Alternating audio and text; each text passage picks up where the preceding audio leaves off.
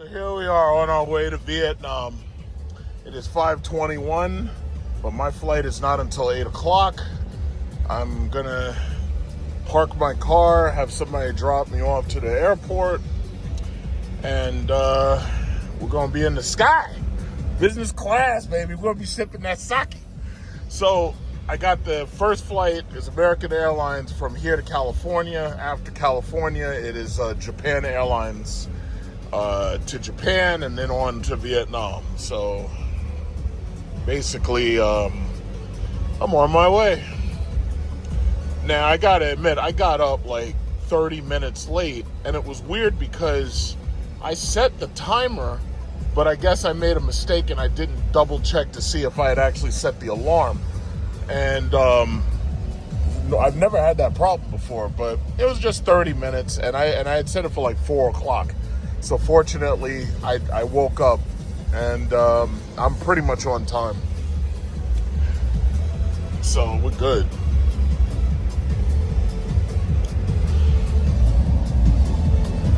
$5:22. I'm just glad that traffic isn't what it usually is at, around 6 in the morning. So.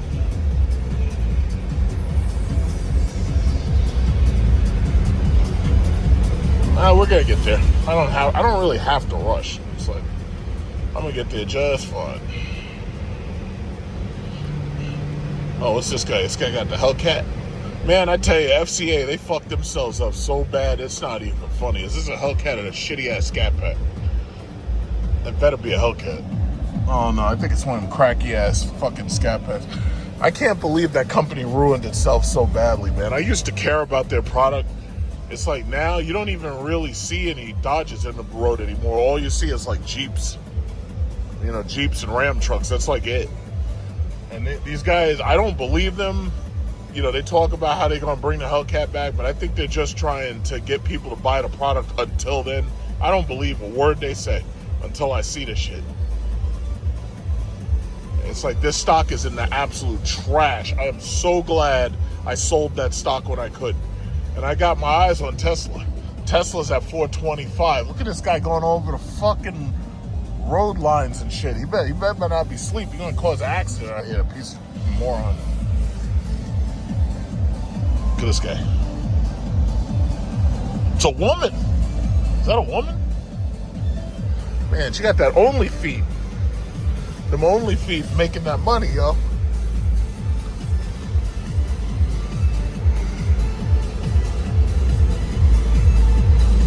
Only feet.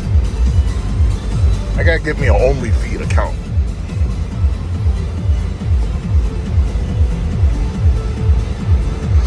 Oh boy.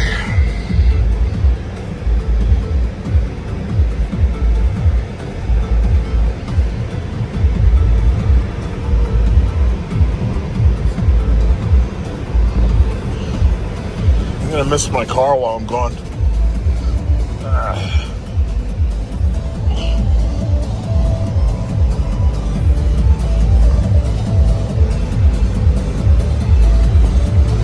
Shouldn't be over here. Oh, it's fucking stupid ass minivan. Oh, watch out, bro. Guy looking like fucking Dracula.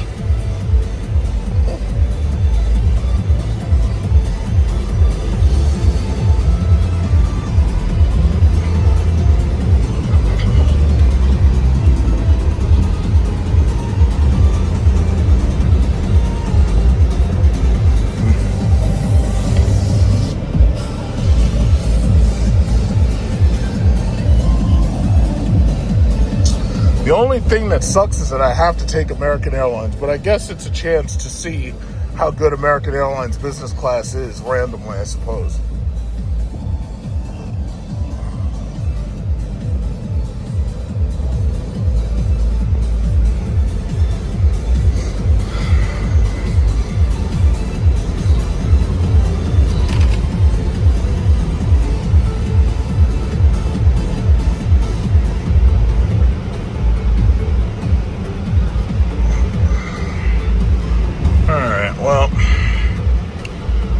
Very soon.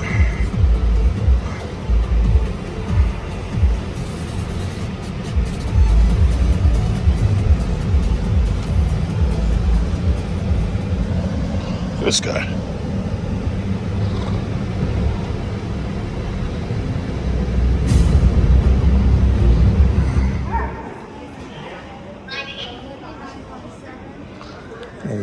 Dog barking at the other dog over here.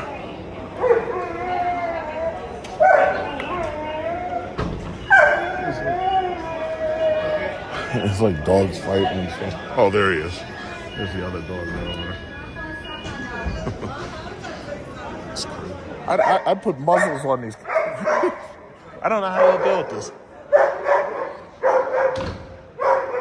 Yeah, how do y'all deal with this? I'd put muzzles on these dogs. Are you kidding me? And then look at that little dog. The little dog is just being good.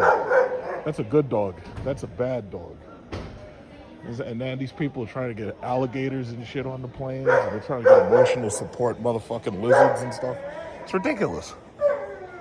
Look at this dog. The first thing, dog is still barking. He's still barking at this little dog. So now comes the dreaded security checkpoint.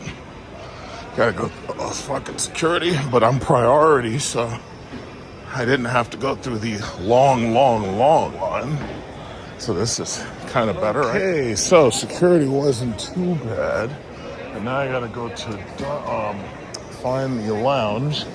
It's saying baggage claim. Gotta find the lounge. It says all gates are this way. So I gotta go to like gate 34, find the lounge.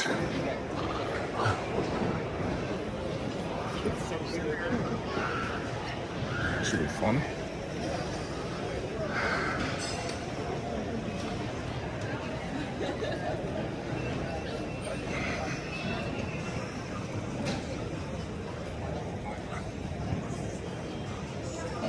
All right, so all gates. I have an hour and 58 minutes. It literally took 5 minutes to get through security. Didn't even take that long. Very quick.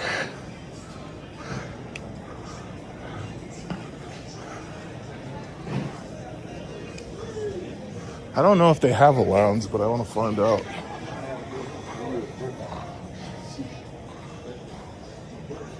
Currency exchange. I have no cash. So wait, this is it? This is all of the dining. That's not much dining. Burger, it's just very generic.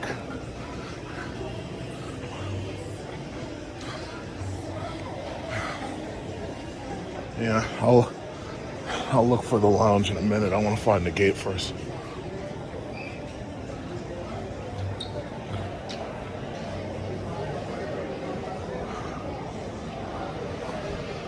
Okay, gates this way.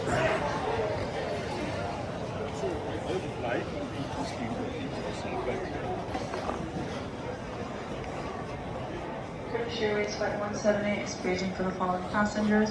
I've never been to San Francisco before. I've only been to LAX. This should be fun. Okay, so this is the Greenwich Lounge.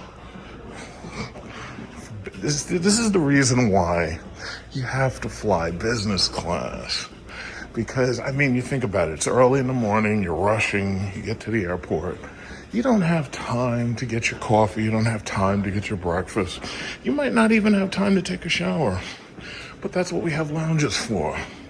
We have lounges for the bourgeois, the upper class. Yes, yes, we're flying upper class today. This should be fun.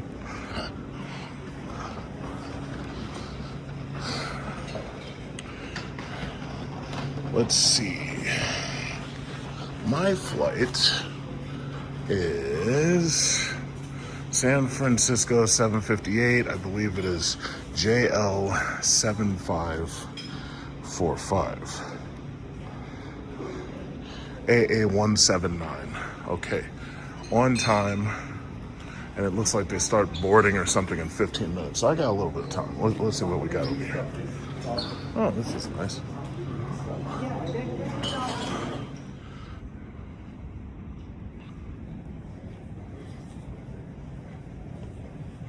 So they have a tasting room. I'm not going in there. I'm just gonna get some breakfast. This is nice. Non-stop Dan will always be complaining about American Airlines, but I can see why.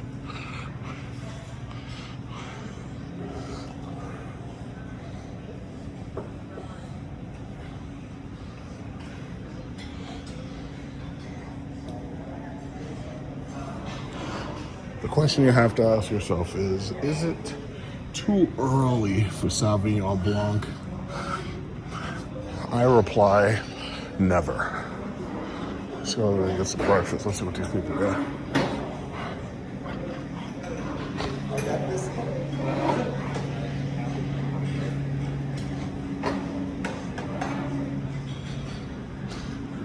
Okay, it's like a British breakfast.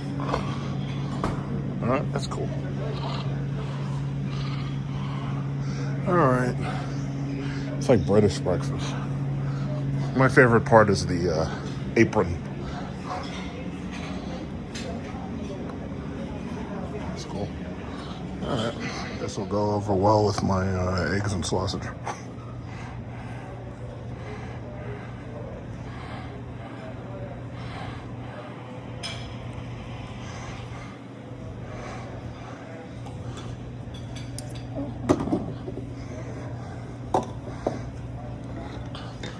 As will this. Let's see what we got here. Cotos de Ron. Okay, what's this one? Sauvignon Blanc.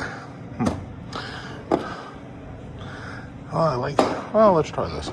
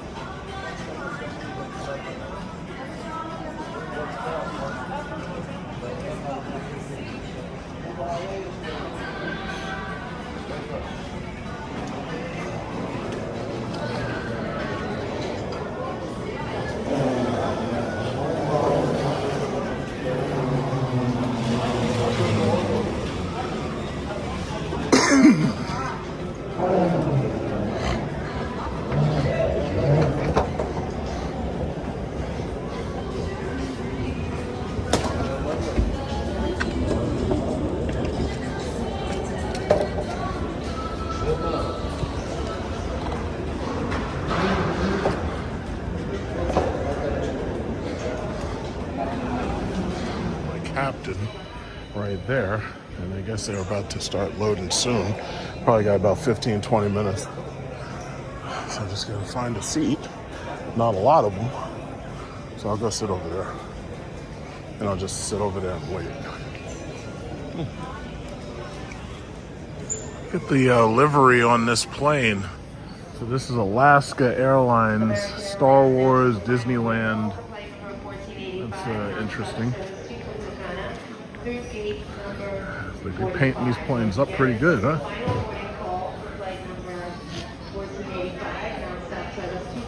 Alright, yeah, so we should be starting to get ready very soon.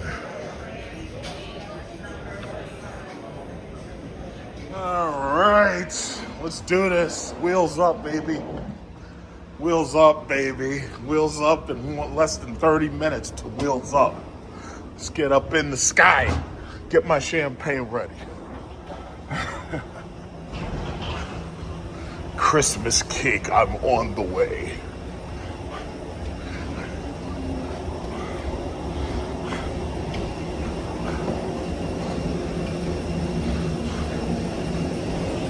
Business class looks like on American Airlines, so it's 2 by 2. First class is 1 by 1. So, this will suffice for now.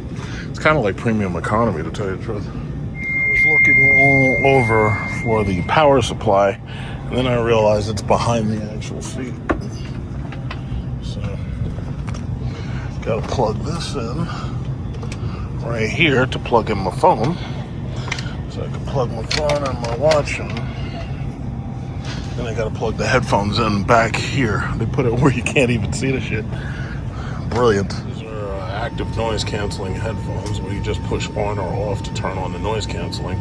So I'll see how these work compared to my Apple AirPod Max. And we're ready to go. We are ready to go.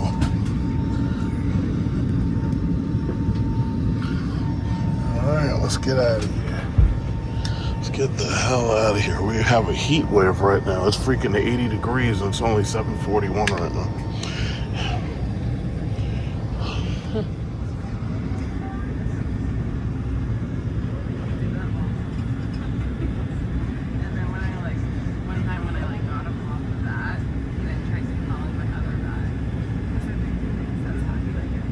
Ooh, that's perfect.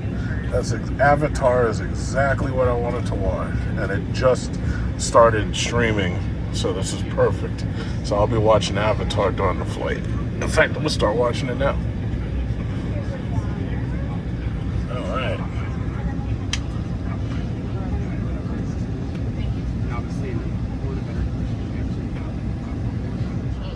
Safely on your way.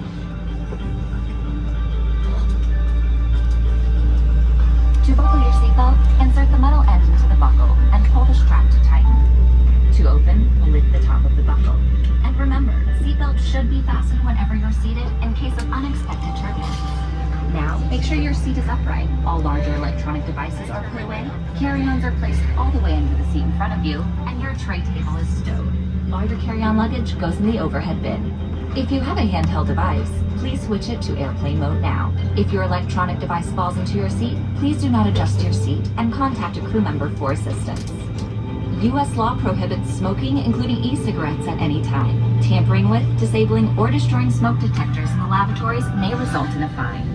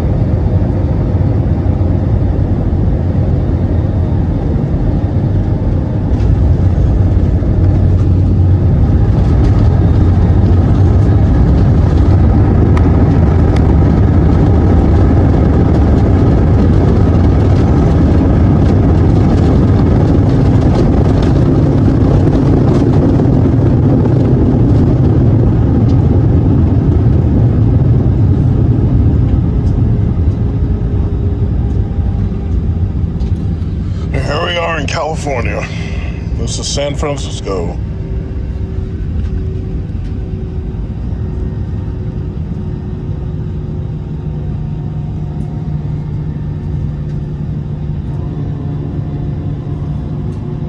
First class. I gotta get up here to first class next time. All right. Harvey Milk Terminal. I've got to go to the international terminal now. Alright. I could have 2 hours layover.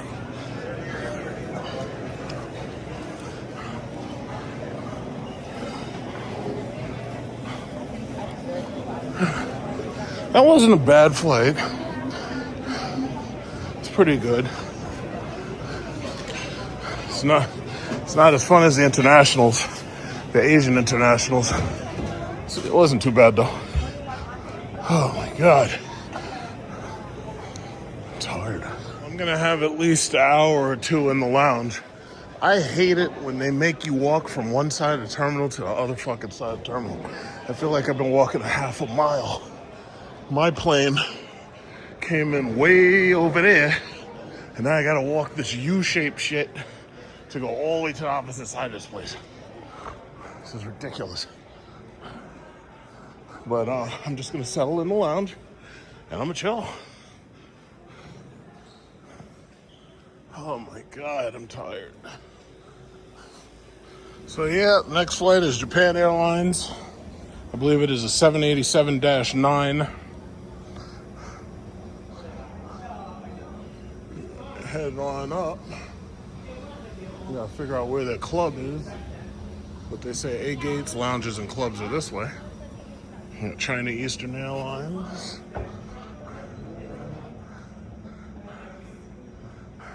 I flew on China Eastern the first time I went to China.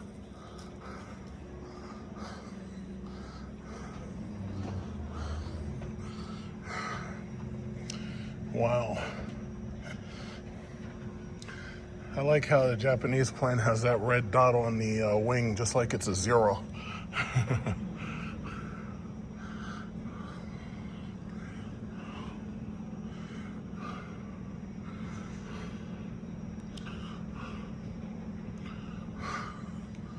I guess someday maybe I'll come visit California and maybe rent a car, drive around.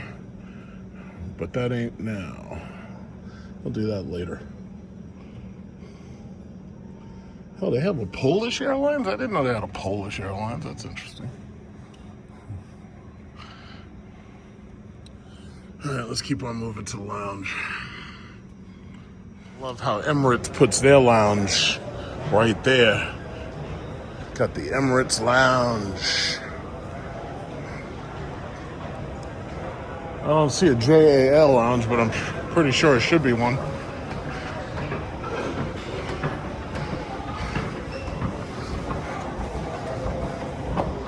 And even if, I don't know, I'll find it. I'm just glad the layovers are short. So this way I don't have to sit around too long. It just gives me time to charge my phone, maybe wash my face off.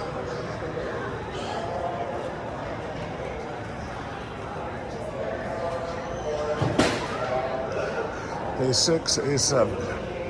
And here we go. Lounge at the Harvey Milk International Airport. This lounge is shared by British Airways and by JL. It's a little small in my opinion. It's a little tight, very tight.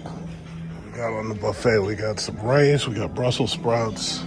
Looks like we got chicken curry and vegetable curry. And then there's a soup over there, congee soup over there, mushroom congee. All right. Our estimated boarding time is at 12:20 a.m. We got soda machines. At 12:10, we will start boarding all passengers with wheelchair requests and with special needs and assistance. Hide the soda. Boarding back, we will proceed boarding. We hide the soda down here. Flying on class members first and followed by those of non-passengers. Boarding will be here at the lounge exit back door, right past the Santa Bar. Thank you Couple for choosing photos Avianca. here. 1, 2. Let's get a couple of photos here. Well, we're about to start boarding in a minute. I think right now they're just taking like children and infants and stuff. So this is the 10-hour flight to Tokyo Narita. JAL 57. Let's go. Front of the plane, folks. You gotta stay in the front of the plane.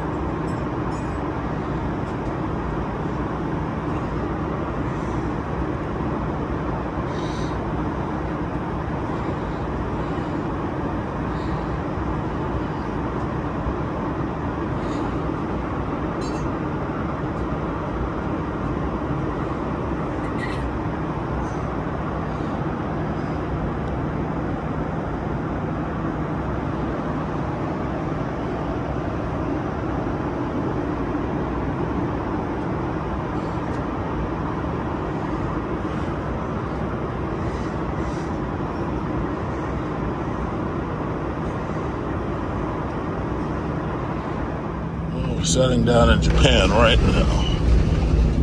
Just landed in Japan. So now I gotta catch one more flight.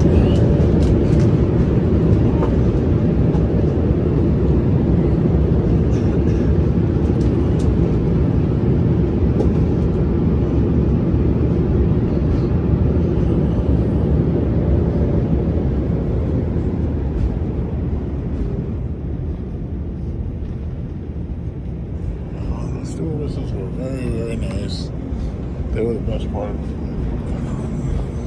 Looks like it's been raining. Alright, so we just got one more flight to do. It's another 4 hours. I think there's an hour layover. 皆様、ただいま成田国際空港に着陸いたしました。時刻が午後4時58分でございます。Well, my flight made it here. We're in Tokyo. Now, gotta head to gate 83. Go on to Ho Chi Minh City. Alright, so this is it. Ho Chi Minh City loading right now. I'm guessing this is the long line, so I'll go get to the short one.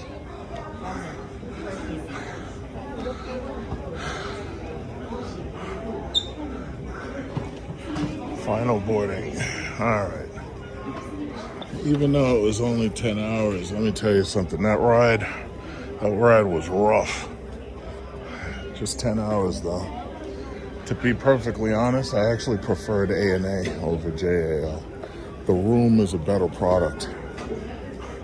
The JAL seat, it looked nice, it looked spacious, but it was old. I don't like the technology.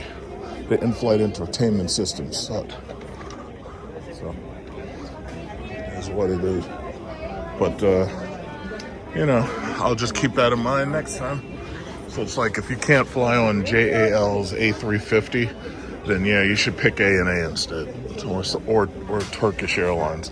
Turkish Airlines will get you to Vietnam too. But these 787-9s, man, these things suck. Yeah, see, here they go. They got me on another one of these goddamn 787s. They must have had a sale on 787s or something. I don't know. All I hope is it doesn't have the same layout as the last one. But this is only 4 hours, so chances are it might not. It might not be set up for long haul, but we'll see.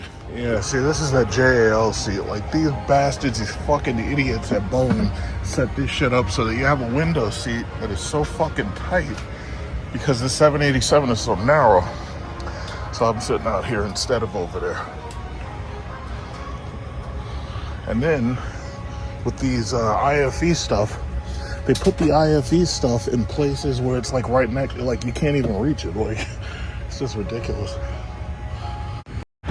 機内は通路、化粧室を含め禁煙です。 Smoking is strictly prohibited on this flight. 電波を発する状態の電子機器は使用できません。 I love the next part of the video. They have a, what is it called? They have a consumer abuse add-on to the video, which talks about all of the shit that you're not supposed to do if you're a passenger. And I think it's funny because in America they do all of this shit regularly.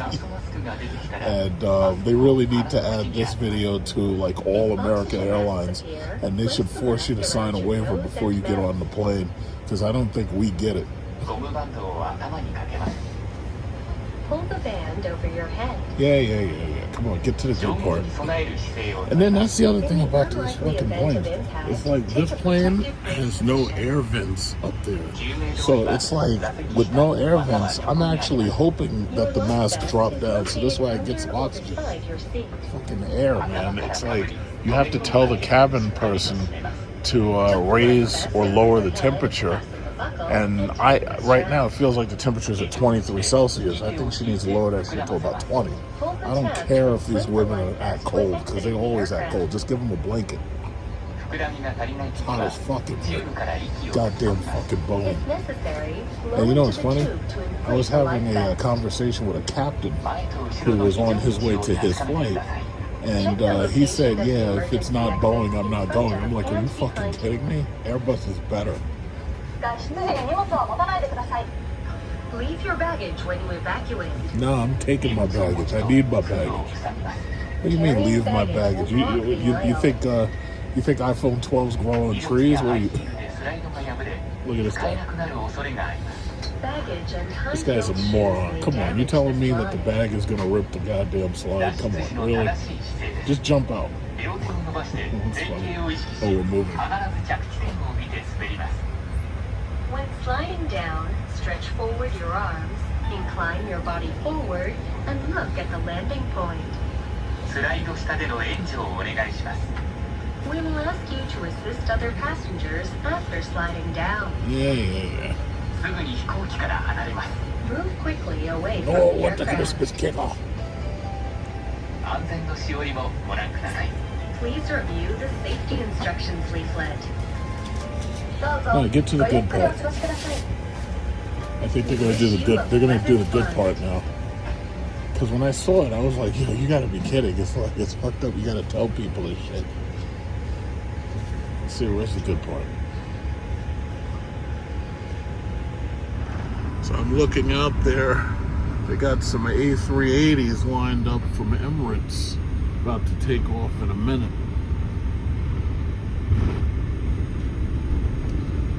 They got everybody going around, looping around in this taxiway. Just waiting for that Emirates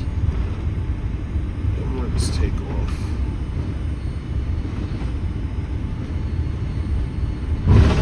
Where is he? He should be coming up in a second. So basically, we got to go all the way this way, and then we got to turn around, and then we got to come back the opposite. Here he is. Here he is, right here. Here he is.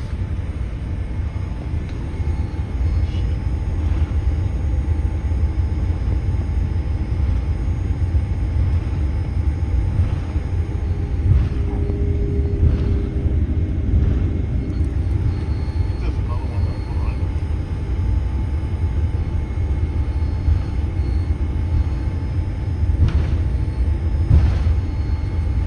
There's a turbulence. You gotta space these things.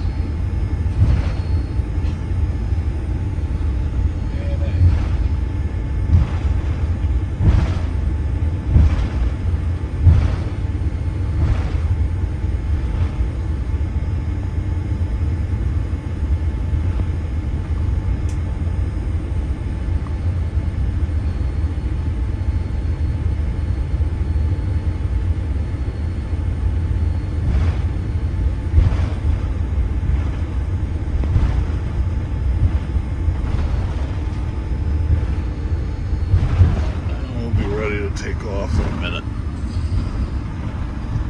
Okay, so there was a Jetstar, I think Jetstar Cargo. He's taking off, and now we're next in line to take off. We'll be off the ground in a minute.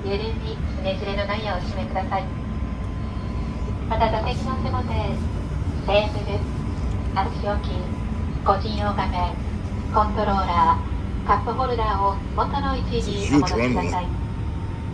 Attention all passengers, we will be taking off shortly. Please fasten your seatbelt tight and low, ensuring it is not twisted.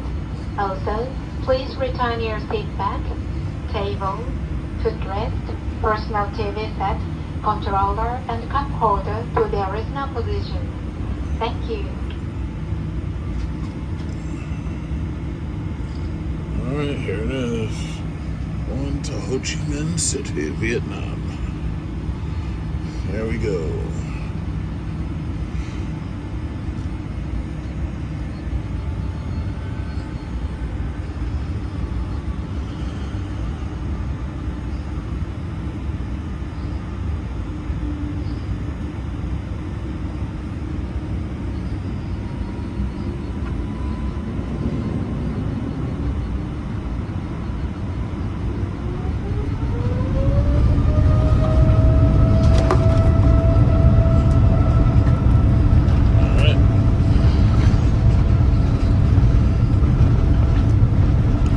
As soon as we take off, I'm going to sleep. For me, it's like 5 in the morning. I'm tired.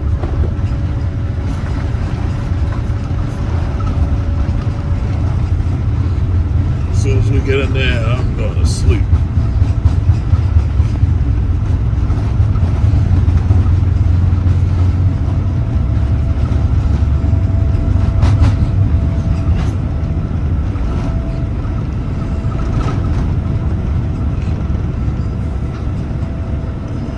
There it is.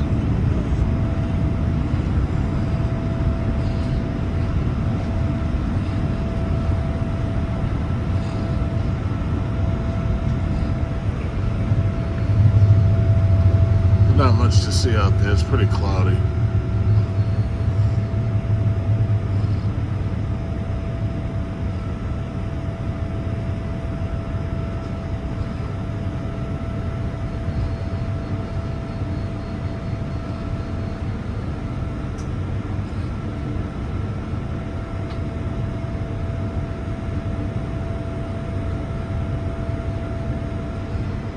That's it for me. I'm going to sleep. I'm tired.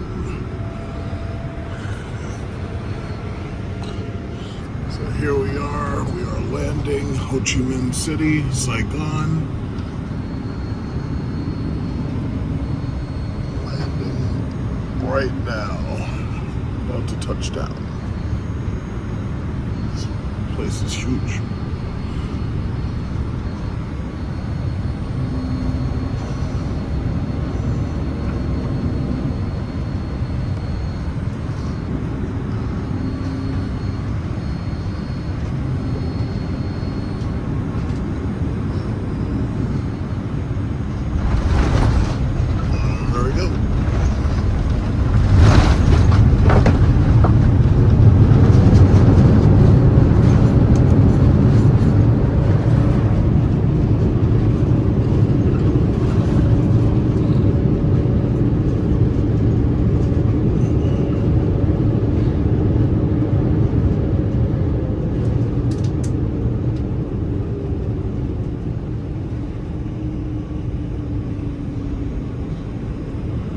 There it is, everybody. Welcome to Vietnam. We are now in Vietnam.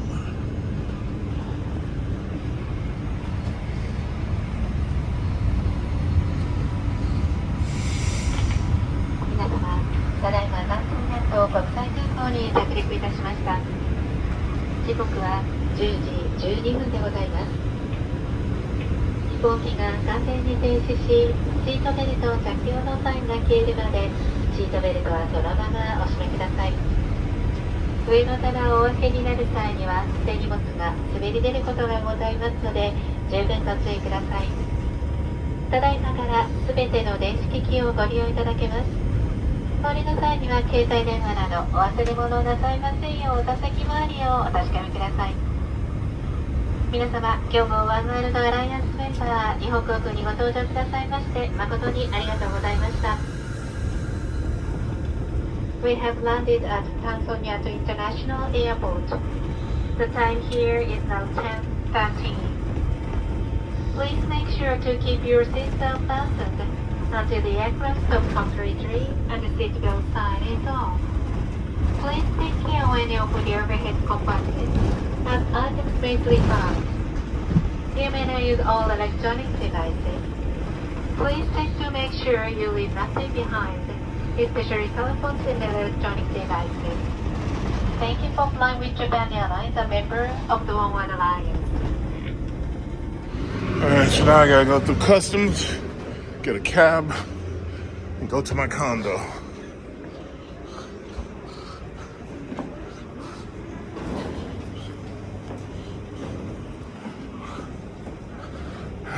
Boy, I'm fucking tired. I'm at immigration now. This is gonna take a while. This is gonna take a little while. The line in front of me's got like 100 people on it. Okay, so I got through all the customs, got my bags. So now I gotta go to the car. Got one of these small cars for $40. Hey, Captain. How you doing? All right, very good, very good. Where'd this guy go?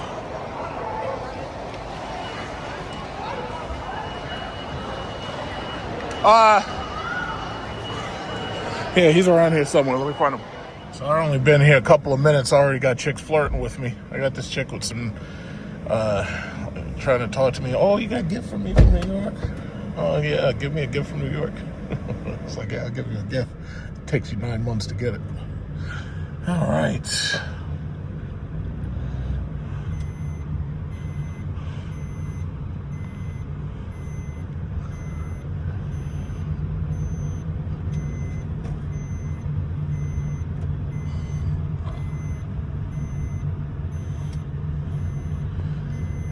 Supposedly it's about an hour from the airport to the condo, so I'm only going to record for a couple of minutes.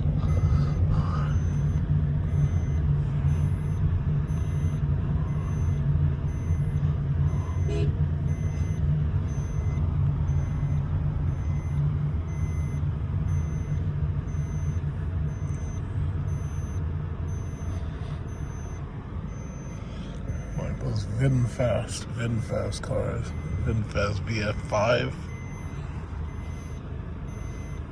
You see a lot of those.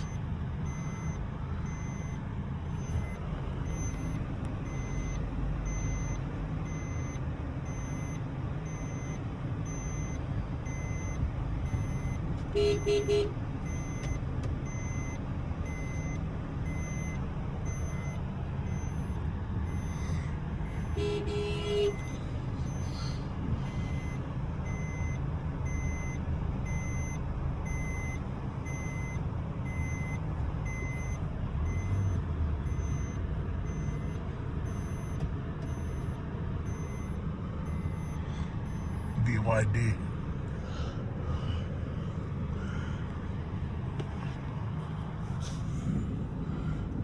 VinFast.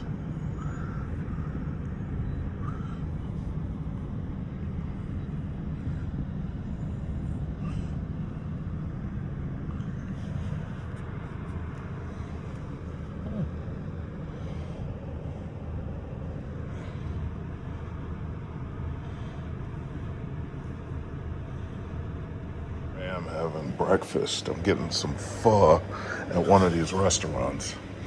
And this is what the menu looks like. I had to go to the ATM, get some cash, because I had like no cash on me. I'm trying to pay for everything with my card, because it allows me to keep track of everything. So I had orange juice and this stuff called Trot-Tac. It's actually pretty good. It's like lemonade to some extent. Trot-Tac. I'm not sure what that means. But they also have coffee and they have a bunch of other things. But I'm gonna try to eat a lot of pho while I'm here, like just soup. You know, kind of treat it like a bowel cleansing, like, you know, to cleanse out my internal system. Just do a lot of pho, basically. Oh, here we go right now. Okay, thank you. Thank you, sir. All right. Yes, sir. Thank you. Yeah, that's pretty good right there. This is basically the VinFast version of a BMW 5 Series. What is this? Lugs A2.0 Turbo. The VinFast cars look pretty good. I mean, you know, here they don't really compete with anything except, you know, Suzuki and Toyota. That guy got a ticket for parking here. He parked too close to the meter. I saw them putting, they were putting like a fucking boot on his tire. It's crazy. I just had a nice breakfast of pho. That was pretty good. Now, headed back. It's hot as hell out here. It's humid. Just headed back to my hotel room. This is called Vin Homes Grand Park. So there's the pool right there. I need to be in it because it's hot as fuck out here. But I'll probably get in there later. And this is my building. Like, basically it's the same basic design as just about any of these countries you go to. You got huge buildings, you got parks, family recreation, so forth and so on. So I went and got some hair shampoo, got some tea to drink. Right now, all I can think about is drinking. All I can think about is water, tea, just drinking. That's all I can think. It is so fucking hot here. Like when they talk in the movies about how hot it is in Vietnam, they're not fucking joking. Right now, it's hot as fuck. It looks like it's about to rain, so I'm gonna make my way inside. It's so humid, it's unbelievable. It's absolutely unbelievable. We got a barber right here. Gotta take a picture of that, send that to my barber. You know, tell him he gotta step his game up.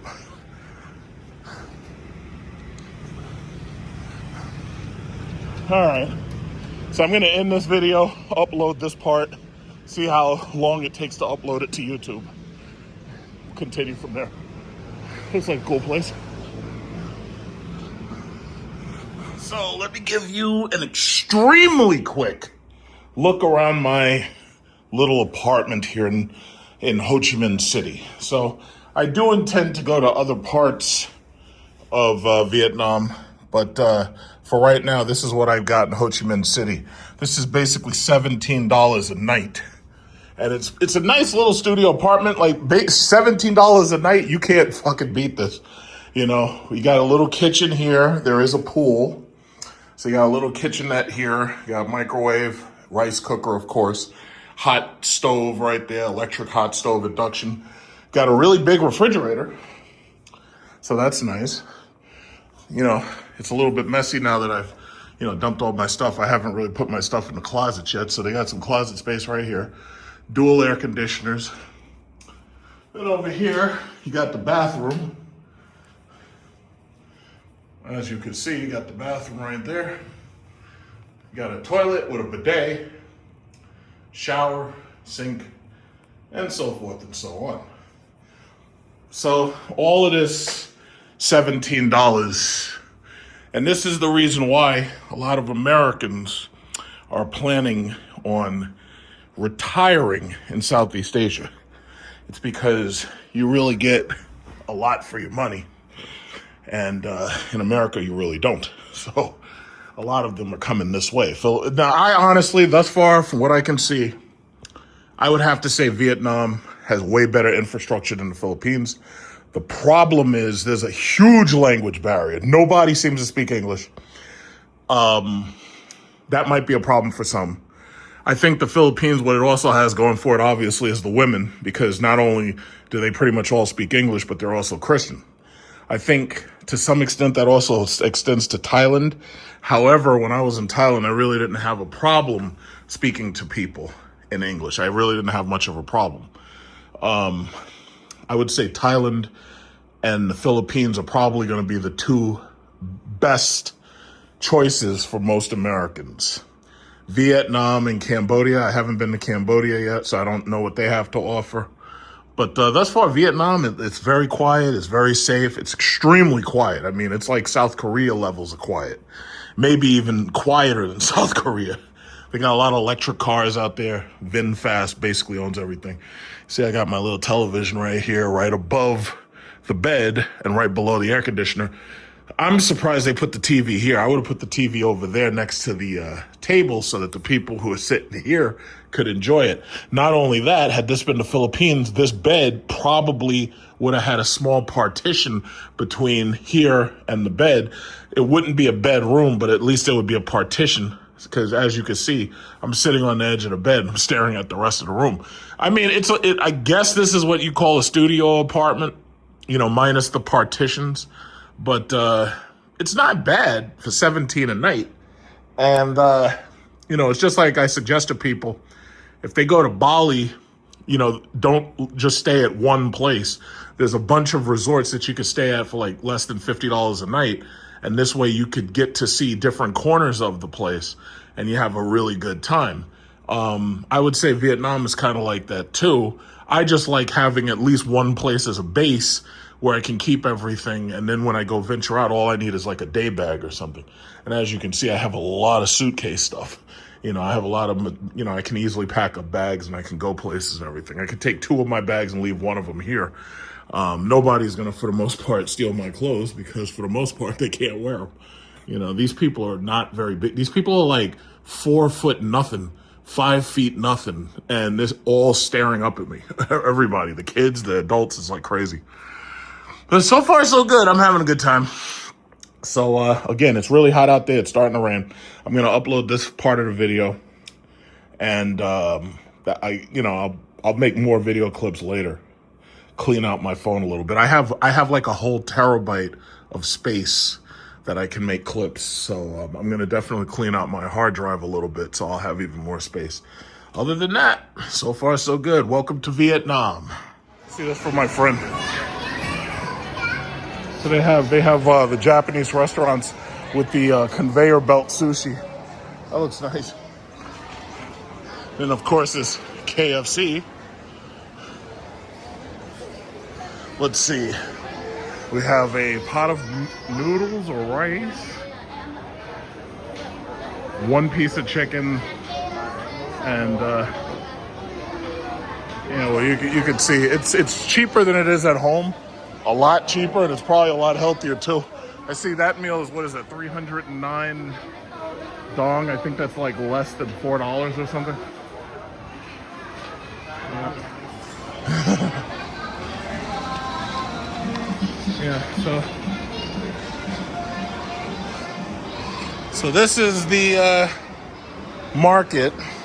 This is not unlike Bali. It's just like I was always saying. These people don't have a problem with child reproduction. It's not like America. It's not like Europe. These people, all they're doing is cranking out babies. Everywhere you look, somebody's either pregnant or they just dropped something.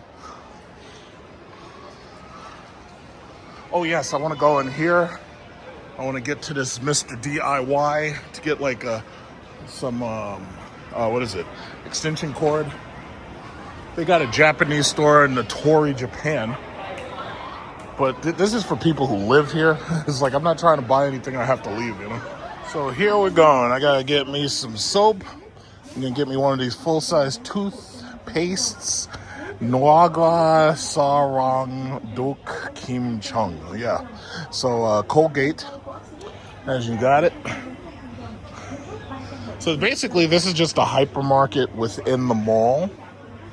And they pretty much sell, you know, it's basically everything you would expect if you were to go into a small Walmart, basically. Ooh, skin whitening cream, yeah.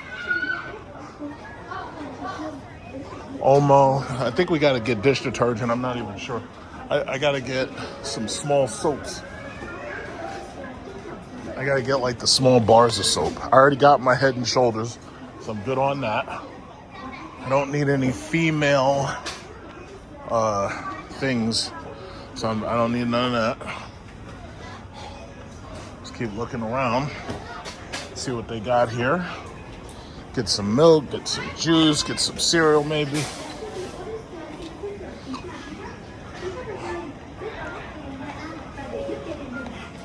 Omo.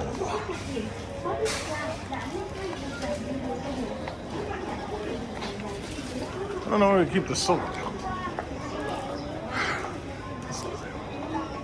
Oh, excuse me, sorry.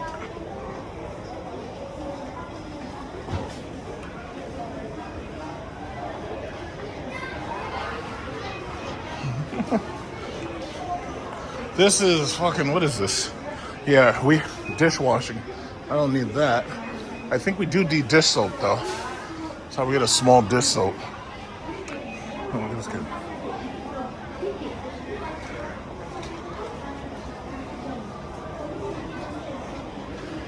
Got noodles, oil. Yeah, basically it's exactly what you expect. It's like if you go into a H Mart or Walmart, you know.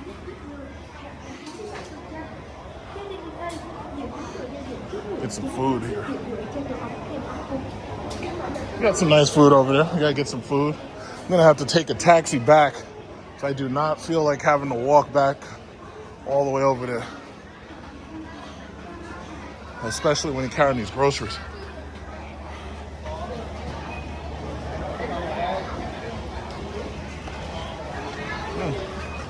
So what we got?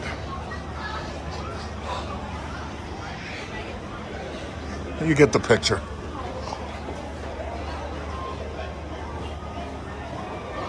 Okay, this is like the packaged milk.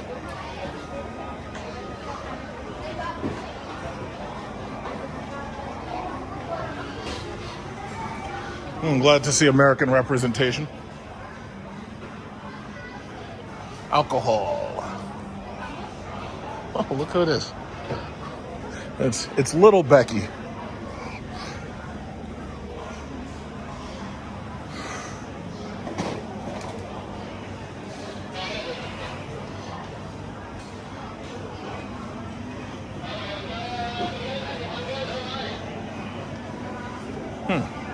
See what we can find. Let's get this.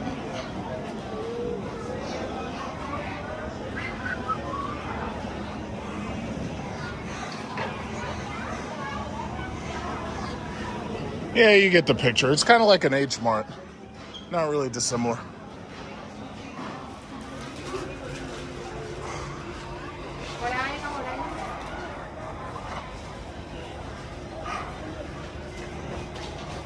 Pho. You got all types of pho soup right here.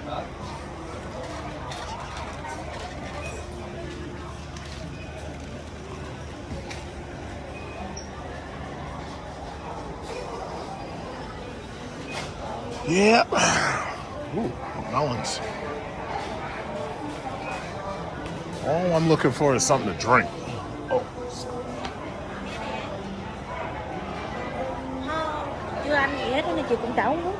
I'm just looking for something to drink because it's like as much as you drink, you just get thirstier and thirstier. It's fucking heat.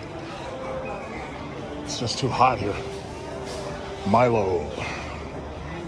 All right. I want to make this quick. I want to get out of here. I'm tired.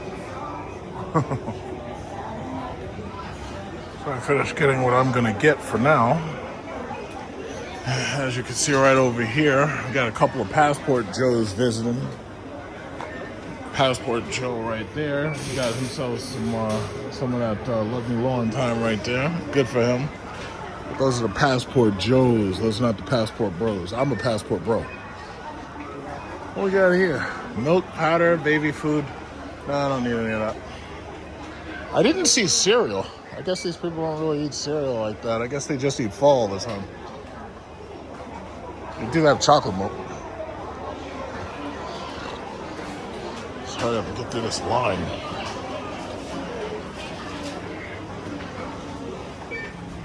Look at me, I'm on a jitney.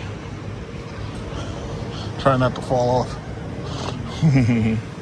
Then again, traffic doesn't move fast enough. We really got to worry about that.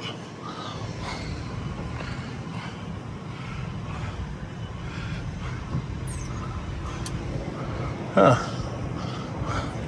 Well, this is quaint. Starbucks.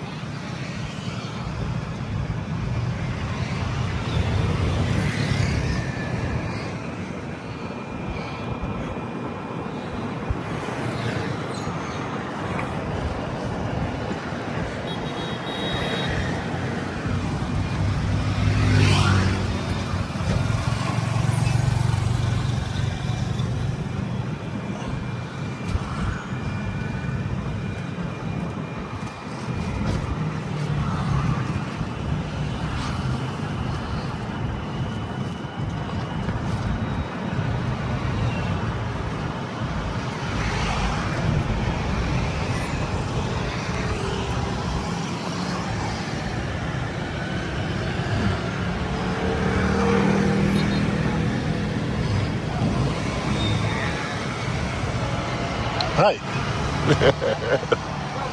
Hey, what's going on?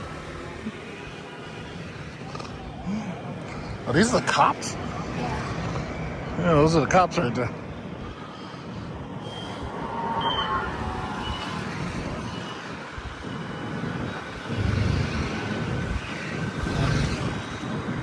This is how they boot your car. These guys, I don't know why these people keep parking illegally. That's kind of funny.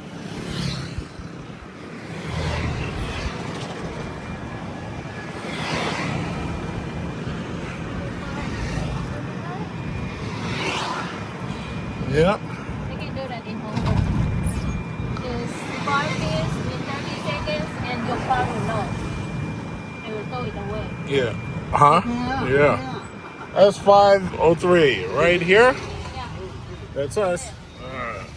Super little convenience store right next to where I'm staying. And they got like little convenient things. Like, yo, let me tell you something. The pho that I had this morning, I feel like I ate so much greens, Brussels sprouts and shit. It's like, let me tell you something. Oh, hello. Good morning. Kid just said, get out of my way, sucker. Got soap. They sell soap one box at a time. Everything's basically one box at a time. They don't sell like anything in bulk.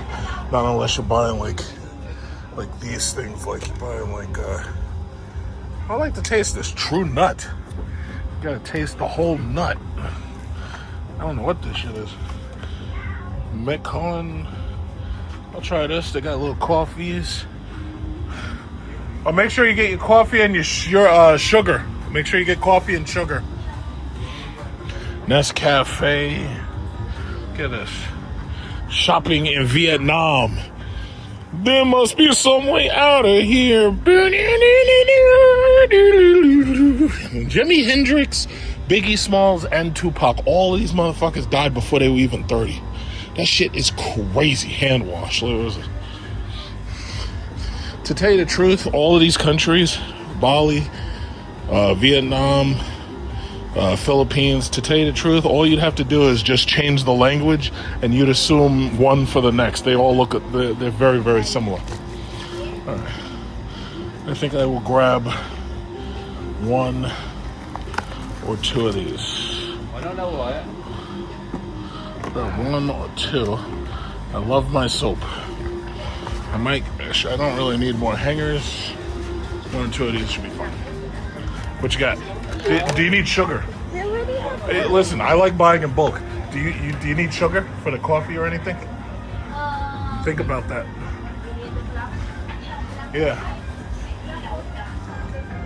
Oh, they sell meat and shit? Oh, wow, this is so convenient.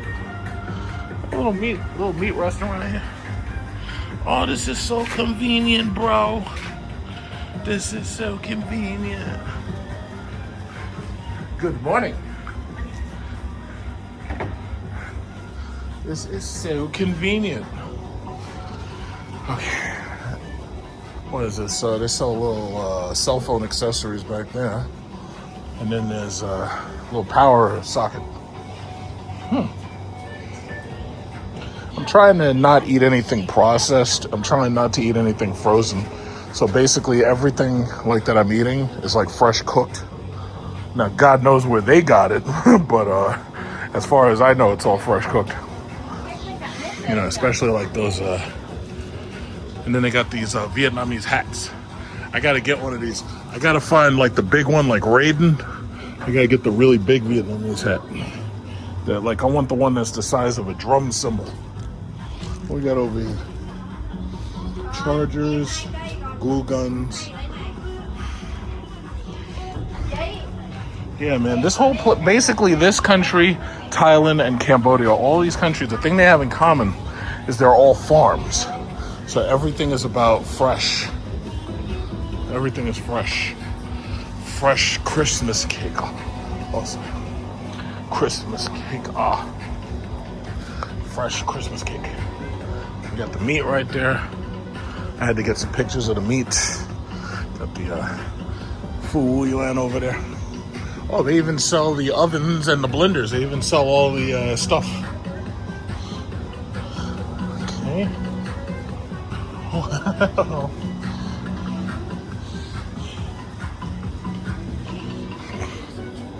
Yeah, you get the picture. All of these stores basically are very, very similar. They all sell like basically the same stuff. You get the picture. I have to wait till I get back to the apartment in order to send my videos because they use so much data.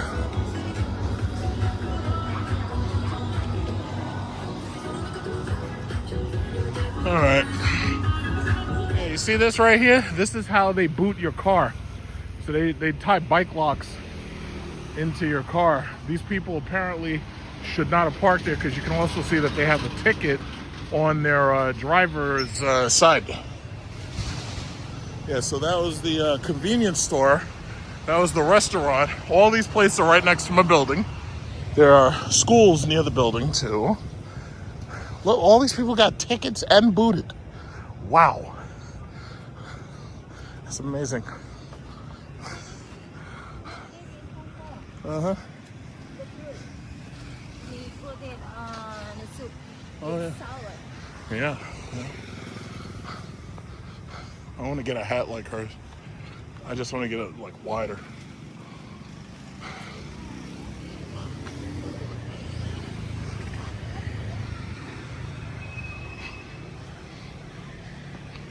Here we are. This is the Vin Homes pool. I don't know who's up there screaming and shit, but you know, just in here chilling at the pool. So here we are. We made it, boys. Vietnam. From the moment I booked this place, I think I booked it on like Expedia. It's like from the moment I booked this place, all I could think about was flying over here and getting in their pool.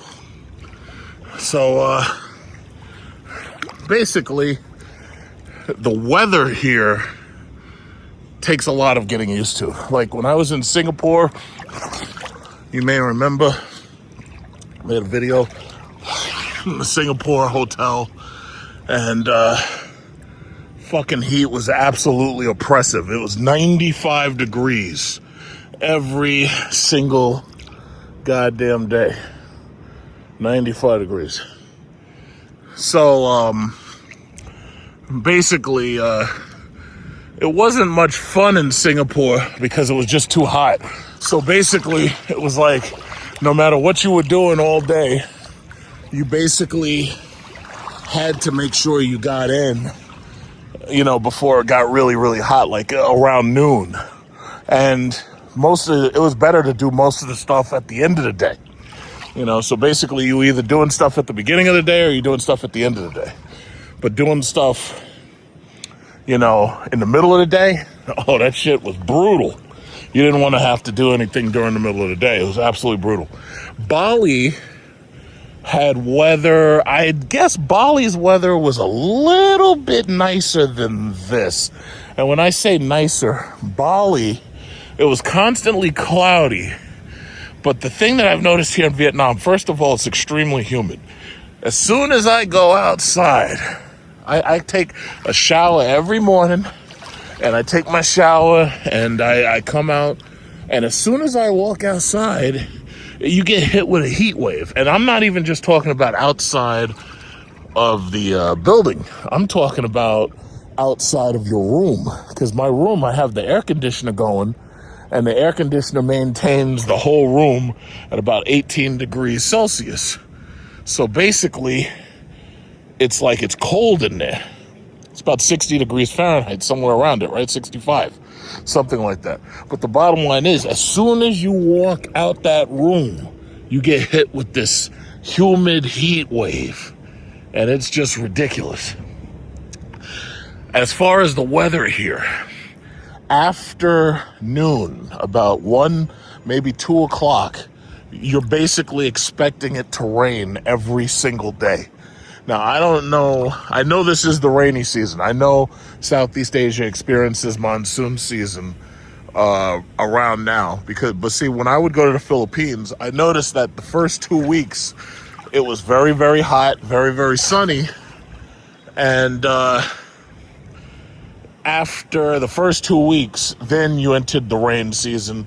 So you had at least a good 2 weeks to enjoy it in July, at least. But this place, let me tell you something. This place, it is so freaking unbelievably hot. And it's oppressive heat because of this humidity. And I haven't seen the sun much since I've been here. I don't think I've seen the sun even one time because there's so many clouds. And you think about it, the reason why there's so many clouds is because it's so hot that you got all this evaporation, moving the clouds into position, blocking the sun. And those clouds carry water. So as soon as those clouds cool down, that's your water cycle. It brings back all this water as rain, basically. So basically, it's like there's a lot of storms, there's a lot of thunder. You hear thunder, you hear there's a lot of storms. Basically, all the stuff that they said in the Vietnam movies about like it constantly raining, like in Forrest Gump, like it constantly rains and it's constantly hot and everything. Yeah, they're 100% right. They didn't make that shit up. I still personally insist for people who want to go on a Southeast Asian vacation, for people who want to tour Southeast Asia, for people, like if you're going to go to different countries, it's like you're going to go to different countries. You're going to go to more than one country. But for the people who've never been to Southeast Asia before and they want to go to Southeast Asia for the first time, I recommend Thailand, specifically Pattaya. If you're the type of person who likes cities, stay in Bangkok. Bangkok is fantastic. Vietnam as a city is fantastic. They have a great infrastructure. Notice all of these buildings have air conditioning. Now my room has 2 air conditioners, and my room is kept at a solid 60 degrees. And I also can honestly say that they barely have blackouts. So I don't know exactly how they, get their power, but they really don't have many blackouts. And I haven't experienced one since I've been here. Philippines has blackouts, but when you're inside the middle of the city, they're less likely. As you move out to like the countryside and you go to some of the provinces and stuff like that, you're more likely to get a blackout. In fact, you're lucky to have running electricity at all. But here, Wi-Fi, electricity are fantastic. Meanwhile, over there in Europe, you got people literally dying because they don't have air conditioners. But let me tell you something. Vietnam is, Vietnam, Thailand, and Cambodia, for the most part, all of these places are, for the most part, extensions of China. Everything about this place, all of the technology, all of the infrastructure is China. Everything's got China written all over it. Like back in America, most of our stuff's made in China, but if you come here, everything's made in China, 100%. And the reality is, they're better off for it because China has basically created all of this technology that is allowing these people to live better quality of life. And I think that's a good thing. But for people who want to travel and people who want to experience Southeast Asia, especially if you want to go on like a honeymoon or you just want to hang out with friends or everything, you want to get like a nice budget vacation. Personally, I think the best place you can go is Bali.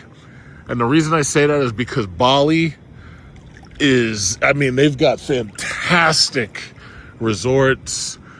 Bali is not a metal and steel city. Like you see these huge buildings and stuff. Like Bali is nothing like Vietnam. When you go to Bali, there are buildings, yes. There are new constructions, yes. But there's like nothing like this. There's nothing like these gigantic structures. You don't see this. When you go to Bali, it's the same nature and jungle everywhere. You go to Kuta or you go to Ubud, you get the nature, you get the jungle-like feeling, that you're surrounded by trees. They have volcanoes and everything. They have lots and lots of wildland and everything. I think when you go to Bali Bali, I think, is a really, really good bang for your buck. Vietnam, I feel, is for people who are more experienced with travel in Southeast Asia. This is definitely not beginner mode, because the problem is most of these people do not speak English. There are some kids that you'll meet and they're like hesitant to practice English, you know, even if they can speak it. There's some who are pretty good, and when I find kids who help me, like, because they speak English enough to help me and everything, I give them bigger tips. And I'll just say it just like that. One of these dudes who's at the Mobile Mart, like right near here, because there's a lot of Mobile Marts. There's like one next to the entrance of my place, and then there's a 7-Eleven like right over there. There's Mobile Marts on every block.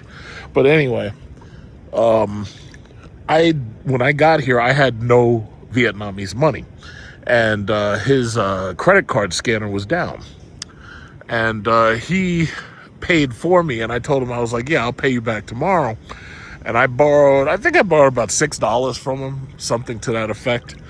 And he paid for it. And then I got some money from the bank the next day because, you know, I came in at night. So I got some money from the bank the next day, and I paid him back in full, and I gave him a tip. So I borrowed like $6 from him, but I gave him like $8. And, you know, he appreciated it. But when I find people who are helpful because they speak English and everything, I don't mind giving them a little tip. You know, because they're helpful. But everybody wants a tip. Everybody's hands out for a tip. My thing is, you know, if you give me like really good service, I'm definitely giving you a tip. And I recommend that instead of you using cabs without knowing who the cab is, you could download Grab, because that's the Southeast Asian rideshare app. Instead of like Uber, we have Uber. And you can get these ride shares to come right to you, and they'll pick you up, and you can get them to take you wherever you want to go.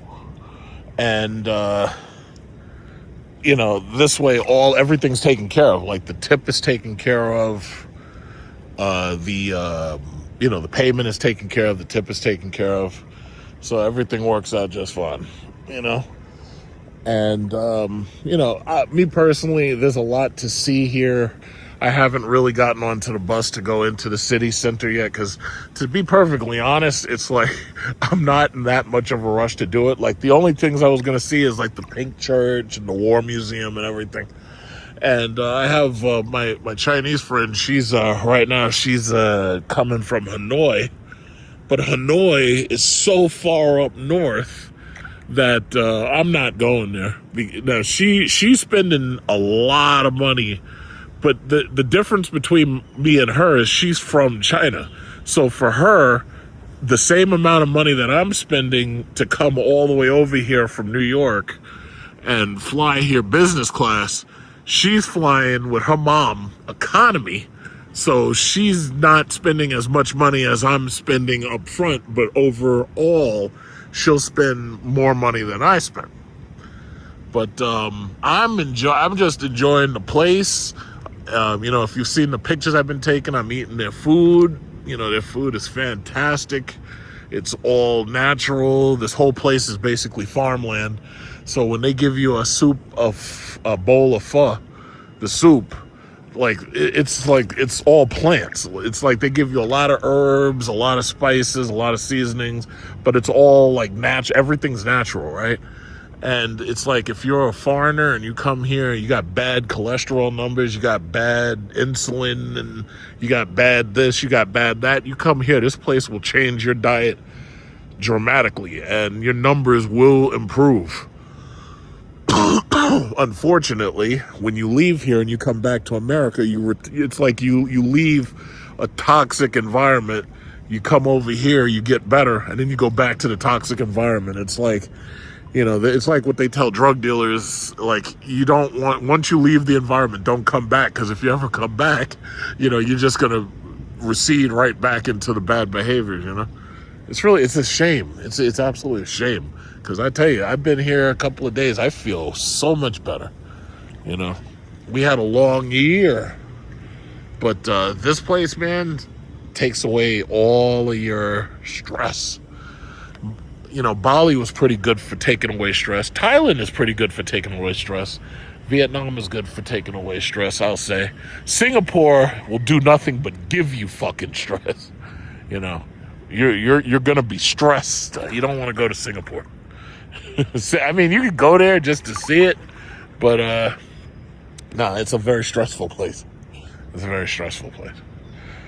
So yeah, that's all I had to say. But I've been. I'll probably upload this video a little bit later. I think that'll be probably about close to an hour's worth of video. And I'll save all of the clips for when I get home, and then I'll put them all together, and I'll just make one big video clip. That's the easiest way to save vacation videos. So yeah, this is Vietnam, man. This place is nothing like American media shows you. This place is fully modernized. Everything is ultra modern. They have the latest technology that you'd expect to see in China or you'd expect to see in Japan. And they're doing pretty damn good. They're doing pretty damn good. Meanwhile, America is literally starving Cuban people to death and basically not allowing them to have access to oil and not allowing them to have access to energy.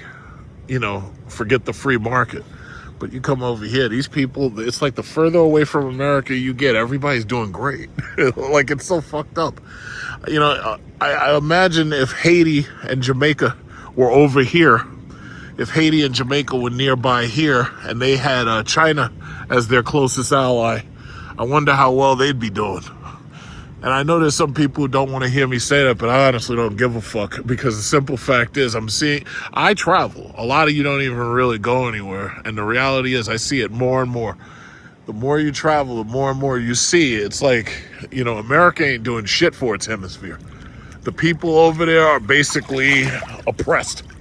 Like, America acts like the British did when they set up America as a colony. America acts like everybody's their colony and that they just got to do what they're told to do. Otherwise, the worst is going to happen to you. Because what's going down now in Cuba is absolutely criminal. And if I had the power, the people who are in charge of what's going down now in Cuba, they'd be executed if I had that power. Looks like it's about to rain again. I see some little raindrops, but hey, I'm in the water. I ain't worried about it. Yeah, but what they're doing right now is absolutely criminal. And it's funny, because when I'm here, I can feel the influence of China. I can feel the influence, like everything, the technology, the infrastructure. You can really feel the influence. In fact, when I go to Africa, you can feel it, because the Chinese are coming in there and they're bringing in infrastructure. And yeah, they're good. They're coming for your natural resources. The bottom line is, they're not bringing Bibles and useless shit. What they're doing is they're bringing plumbing and sewer pipes and shit and toilets and light bulbs and solar panels. I think in the long run, the people who can actually see at night, because now they have a powerful partner who's bringing them the newest technology that they can get, I think in the long run they'll appreciate that a lot more than getting a bunch of worthless scripture and people who come in to take advantage of them, in the long run. But we'll have to wait and see, because right now I'm not impressed. Vietnam, however, I'm very, very impressed with this place. They don't show this place on television, but everything here is like it's like you wouldn't expect it to be as nice as it is. Even the traffic is nice over here. Like in Philippines, mind you, Philippines is very close to America in terms of, political ties. Philippines is fucked up. Philippines is poor, number one. And Philippines, the infrastructure sucks. It's really sad. And I'm trying to understand. It's like, why is it that when you're in league with America, everything's going wrong? Like, it's very strange. The South Korean president Moon, they locked her ass up for corruption. The Philippine president Duterte, they had to kidnap him, locked him up. The current Filipino president, supposedly the government's damn near turning on him. And I'm like, why is it everybody's all fucked up when you're in league with America? Why is that? Meanwhile, when you're in league with China, shit runs like a German clock. It's very, very strange. Very, very strange. Maybe I should ask Men here. I'm going to call him Men. No, I'm not going to ask Men anything. So anyway, yeah, I'm going to put my phone back. I'm going to get my swim in because I like to spend a couple hours in the pool. I just love it. Feels good. So I'm put my shit back over there where my clothes are. And I'm going to be out of here. I'll probably upload this in a little while.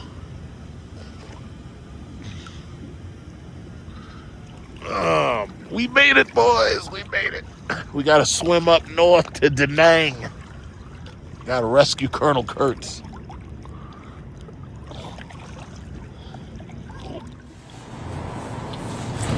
Babe, why'd you cook me all this good food? Huh? Why'd you cook me all this good food like this? Because you're my king, I love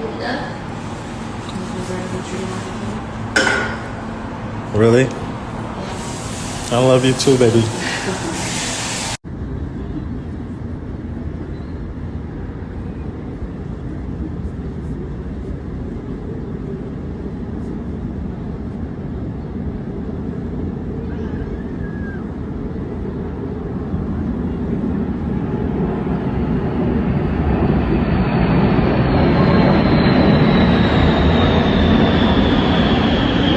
People in America complain that electric vehicles, they have no idea how we're supposed to have a charging infrastructure. Well, I guess if you're giving all your fucking money to Israel and Ukraine, you ain't got money for nothing else. Meanwhile, Vietnam, they've got BYD charging, VinFast charging, whole charging parking lot, everything. Meanwhile, we can't find the money. Got B2 Spirits, got B1B Lancers, F-22 Raptors. We ain't got no money for charging stations. Why is that? You tell me, why is that?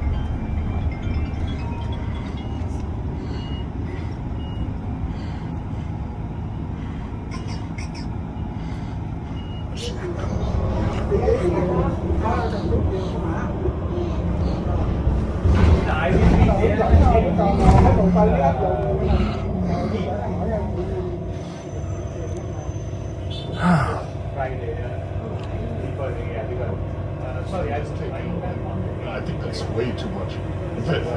Take out 10,000.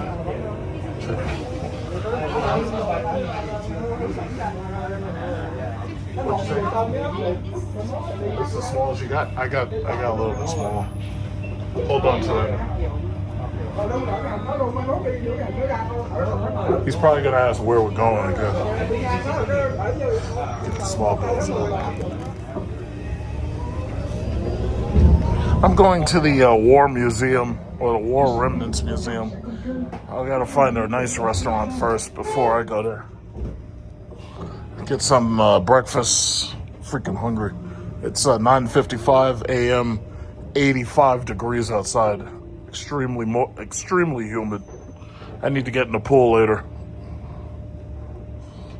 I'm soaked. I'm soaking wet already.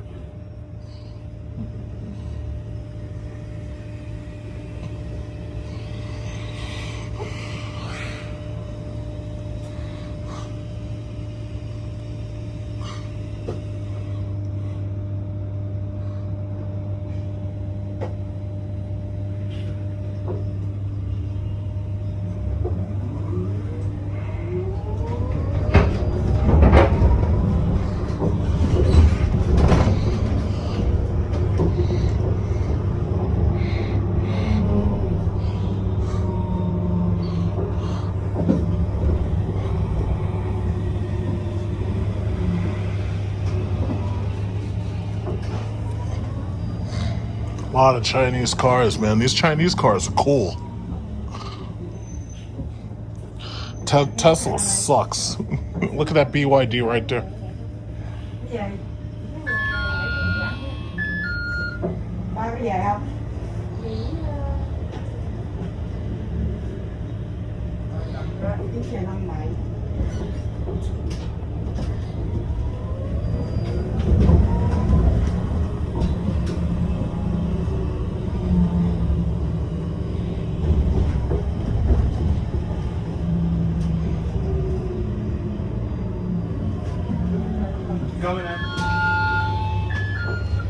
Nhiều khi có xe đông quá đâu có nổi đi đâu đâu. Nhiều lúc mà chắc chắn thì có mình ăn gì cũng chẳng ăn gì đâu. Lên cái trong rồi để mà có cái đó cái mình đưa cái đó mình vô được cái ấy cho nó không khỏe.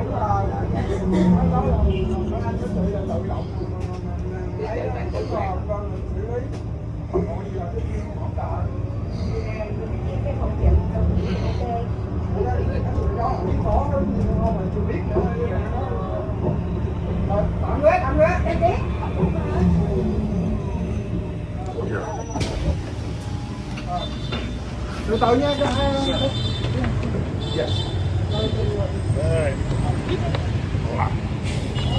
Watch out. Oh, wow, that was fun. Okay, let's walk this way.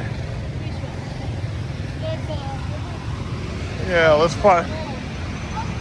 find some restaurant. What is this? It's like a sticky rice. It's like a what? A sticky rice? Yeah. And then, yeah, it is. Oh, okay. It looks like pudding jelly or something. Okay.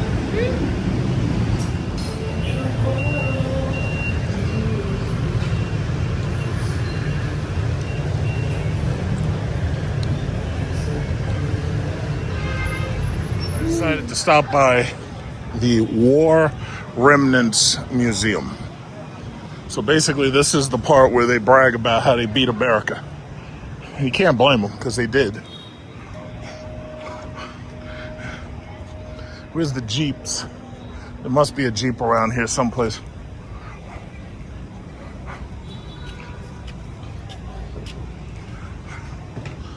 Military hardware, it's like Battlefield 7. It's like, you watch Apocalypse Now or watch Platoon a couple of times. You see this stuff in it. I guess that bell must be for a moment of silence or something. I don't know. There must be a prayer bell. They're like, Lord, thank you for allowing us to beat America. Lord, thank you for allowing communism to create this vast utopia, this safe, beautiful place where we don't have to worry about violence. We don't have Ku Klux Klan members on our fucking buses. And we don't have to worry about mentally ill people pushing us in front of fucking trains. Lord, we ask that if capitalism is the future, that you never allow it to make things so bad that teenagers and regular people can't afford to buy rent apartments or houses. Thank you, Lord. You see, anybody can pray. It's very easy.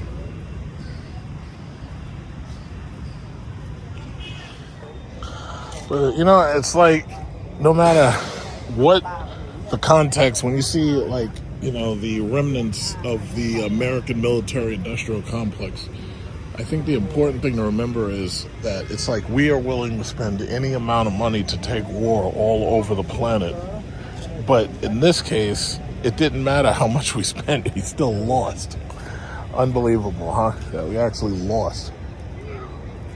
So it's like you come to these museums because basically the museum is it's like a reminder of why you lost.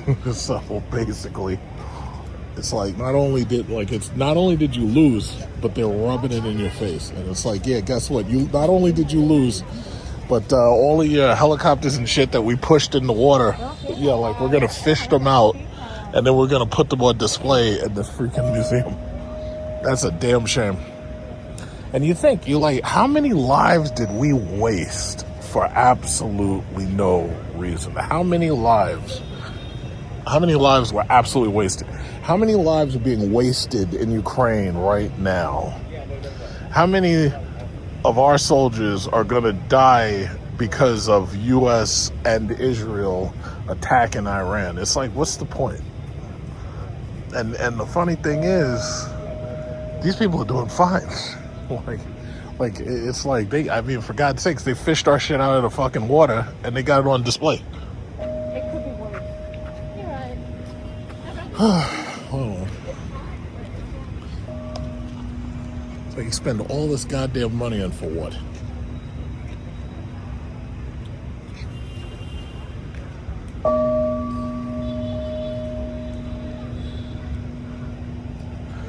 I guess I'll get up and walk around there. Have a little breather. Fuck. Fucking exhausted. Oh, I wonder what's in there. You got a little tiger shark. Yeah, I gotta be careful because I don't want my phone overheating.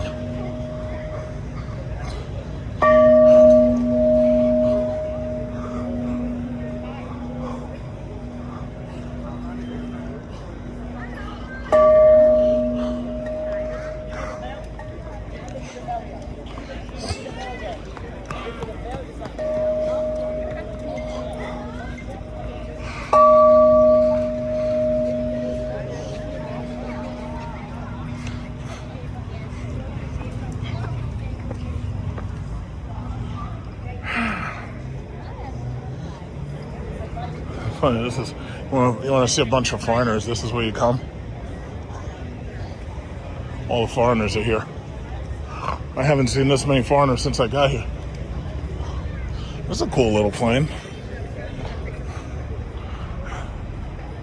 They should still make these.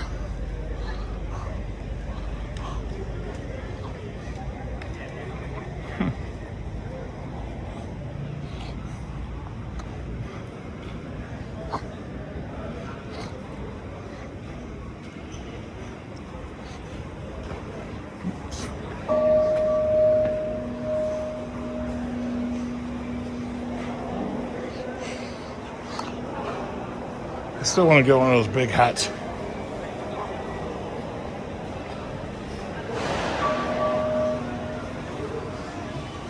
War crimes.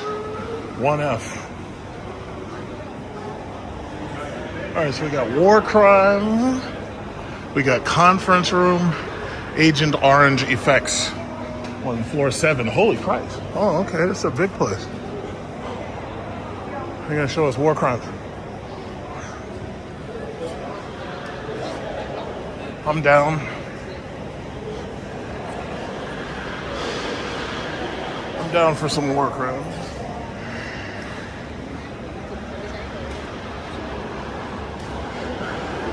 He says, thank God we got rid of these Americans. Now I feel safe. They should let me narrate it.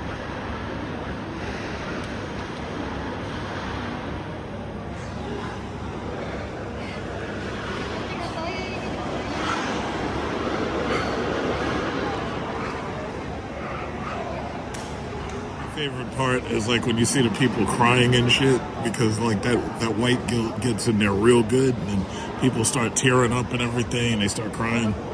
Yeah, because they I can't believe we did this. These people are so nice. How can we do this to these people? You know, that's what this is for, after all, you know? And I think it's extremely effective. It works very, very well. I'm gonna go upstairs and start looking around. I'm trying to get over this freaking heat. But, yeah. Whoa, Jesus Christ. Yeah, we got some mosquito bites down here. Somebody got bit by a mosquito. I had to make sure I got my Dumgay fever shots.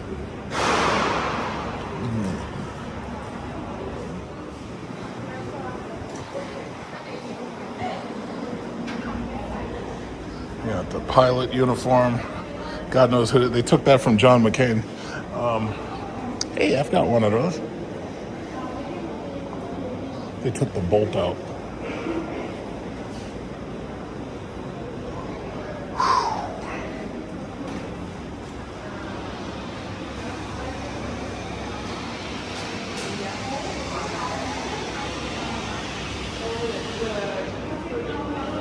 Yeah, some telescopic sights, bazookas, artillery shells, artillery cannons, mortars. Just like Battlefield 6.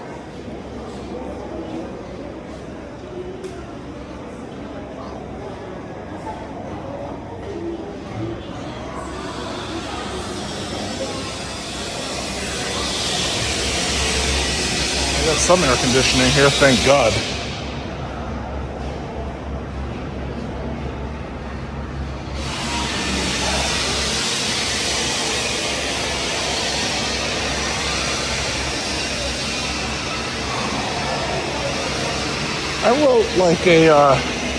I wrote a research paper on the reasons why America lost Vietnam. And to tell you the truth, the professor, he said that I put too much information in, so I had to edit it. And I had to take out a lot of the information I had. And then I gave it back and gave me an A. I probably still have that copied down somewhere in my hard drive somewhere.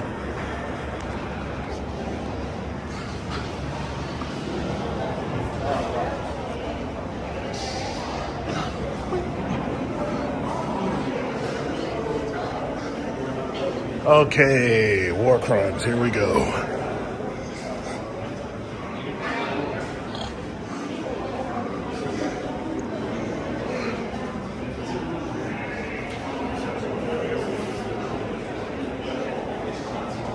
Ooh, we got guns.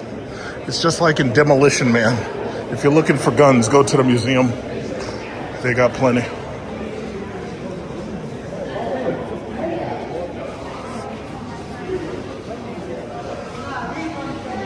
Ooh, I could use one of these. So these are 45 ACP. And what is this? 7.62 for AK-47s. AR-15 rounds, 5.56. Then again, those are probably NATO. 5.56, yeah. 20 millimeter. Those look like those could do some serious damage. This shit makes me want to go to the gun store. I think I need to buy a new gun, but I want to get a Glock.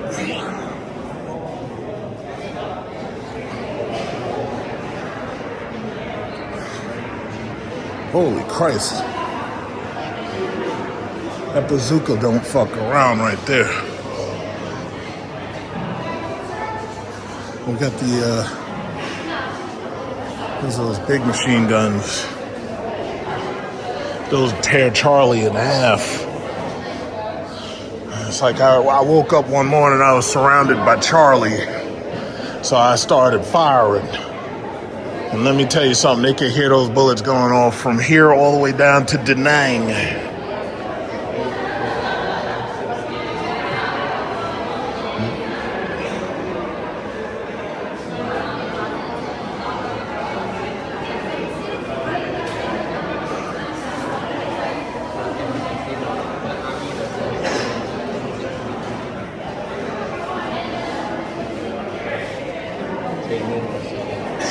M16.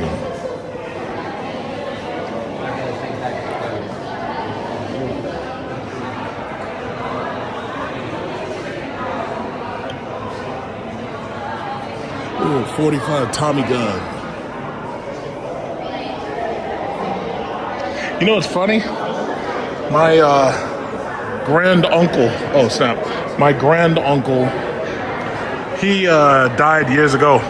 But I was in his bedroom, and he had a Tommy gun in his closet, and he also had a shotgun, which was one of these two. I think it was that one.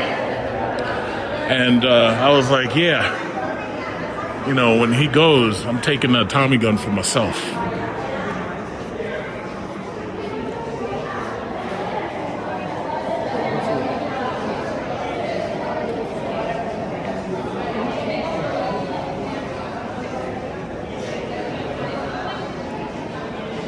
Holy shit.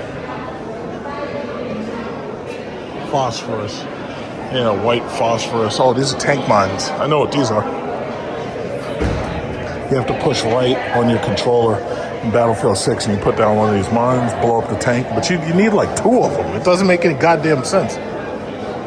By the time you lay down 2 mines, the tank blows you up. Got some claymores over there.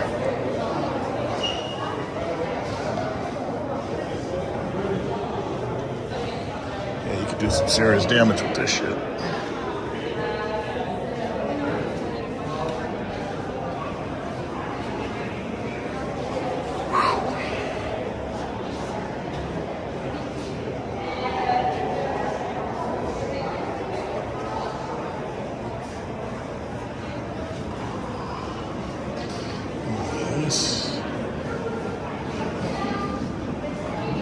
Not sure exactly, it was just fragmentation.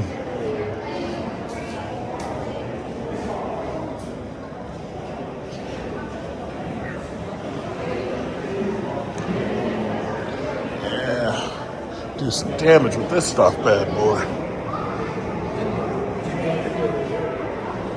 I could use a couple of these. 40 millimeter, huh? Oh yeah. Now you're talking. See, I'm wearing my New York Knicks shirt, so basically everybody knows right away I'm from New York. So as soon as they see it, I got people, just walk up and they talk to me and, oh, hey, how those Knicks doing? And I'm like, yeah. And then I just had a conversation with the father who's here with his wife for the first time, his first time. And we were just talking. I'm going to go in there real quick to see Agent Orange effects. And I'm going to go downstairs and make my way out of here. It is so unbelievably hot right now. It's like I am just dying. It's not. It's like even in Dubai, it's like 100 degrees, but it's dry, And then they have air conditioning everywhere, so that helps. Look at this right here. Yeah, this is just like it's got me just dying. It's like, look up. Oh my God. All right, so I'm gonna go over there. Check that out real quick. I'm gonna get this thing on.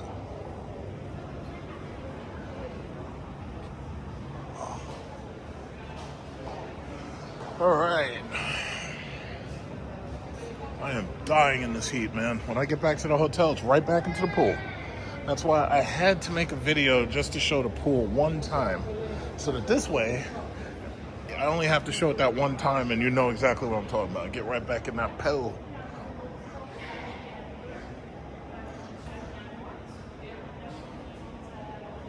Oh, these are some Germans next to me. This is a straight warning. Anybody start that citizen vigilante shit with me, I'ma fuck you up. Gas mask, Agent Orange.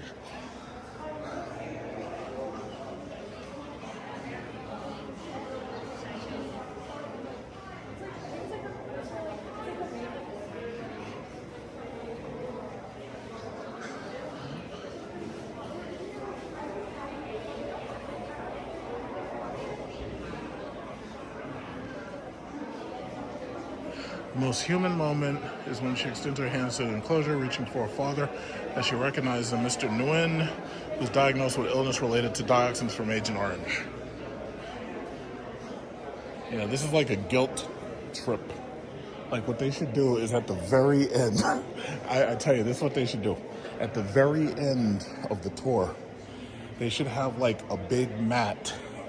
And if you're an American, you have to get on that mat, you have to kneel down, and you have to beg forgiveness. Agent Orange.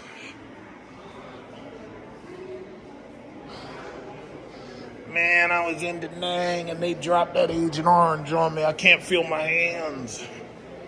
Can't feel my hands or my knees. Remember Jimmy McMillan? Jimmy McMillan, he ran for president. Fucking guy was nuts, but he said he had to wear black gloves because his hands were all fucked up because of Agent Orange.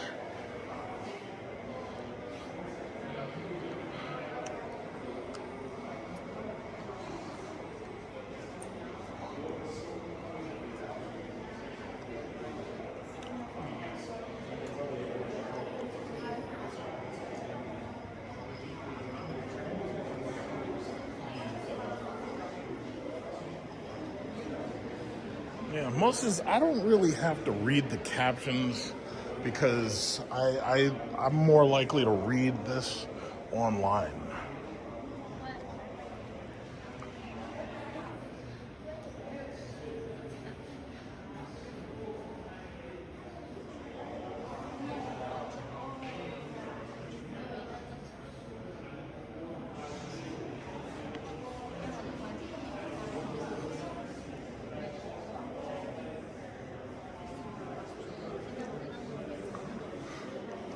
Yeah, back then in Vietnam, they called it Agent Orange. Now they call it Roundup.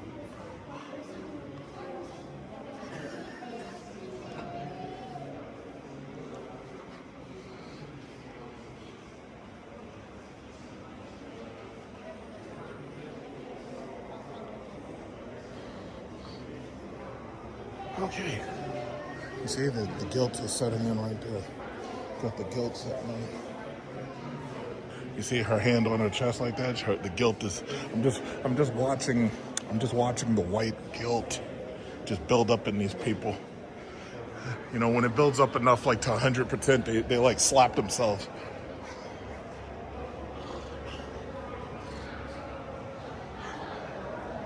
All right, what's in here? Oh, we got some clothes.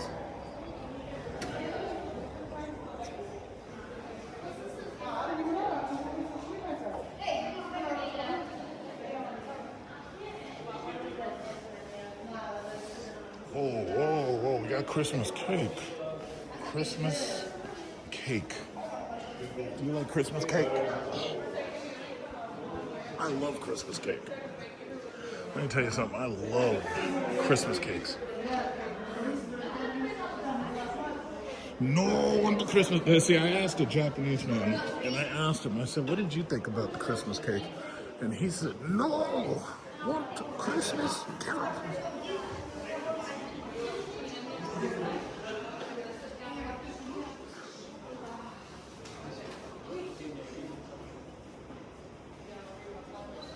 This is the family tradition to revolutionary ideals. So I believe that this is taught. It says everyone was in the streets during these historic days in the middle of May 1975. We all understood that now we could really live in peace. I guess this is celebrating the end.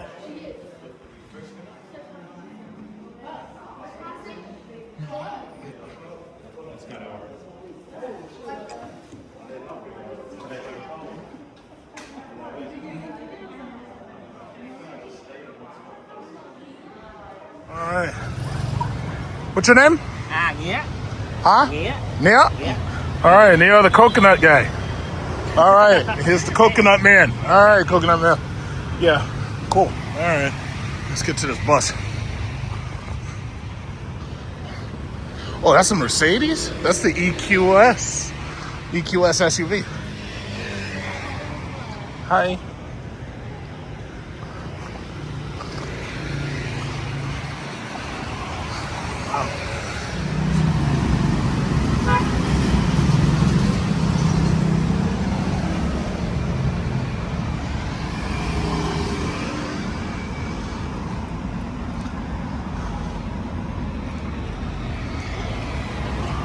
Oh, that's a nice one. Oh, city sightseeing. We should ride it. Maybe one day we can. Yeah, maybe one day.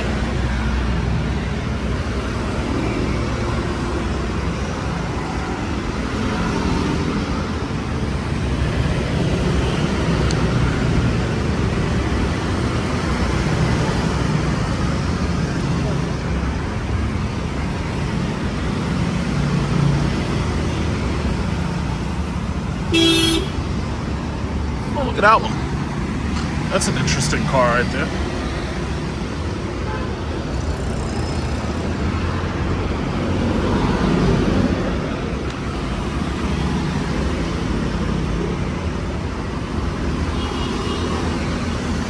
Oh, sorry. Audi. That's it. Perfect. BYD. 6? Yep. Alright, Yeah, Markets food court. They got some nice chicken over there. I picked up some chicken. They got sushi, they got chicken, they got pho down here. It's always for everything, baby. Yeah, pretty good. And they got a zero sugar fucking Coca-Cola. So just got some things from the supermarket. So, you know, one thing I gotta say, you gotta be very careful out here because you'll get the ding-a-ling as quickly as you'll get the bin-ding-ding, if you know what I'm saying. You gotta be very, very, very, very careful out here. Very careful.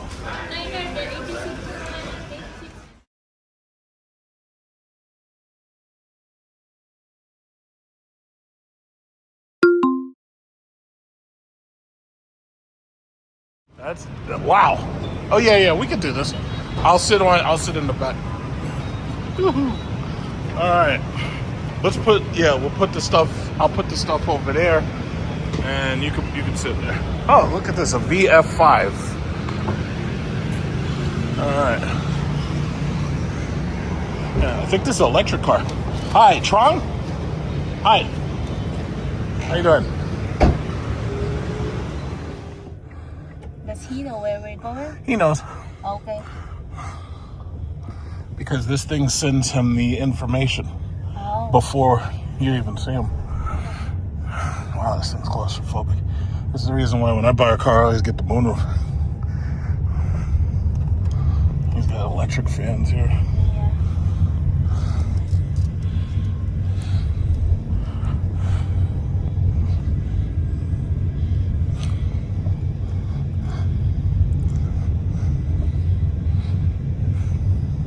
I think this car is electric. Can I use this electric car on my place in the Philippines? Yeah, I'm actually amazed at how quickly Vietnam shifted to electric cars. See, America could have done it, but we're stupid. We're really, really stupid. And our government is corrupt. So it's like when they're not stealing money, they're blaming somebody else for not having money. Oh, just like Philippines. Yeah, well, you know who the Philippines does business with? America. That's why they're corrupt Yeah. too. See, over here in Vietnam and Cambodia and Thailand, when they have problems with corruption, they just start killing people. Like they literally execute for stealing money. Yeah. What is it called? Embezzlement, corruption. They don't have that problem. They just kill people. And sometimes you just got to do it. Some senators in Philippines want to pass the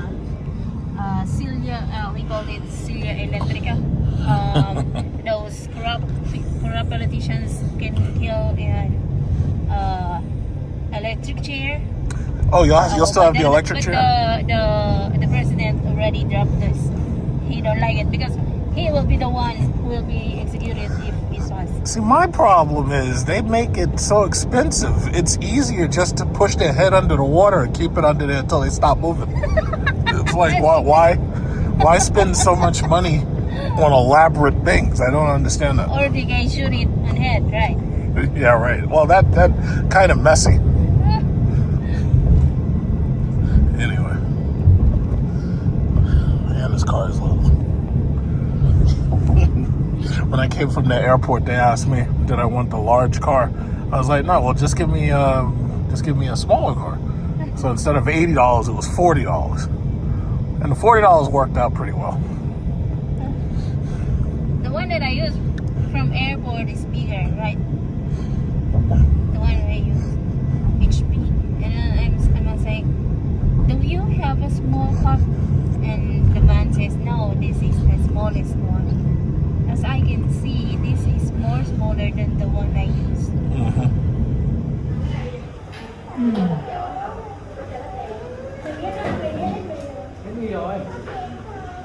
Actually, it's starting to look like it's a good day out here. So I don't know. Maybe if let's check and see how far away the beach is. Maybe we can go to the beach. I gotta just see how far away it is. I don't know if a bus goes there. Because if a bus goes there, then yeah, we could just do that. Check it out. And here we are for breakfast. Or brunch, I guess you call it.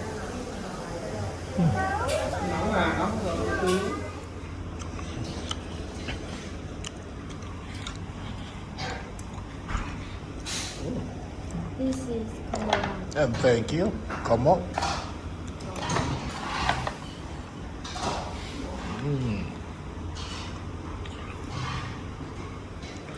Oh yeah, that looks good.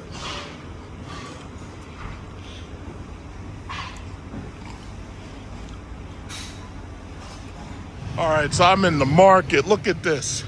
Got the Maybach, the silly ass purple Maybach. Look at this. I don't know who's in there, but I want to be in there with them.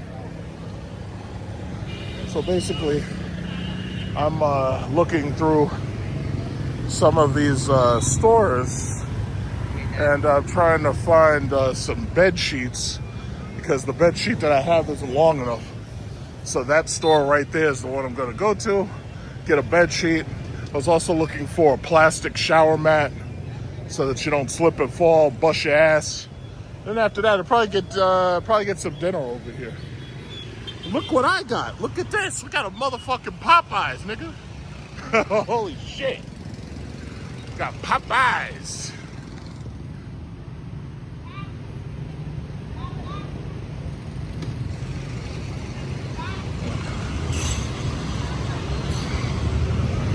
Look at this. They serve you on the block. Look at this. They serve you right on the street. Look at this guy. Yeah, he's as surprised as I am.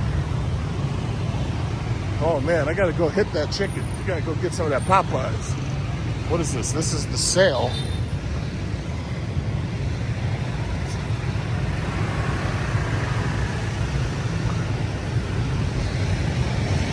All right, so let's get across the street, get this done. Man, they got a lot of store. I was walking down these corner streets where they're selling all the seafood on the ground, basically. Like people selling a lot of stuff.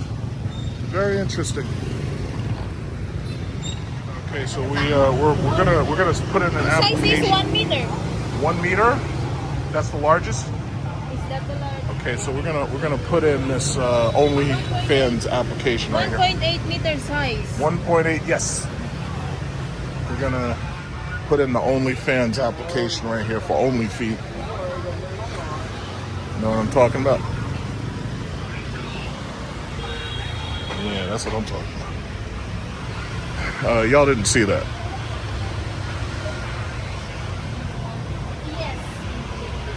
Oh, so they measure the bedspreads by meters. OnlyFeet. We gotta get the OnlyFeet account. OnlyFeet, right there. That's what I'm talking about. Oh my God, it's hot as fuck. What's this? Somebody's dressed for the occasion. I think I could put in a second application. That's gonna be a running joke from now on, so make sure you keep up. We're gonna put a second application in for OnlyFeet. Look at this guy right there staring at me. He doesn't think I see him. I see everything. I see you over there, buddy. I see you looking at me with your looking ass. And there's another bed store right there.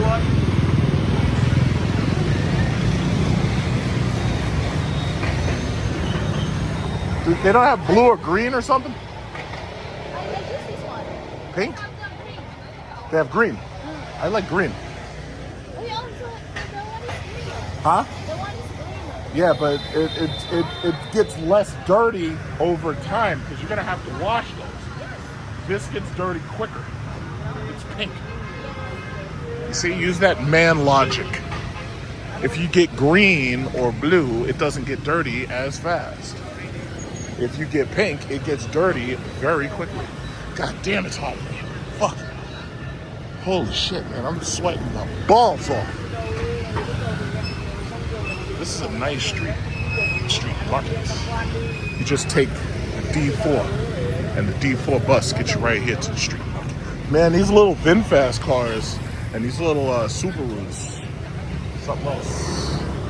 VinFast owns this place. This is the official car of Vietnam, VinFast. The official car of Vietnam. Huh? Do you think? How much are pillows? Maybe just two. Two more. Yeah, just two small. Whew. God damn, it's hot. It's amazing. It is 6:01, 82 degrees, and it's hot as fuck. I am sweating like crazy. Holy shit. Like, I feel like I'm gonna pass out. But see, what I'm gonna do, if I get back early enough, I might be able to get in that pool, but something tells me I'm not gonna get in that pool today. Because I think the pool closes by 8. I think they close as soon as it gets dark to make sure these kids don't drown. They ruin everything. Yeah, this is interesting. Market. Alright, so this is a 2 can dine meal. So you get spaghetti, fries, popcorn chicken, or I guess that's popcorn chicken. It might be popcorn shrimp. And then you get chicken. So, and you get 3 sodas. So this was the 3 can dine meal.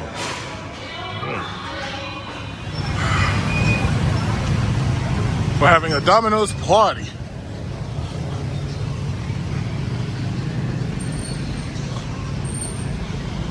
Yeah, that Popeyes is pretty good. Our food is still better though.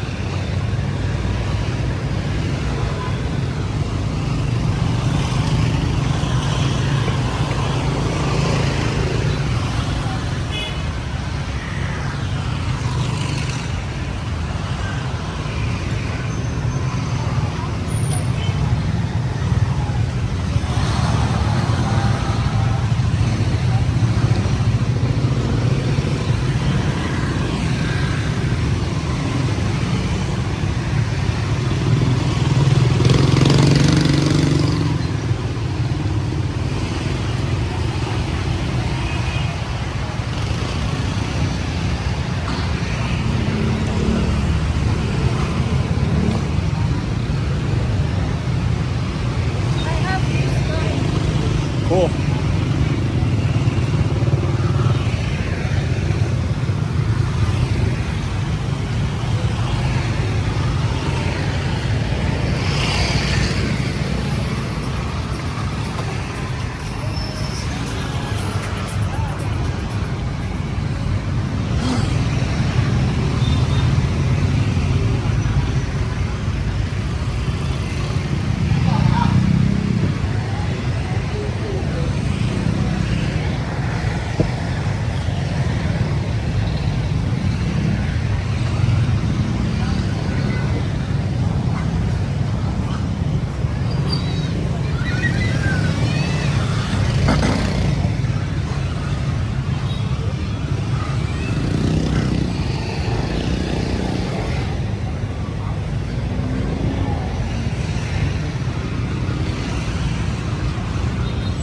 Milk tea.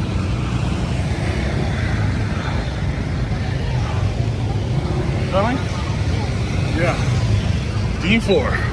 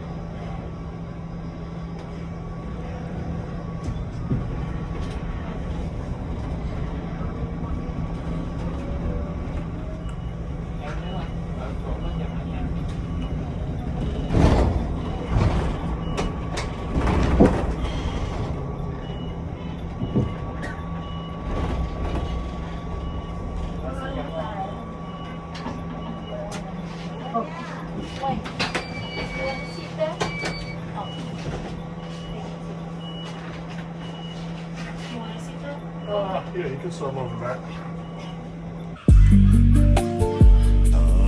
We got it. Oh, shoot. Hey, that was amazing. Thank you so much. Said that this is the Wealth Mansion. You gotta expect to have a Rolls Royce at the Wealth Mansion. Oh, we just gotta find the bus stop now.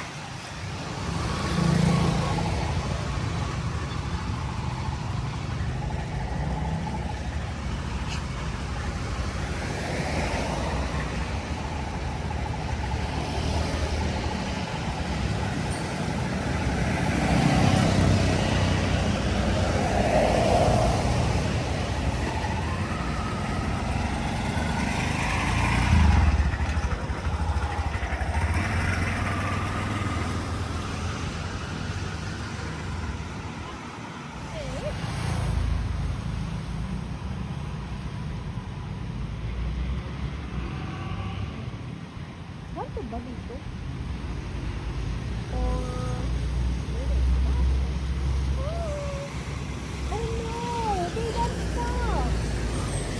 Oh, he pointed back that way? Oh, he's pulling over.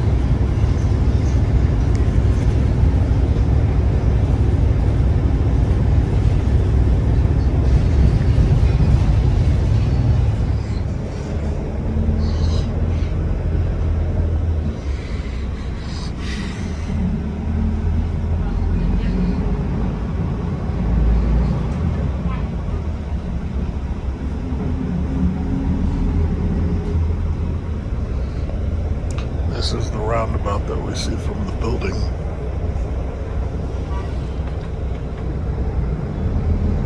That's the building right there.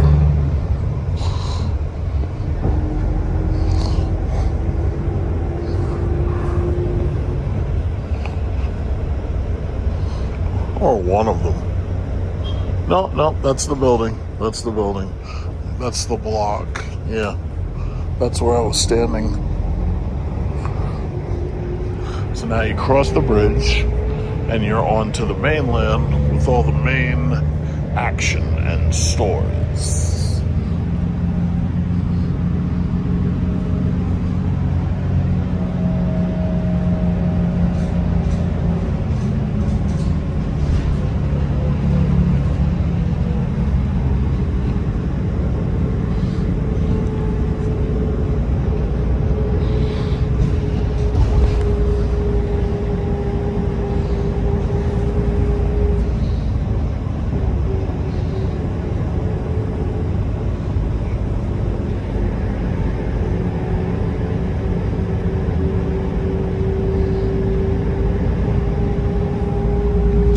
To the mall. Usually whenever I visit a new country, I always hit the mall first. I definitely want to hit the casino, maybe tomorrow night.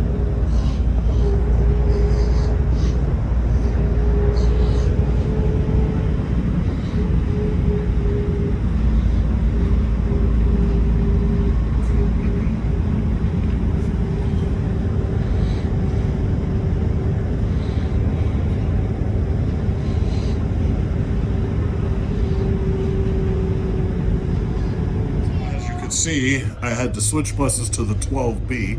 I'm riding the short bus now. So this is the short bus. So I got the little pole right in front of me. This is, I have to say, Vietnam and Cambodia, for the most part, they have buses and tuk-tuks everywhere. And for the most part, riding each one of these buses about 75 cents. So I have to say their pedestrian traffic is pretty good. It's easy to get where you need to get. And if the Metro Transit doesn't work for you, you just take chances are you would have had a motorcycle anyway. But without the motorcycle, you would just take a cab. So it's not too bad. Works out pretty well.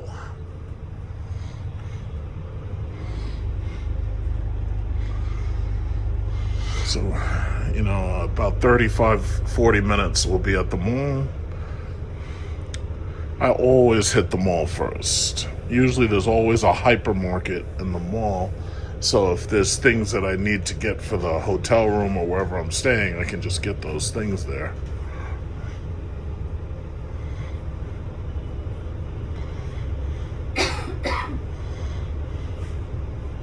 Look, they've got exotic cars. You see over there? Exotic cars. Lamborghini dealer. I might stop by here on the way back.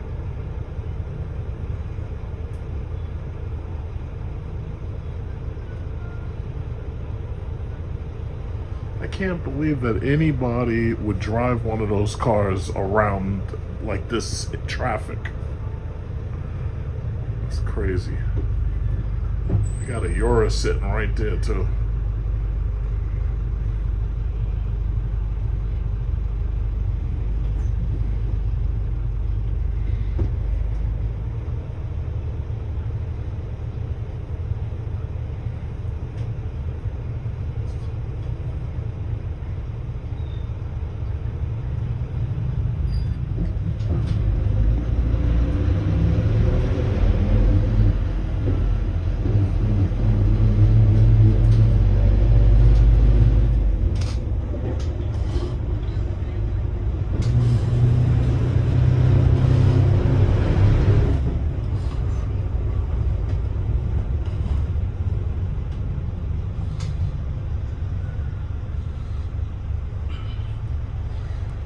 Looking at this Mazda right here.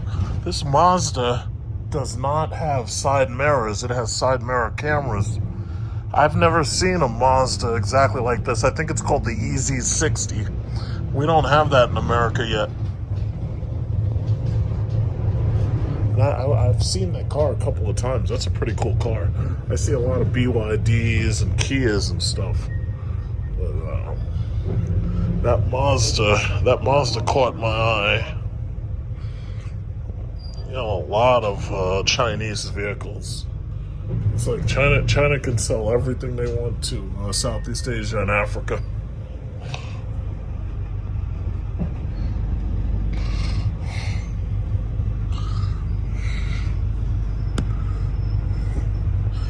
Yeah, that's pretty cool. Look at this guy. Oh, what's that guy got? A Mi. Oh, he's got one of those Xiaomi's. I think that's the Xiaomi X7. Looks like a Porsche.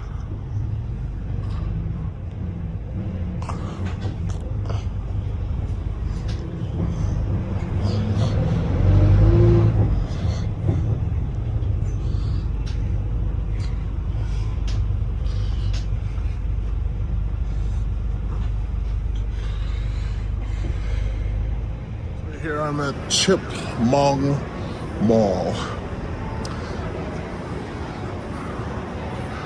Basically, all of these countries have like the same exact layout. You usually have a mall, you usually have a hypermarket within the mall, movie theater somewhere inside. All these things very similar. Even Singapore, same thing.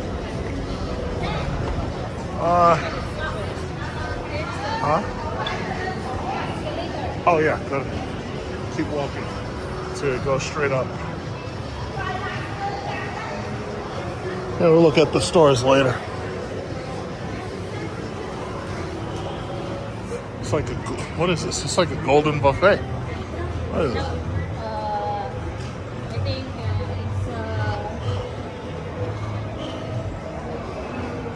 Oh, they're just selling stuff. Oh wow. Very interesting food court they have. I'm having some dragon fruit shake made.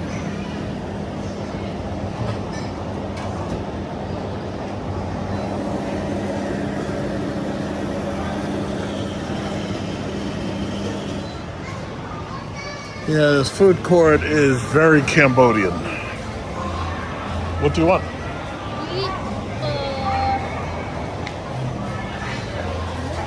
rice is okay. Okay, where? What do you want? I'm asking you.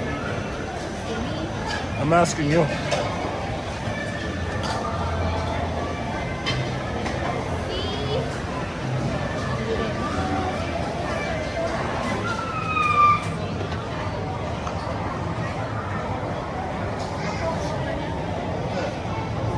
Porridge with chicken, porridge with intestines, fried breadstick, porridge with fish, porridge and chicken. Okay.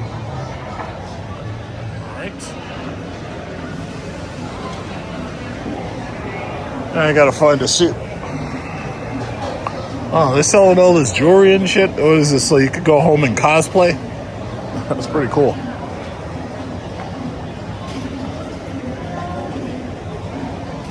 I'm 100% certain that this kid's eating snails right there. You see that? That's snails. Now, the drink looks good. Those lychee teas, those are longan. That's a fruit, Chinese fruit, longan. But I know that those are snails right there. Yep, but, you know, escargot for everybody, right? This is the movie theater and arcade. They got like go-karts here. They got like a whole go-kart rally.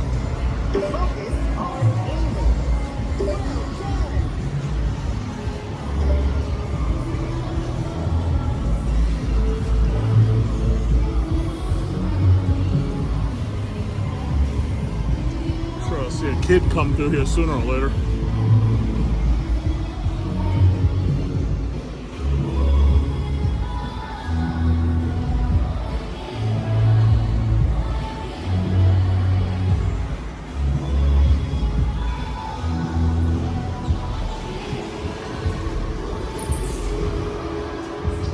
Okay.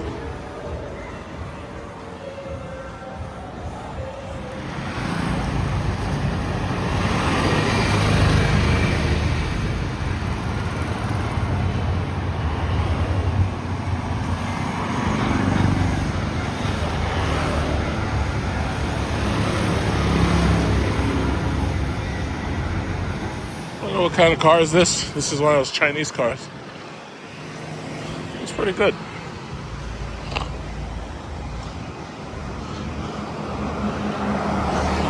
This is a Geely.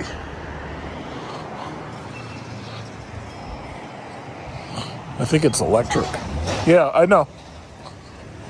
Yeah.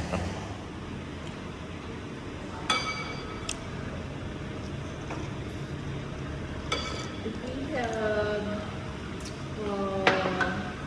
cooking pot. It's good for the morning. Seaweed soup, huh? Yeah. So good. Oh, ang tabang.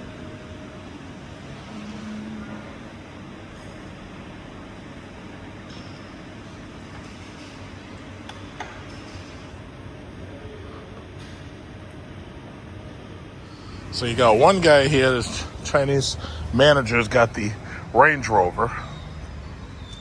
This looks like a GLC competitor. This must be like Geely or something.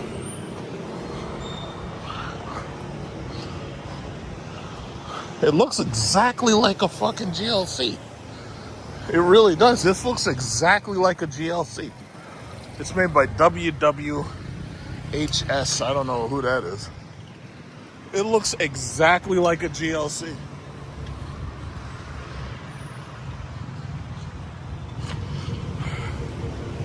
Headed up into the Wealth Mansion.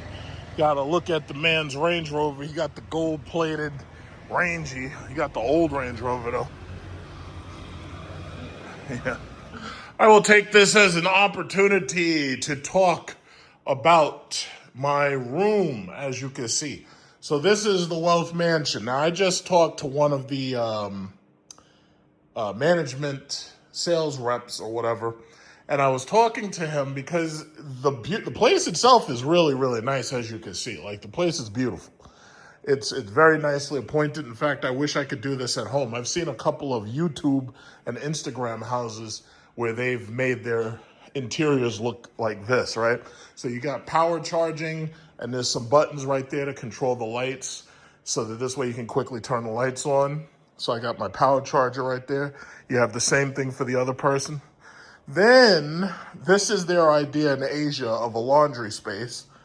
That door right there has an AC unit behind it, so you don't really open that. That's the compressor. And that compressor runs to that vent right there. The washing machine, as you can see, it's a small washing machine, but you're not intending to really stay here that long. Either that or a lot. If you got women with you, they're going to hand wash most of their stuff anyway. They have nice cabinet space. This is where we keep all the, detergent and soap powder. This, assume you were staying here for a long period of time. So here we got, clothes that were already washed, towels that were washed. Then you got this really, really lovely view. The Wealth Mansion is one of the tallest buildings on this entire, it's not really an island, it's more like a finger projection. So I can't really call it an island, and it's not an archipelago either. So this is one of the tallest buildings. So you get a really, really nice view, especially from the top, 44th floor. Okay. As you might expect. And all of this excludes the initial startup costs of buying a printer capable of pumping out housing components in the first place. There are also still some tricky technical issues. Solid concrete, the primary material used in 3D printed housing construction, is a terrible insulator with basically zero resistance. Worse still, concrete acts as a heat bridge, leaving out heating during harsh winters and even drawing in more solar energy during the height of summer. Technical details are a little complicated, but this is something you need to learn to reach the levels of heat insulation needed to satisfy. Yeah, I think my friends are getting here very soon, so they're going to be checking in. That might be them right there in that car. I'm pretty sure that might be them. So I got to help them check in. They're going to get their room. Welcome to the Wealth Mansion. So this is their room. So their room is like the opposite of my room to some extent. It's on the 27th floor. I can share that because they're not going to be here long enough.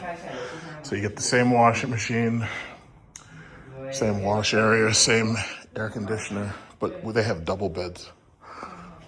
And they have a nice table.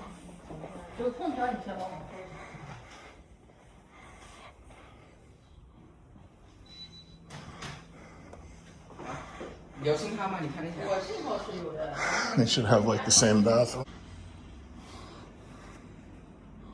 Yeah, this is what the high school. This is the Chia Sim Koi Changhua High School.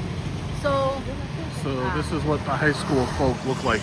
That's why it's a gated area across the street from my hotel right there.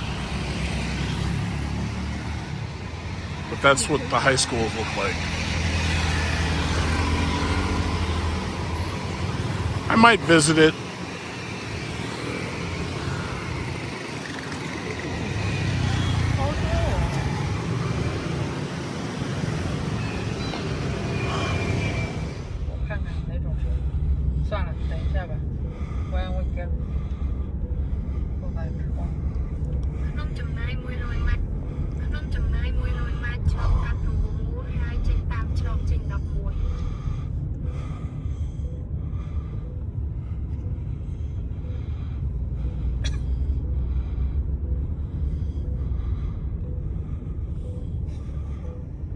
Yeah, these BYDs are nice.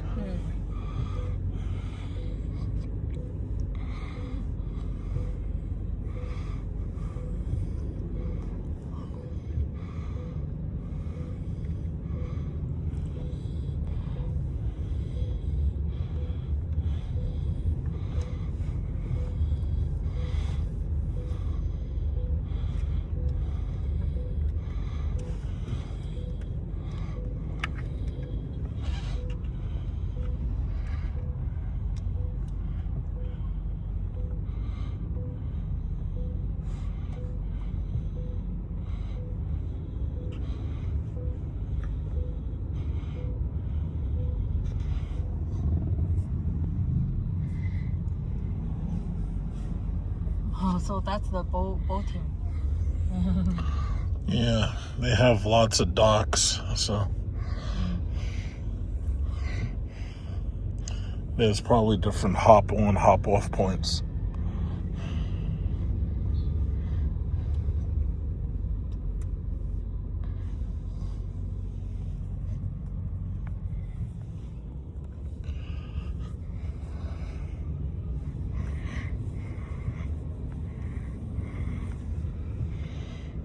So how did you go to the casino place?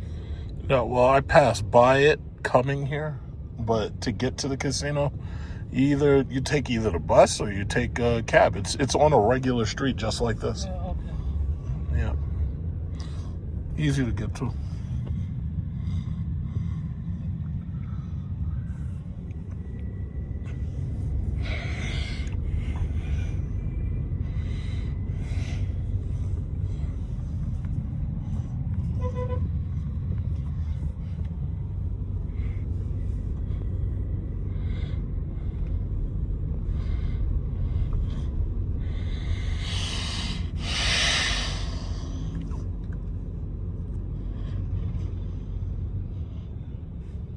Why the river is all mud? Because it's next to a city and it's taking water from places that are letting mud just slide into the water. It's dirty. It's just really, really dirty. And because they have boats in there, they stir up the dirt. Yeah, even when you look if you go to the 44th floor and you look down, you'll see just how muddy that river really is. God damn. It's muddy. I mean, it's a lot of mud back there.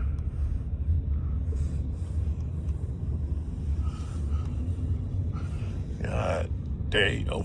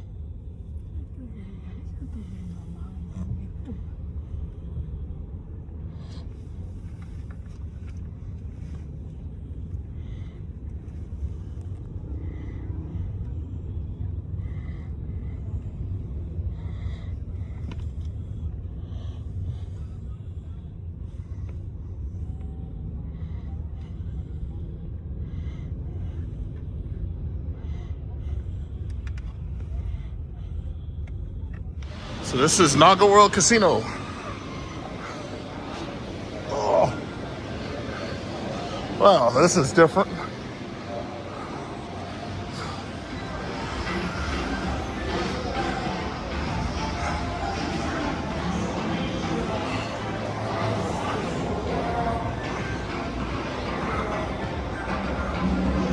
I'm not gonna record too much because I don't want somebody to tell me, oh, you better stop recording right now.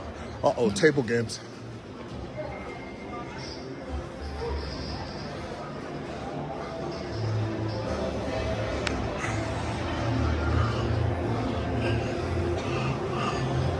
Naga World Casino, Phnom Penh, Cambodia.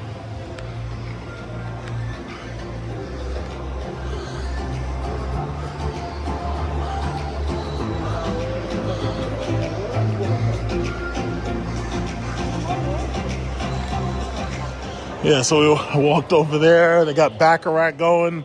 We're going upstairs. They got like Texas Hold'em poker. So I didn't bring my passport, but they were able to just take a look at my phone and they took a picture of my passbook on my phone. So I didn't have to have my actual passport, which is good. So it's great. All right. Fortune Palace. Uh-oh. Honestly, this casino, I like the way this place looks more than Marina Bay Sands, Singapore.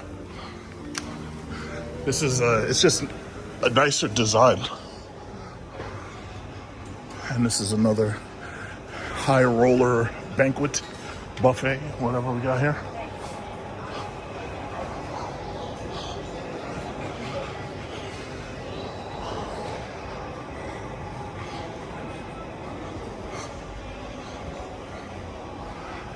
Naga World.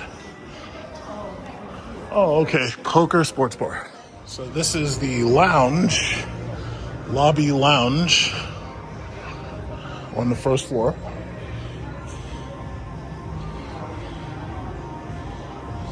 It's a beautiful casino. This is way nicer than resorts.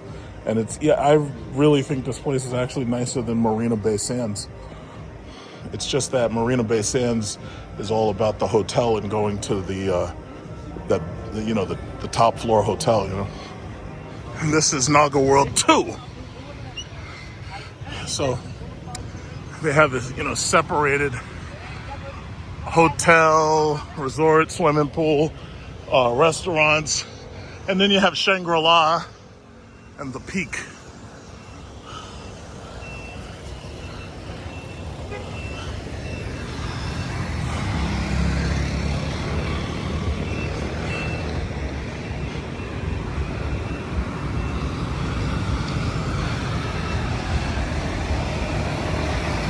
Go.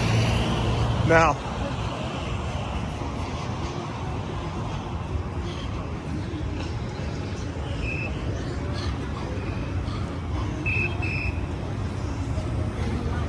This way.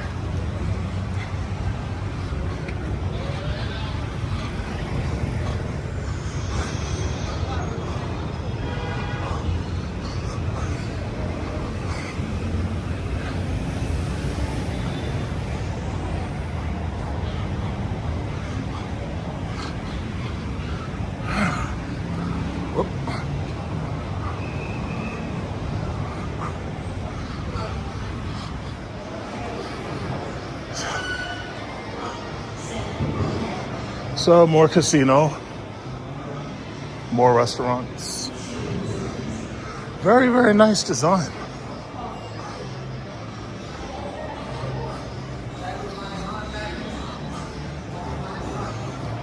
Hey.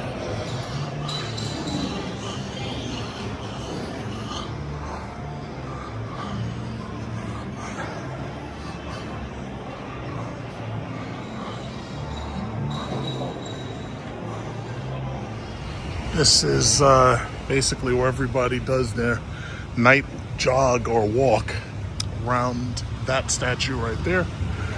And everybody pretty much walks in the same direction.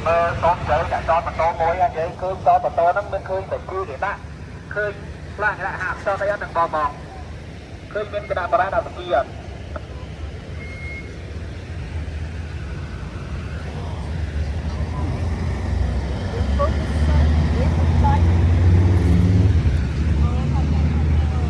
បើតដល់បើមានឃើញគណៈបរាដាក់សាហាតតទៅបង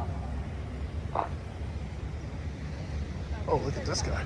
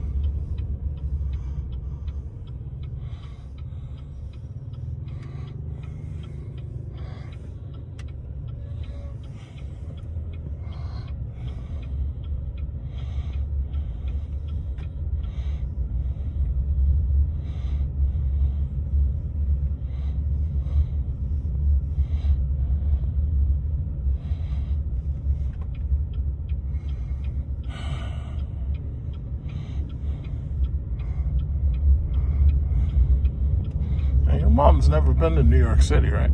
没有呀。 Oh, okay. 我想去，我在申请加拿大签证 ，Canada visa, but never approved. I don't know how to get it. If I go to New York City, I want get a Canadian visa. Mm-hmm. Then we can visit the waterfall together. Yeah. I will try. Mm-hmm.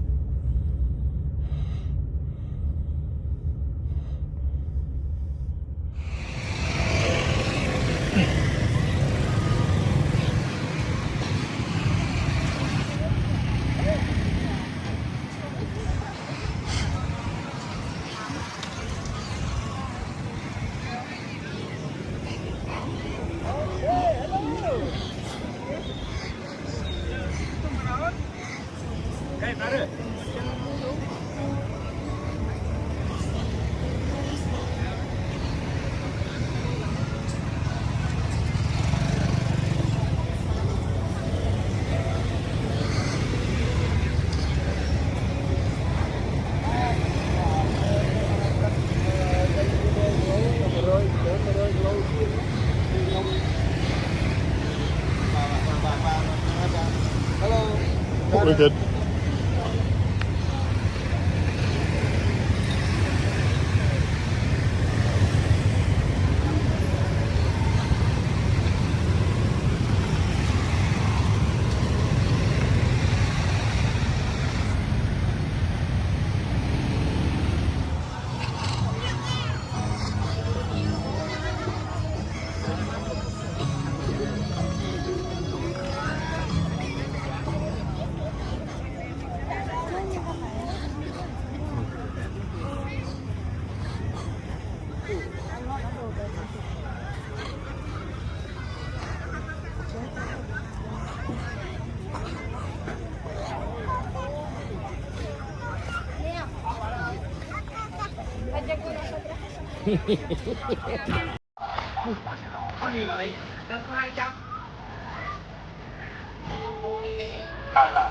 Cả là những món quay từ đầu bay mà.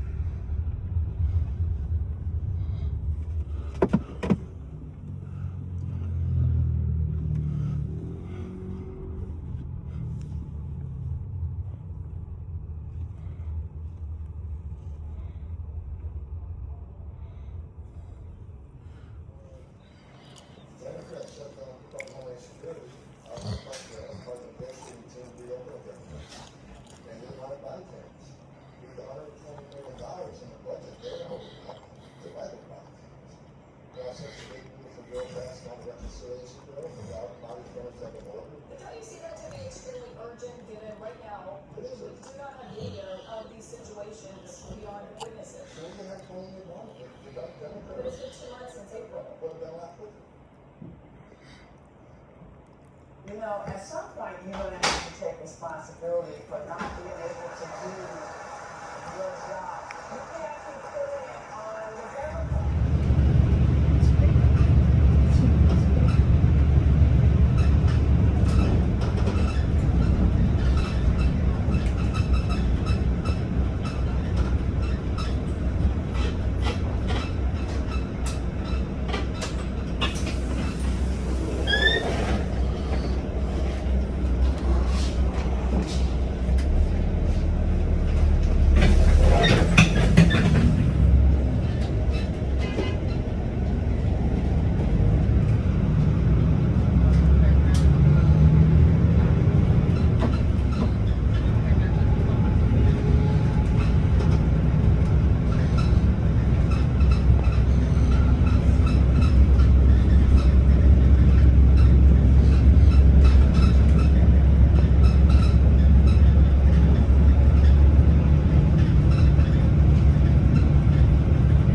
I'm at the National Museum of Cambodia, and it's got lots and lots and lots of artifacts and everything inside. It's kind of warm today. It's like 86 degrees. But nice place, interesting place. I'm not sure how many other museums there are to go to. I know there's also the Royal Palace. I might go there today. So I got started nice and early. Okay, this is Sombok.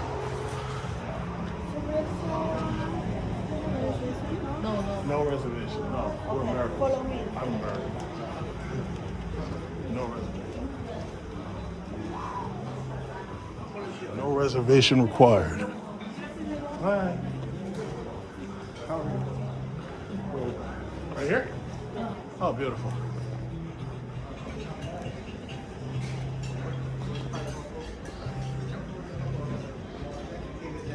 It's basically all seafood.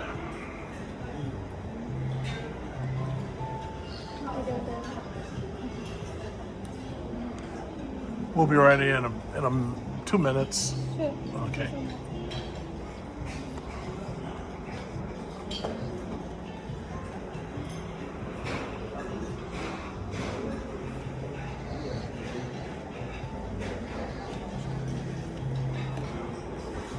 I already know what I want.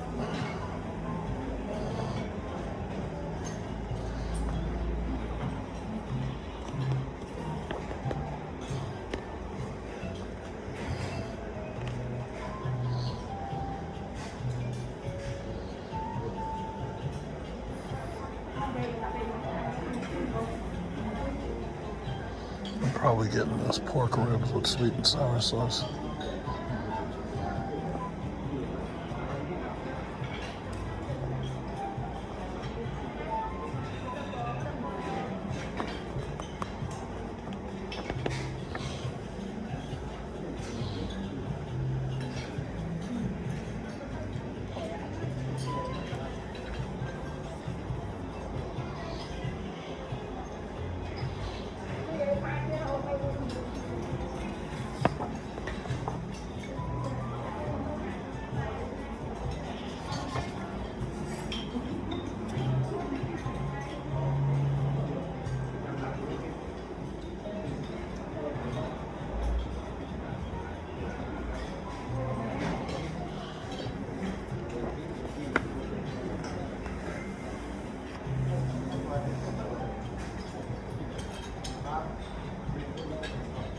它主要很多东西加了青柠汁，所以味道很快。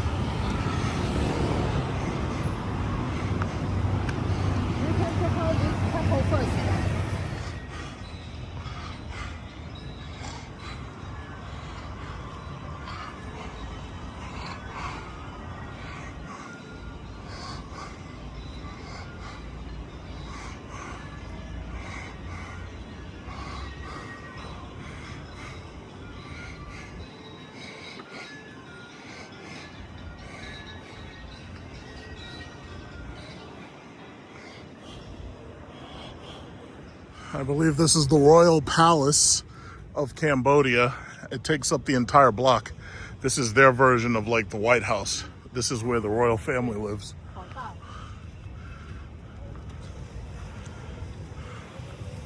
Oh, and some man. Yeah.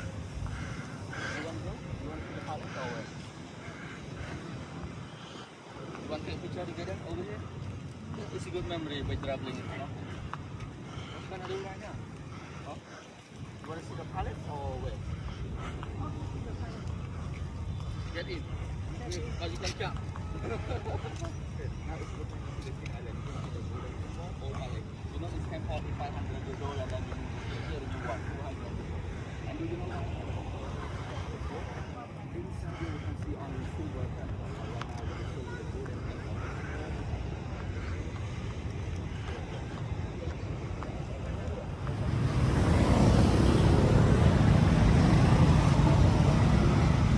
Just another reminder that you're at the Wealth Mansion. That guy just let me out. He's got one of these Hondas I haven't seen before. I think it's electric completely. I don't think it's a hybrid. Nice car. EIN. Never heard of that before. Nice car though.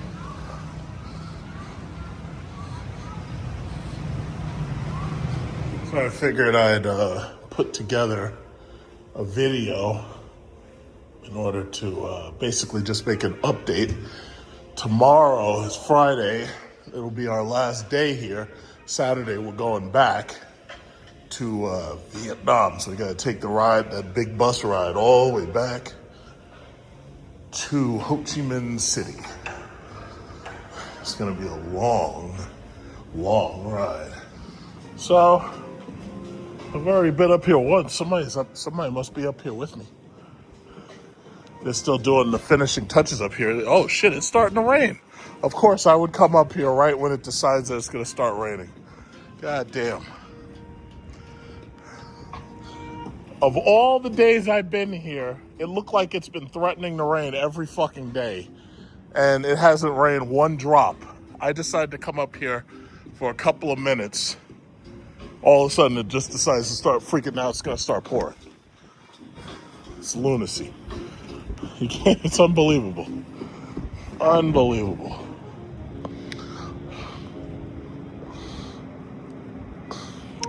I have to say, now that I've visited Cambodia, I have to say once is enough. I'm never coming back here. It's an interesting place. It's an interesting city and everything. But the thing about it is, you're better spending your money going to Thailand. And there's a couple of reasons why I feel that way. Which I was going to get into. I was going to sit down and talk about the shit, but it fucking started raining. First things first, and I'll just say it real quick, the money. When you come to Cambodia, Cambodia is one of the few countries where I've seen where they price things in their local currency, the real, but they also price it in US dollars. And I looked up the reason for that. And they claim that the reason for that is because they had a currency crisis. And because they had a currency crisis, they decided that they were going to post prices and have things sold in both currencies. So basically it was a currency crisis that did that. Now, the fuck? Did it trap something? Oh no, it looked like they were trying to trap something. All right, but yeah. So first of all, because Cambodia's pricing is linked to America, prices are higher here than they are in Vietnam. Like whatever you're getting, prices are definitely higher here than they are in Vietnam. And that annoys the shit out of me. I was expecting that you come to Cambodia, I was expecting prices to be lower than they would be in Vietnam. But that just ain't so. So here I am on the 44th floor overlooking the entire city. And here's the thing, let me tell you something. I went to the casino. The casino is really nice. Basically, anything that is a resort is nice. If you have a resort, you've got swimming pool, You've got, you got water. You got, so look at that. There's like a hotel top swimming pool right there. If you can see it. That one's nice. There's nobody in it though. And yeah, the resorts are nice. Like I've watched a number of luxury travel channels, and the luxury travel channels pretty much all show nice resorts. The problem is, if you don't go to a resort, basically you're just going to the regular schmegular place. See, here in Cambodia, as you could probably, guess from my videos, there's still a lot of poverty here. Now, they are gradually building and they're gradually increasing wealth. And that's a good thing. The people are getting wealthier because they're working. But there's still a lot of poverty here. And judging from the number of people who drive tuk-tuks and the number of people who drive buses, there's a large amount of poverty that's not going away anytime soon, because those people are never going to fit into like the digital infrastructure. Those people are always going to have, like dead-end jobs. They're always going to have like subpar jobs. So the simple fact is, a lot of these people are not getting out of poverty anytime soon. One of the things that I saw, which I did not record at all, was there was, while we were in the city, coming out of the city, there was a nude baby girl on the street. And she wasn't a baby, but she was like a toddler. And this girl is walking in the street nude. Now, if I was in like the backwoods or jungles of Philippines or something like that, yeah, I wouldn't be shocked to see that. But in a city, a modernized city, nah, I'm shocked. I'm not supposed to see things like that. And this poor little kid is walking around like completely naked, no shoes, nothing, completely 100% naked, just walking around. And I'm like, it's like, how do y'all let that happen? It's like, y'all can't let that happen, but they do. So the simple fact is, there's a large amount of poverty that's not going nowhere anytime soon. And honestly, I'm actually impressed, because I actually thought Cambodia was going to be a lot poorer than it actually is. So when I actually came here and, you take a look and you see what this place is like, you actually see, oh, it's not as bad as, how they depict it in movies and how they depict it in TV. But, yeah, there's still a lot of poverty here. When I sit down at a restaurant, I expect every restaurant I go into to be air conditioned, and I expect there to be no flies whatsoever. That's too much to ask here. You take a look even at this water. This water, I don't know where it's picking up mud from, but the water is filthy. Now, I don't know about the fish that are capable of living in there, but looking at that water, that's one of the reasons why I always avoid seafood. I refuse to eat seafood when I go to countries and the water's not clean. Like Japan, I would eat their seafood. The sad thing is they had that Fukushima reactor incident, and that Fukushima reactor incident maybe has leaked radioactive materials into some of the water. And some of the food may get that stuff in it, But that's like a side thing, because that's something that kind of happened relatively recently, and that was, of course, an accident. So Japan, I'm pretty sure they double check and they check for safety and health of their food. I'm pretty sure they do radiation testing. But I don't like eating seafood when I go abroad for exactly this reason. But other things, to tell you the truth, I mean, it's a nice city. I do not see Americans coming here to retire. Like, even when I'm walking around, yeah, you see some Europeans everywhere. You see a couple of Europeans here and there. I'm not thinking, this is definitely not the type of place Americans could go to retire. It's just not going to happen. Vietnam, I could almost see Americans going there to retire. Cambodia, I mean, very few. I can't imagine it. If you're an American, you speak Cambodian, Khmer, yeah, okay, then I could see it. But other than that, nah, I can't even imagine it. It looks like, you know what, if I'm not mistaken, it looks like it stopped raining. So I can walk over here. But this city, I mean, I'm glad I saw it. But if I had it to do all over again, I'd have gone to Thailand. I would have gone to Thailand again, I'd either go to Bangkok or I'd go to Pattaya.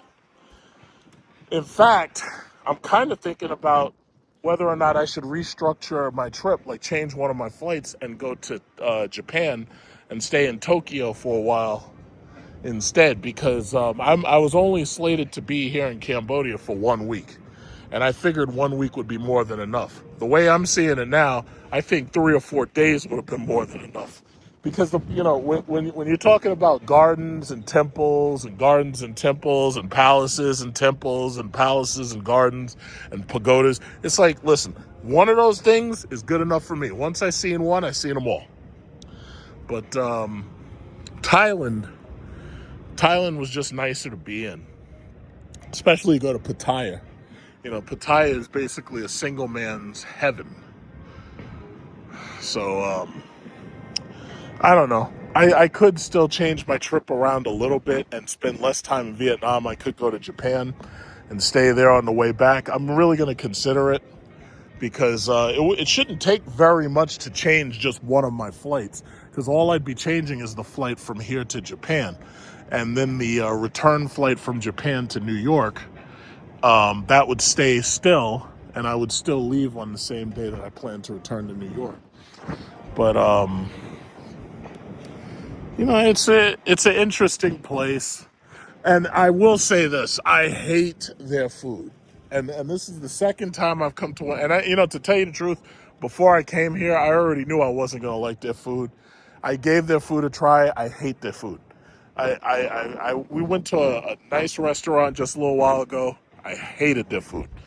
Some of it, the stuff where they don't try to season it up, is passable, but I don't like their food. It's just like when I was in Bali and when I was in Singapore, Malaysian food, I didn't like it at all. I just didn't like it.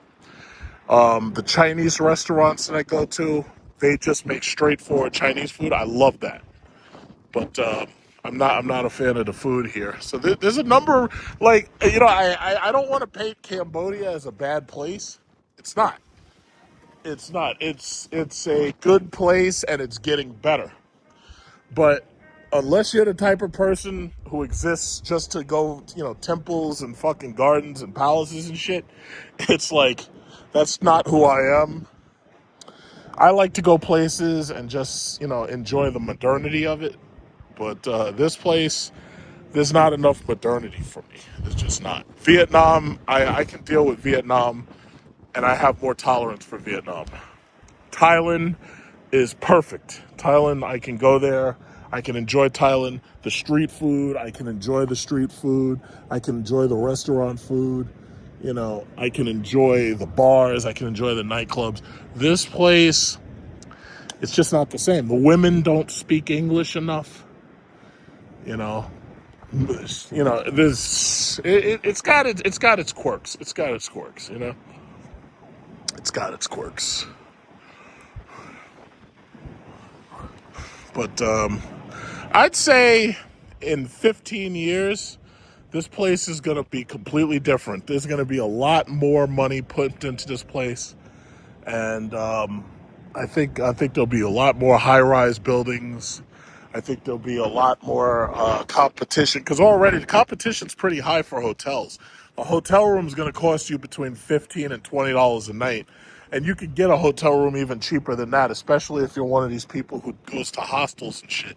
I don't do that. I don't do hostels. But the rooms you can find rooms relatively cheap. You can find spaces relatively cheap. But my thing is, when I go to one of these places, I expect to have a kitchenette. I expect to have, I expect to have air conditioner. I expect to have a queen or king size bed. I expect to have it all. This hotel has delivered pretty much on most of what I was looking for. They are, as you can see, they're still renovating. They're still building the upstairs and everything, because the parts of this building are unfinished. But, this hotel's been pretty good to me, especially the location. The location's been pretty good, too. It's not located on the mainland. You have to cross across this bridge to get to this hotel. But once you get to this hotel, it's like everything's cool. It's also kind of weird that for a place that uses American money, I don't see that many American restaurants. When you look around for American restaurants, I've seen a Domino's, but I haven't seen like McDonald's. I haven't seen, the trifecta of American restaurants. I don't see KFC much. I don't even remember seeing a KFC. I didn't see a Popeyes here. I saw Popeyes in Vietnam. It's like I expected more. Somehow I just expected more. And the thing about using American money along with their money, I hate that, because the problem is if they give you change, they can mix the change between American money and their money, and then it gets really confusing because their money is not worth that much, considering the value of the note, but the American money is. So when you go to a ATM, the ATM is asking you, it's like, do you want to get their money or do you want to get US dollars? And at this point, I'm just picking US dollars, because when I get finished spending money here, when I go back to Vietnam, I'll still have those American dollars I'll take back with me on the plane. So I guess that's what Nimbus clouds looks like in Cambodia. But again, this hotel is cool, because this hotel is 44 stories tall, and it's one of the tallest buildings where you could basically look out and you could just see everything, But to tell you the truth, this city, once you've seen one or two of these stores, you've seen them all. All of these stores are selling the same exact shit. When you go to the little stores, the mom and pop little stores, or if you see somebody who's selling stuff on the corner, who's selling stuff at a night market, their stuff is no different than the shit that you see in the grocery store itself or the hypermarket. It's the same stuff. And that kind of bores the shit out of me. It's like, shopping here sucks. I'm sorry. Now, if you're a heavy roller and you're spending top dollar and you're coming here with millions of dollars and you could buy anything you want, yeah, I'm pretty sure you'll go a lot further than I would. But, it's okay, but I'm not really impressed. Cambodia, it was cool, but I'd probably never come back here. I'll probably never, ever, ever come back here. But if I did, I'd probably pick the same hotel again. And that's saying something. 54-year-old divorced father living in Vietnam, living my best motherfucking life. You know what I do in the morning when I wake up? I go to a local coffee shop. I grab me a coffee. I pay 39 fucking cents for my coffee. Then you know what I do? I go back home. I get on live. I make a little money. I do a couple of videos here and there. And then what I do is I go to lunch. I go get me a banh mi. I might get me a nook mia, right? And then I'll go around, do a little walk again, go back home. I might take a nap because I'm tired, because I wake up at 5:30 in the morning. And then when I get done with that, then I'll go ahead and I'll be like, you know what? It's time to go out. Then I'll go walk on the beach for an hour and just enjoy my life here in Vietnam. If you're looking to do something like that, man, you've been doing the same thing over in America and you're getting tired of that bullshit, hey, send me a DM. This might be for you, it might not be for you. But I'm tired of sitting here acting like it's not the best fucking thing I ever did in my life. It is. And maybe it's something you want to do. So I'll see you there. Take care. Bye-bye.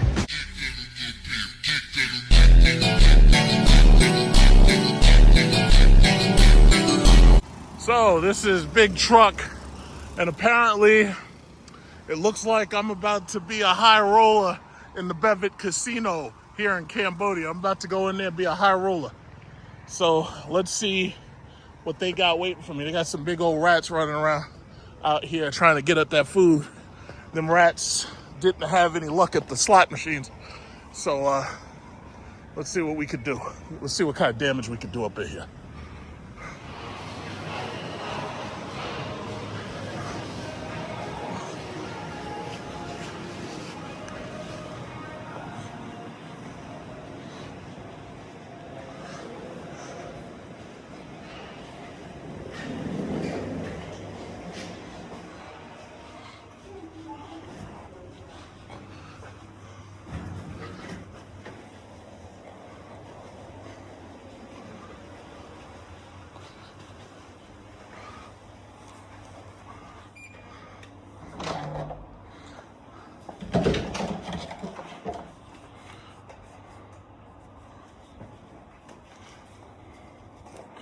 All right.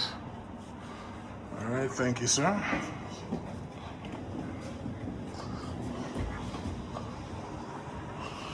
Okay, you got a bathroom there? All right, thank you, sir. So here you go. Quick tour of the room. So you got your typical lighting and stuff. You got some switches over here. It's not a really big room. It's not as grand as the Wealth Mansion. But I guess by the time you gambling degenerates go broke, I guess any room is good enough for you at that point, I suppose. So they give you a little refrigerator here. They put it on the floor. I don't know why they didn't just put that up there. I would put that up there.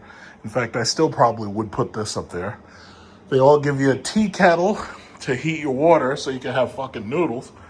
Other than that, they give you this. I don't know why these people would set this shit to 24. No, I need it cold up in this bitch. I need it cold as fuck. I need it like 0 degrees. Okay. And, they got buffet downstairs for breakfast. Massage. You can get the massage girl to come to your room for some anmo. This is the hotel stuff. Towels. Got a nice little shower going right there. You got the toilet back there. It probably has a bidet. Let me see what's going on here. Okay, good. We got the bidet right there. All right. And here's your shower. So I'm gonna go downstairs and take a look at the casino. Gonna hit the casino. I'm gonna roll up in there and I'm gonna clean these people out. That's what I'm gonna do. I'm gonna clean them out. They ain't never seen nothing. They're gonna be like, hey, excuse me, sir, you're not allowed to play blackjack no more. We have reason to believe you're counting cards, sir. Clean these All right, so yeah. That's the room. It's not a super grand room, but hey, it's nice. I always say queen size, king size bed. This looks like it's a king size bed instead of a queen. It's like a double twin. This is definitely a king size bed. So this is nice. All right. This is where we is.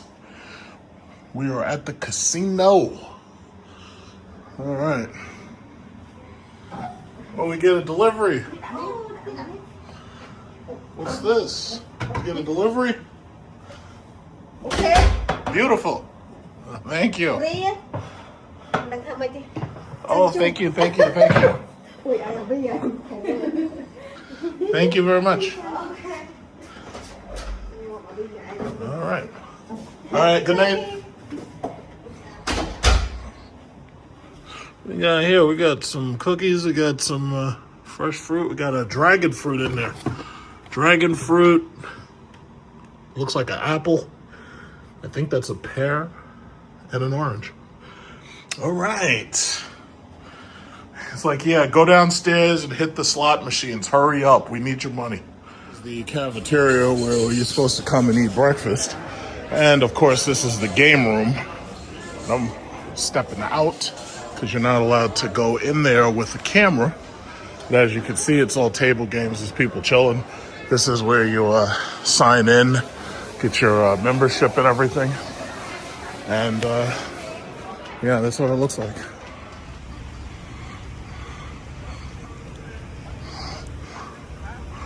So this is the Good Luck Casino. And then right across the street over there is the Crown Bavay Casino. The one that I'm staying at is right here. That's the Long Yuan Casino. I think they have another one over there. Can't really see it behind that building. Yeah.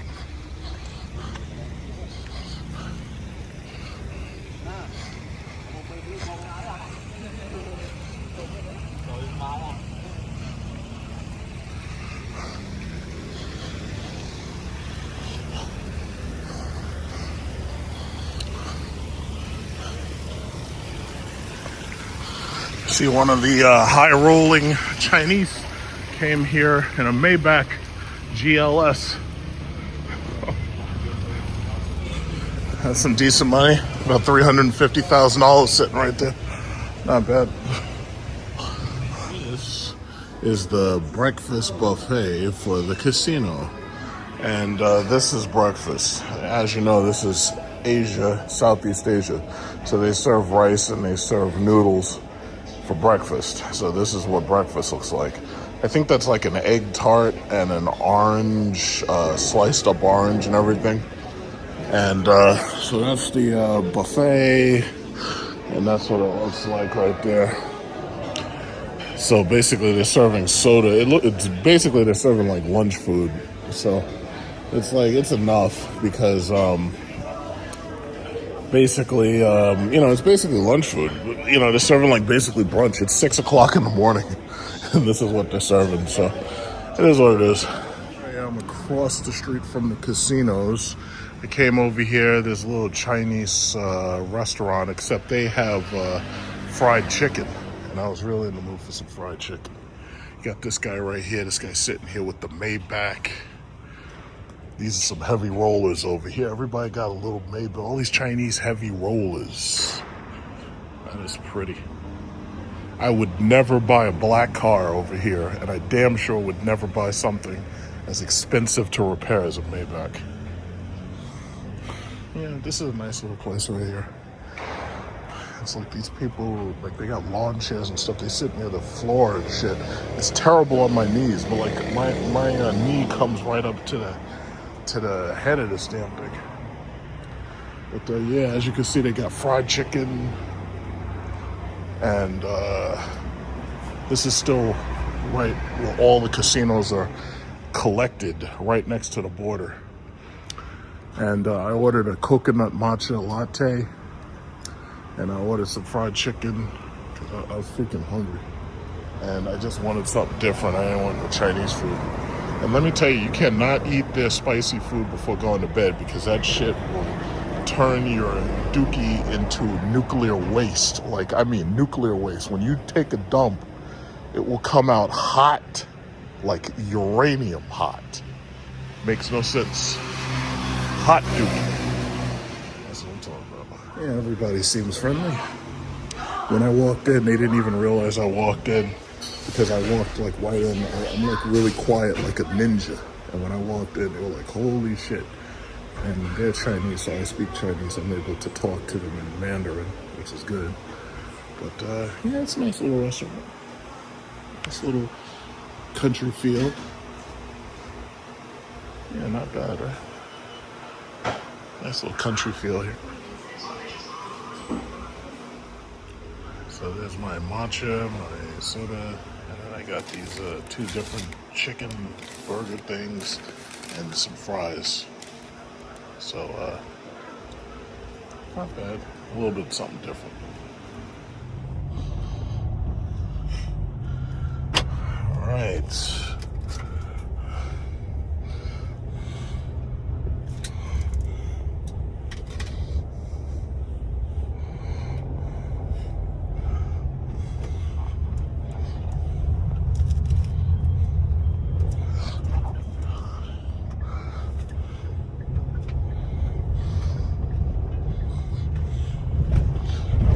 To the bus station on the way back across the border. Fortunately, it looks like the border is not too busy today. That's the border.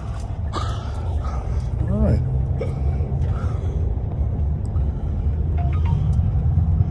Leaving Cambodia.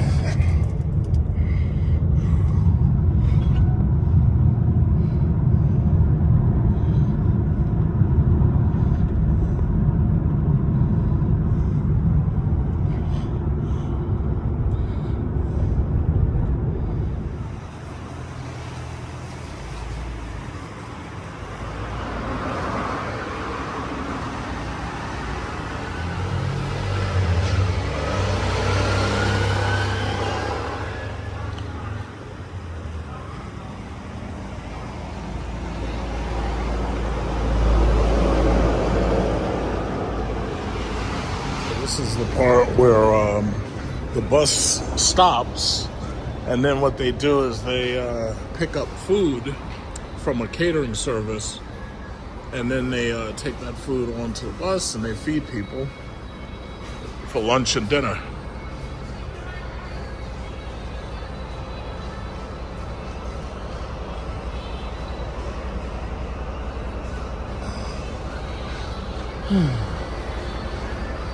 On the bus. This is a different configuration than the last bus that I was on, but it's comfy enough. Now, I'm thinking that I've never seen a fucking toilet put in the middle of the fucking bus. You always put the toilet at the very back of the bus. But in this case, look at this. They put the toilet in the middle of the bus. I ain't never seen no shit like that before. So we are right now headed back in the direction of the casino. So we should be at the casino or passing it within a couple of minutes. And at that point we will be at the border gate, and we have to go in, and we have to get off the bus. And when we do, we will have to obviously show our passports, and we have to show our visas. But basically, you know, I've got my visa. And by the way, here's the thing.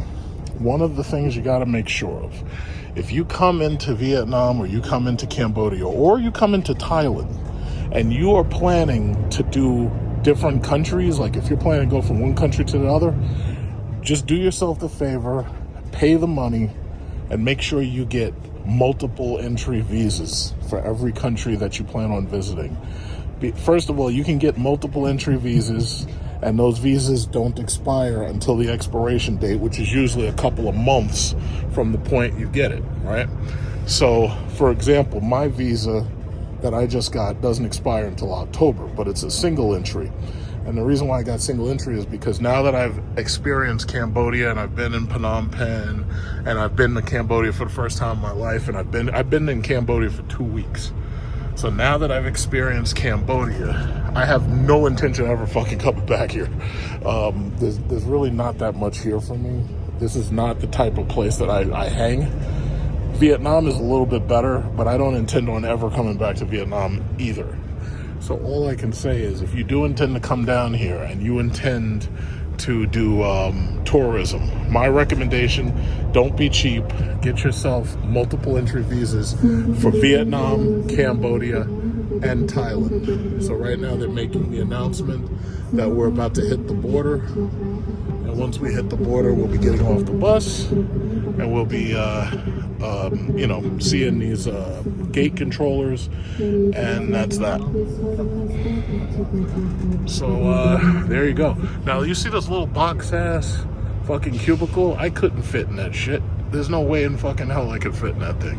No way. If I tried to get in there, you'd have to get the jaws of life to get me out of that motherfucker. This hotel right here is the new luxury hotel that they're building, and it's right across a little bit down the ways from the hotel I was staying at. See, this is the other hotel right here, and then my hotel is the third one, but you'll see it after these trucks.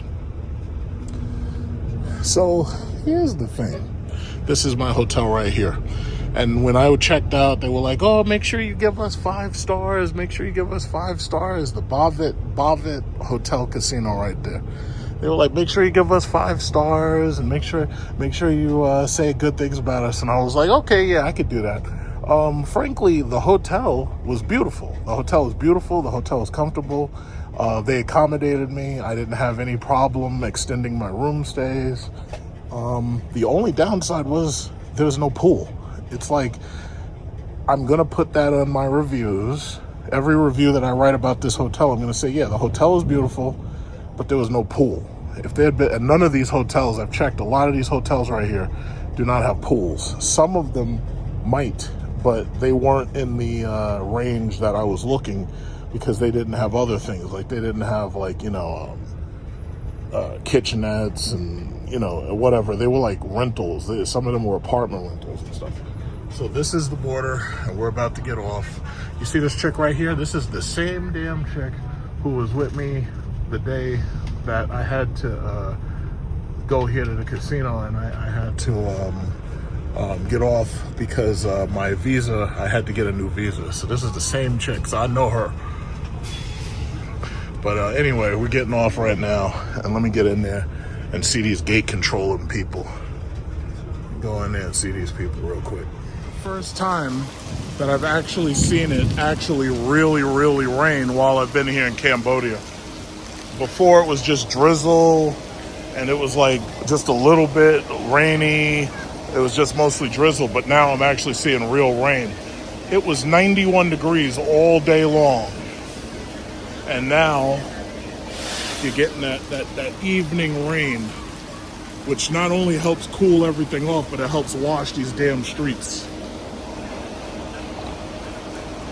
So I've already been approved, and now I'm just waiting to get back on the bus.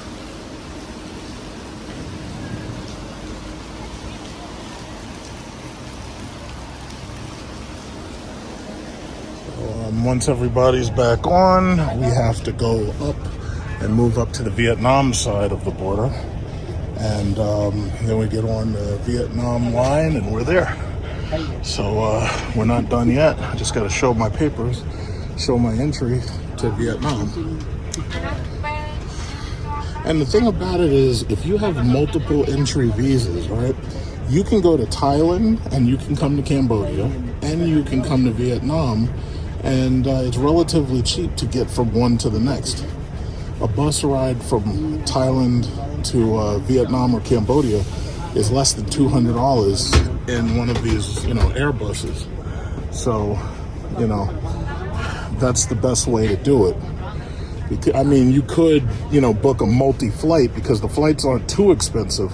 The only downside is each time you fly, every single time you enter a new country, you got to go through their immigration all over again. Now with the bus, you're still going to have to go through immigration. It's just a little bit faster. I think they handle it a little bit better. So basically that's just that. So that's how I think it is. Oh, and so she wants to audition for the movie? No problem, honey. All right. So that's that. They have these little computers on these buses, but you're better off just using a cell phone or an iPad, because I found these things to be like a little bit slower. I don't even bother using them.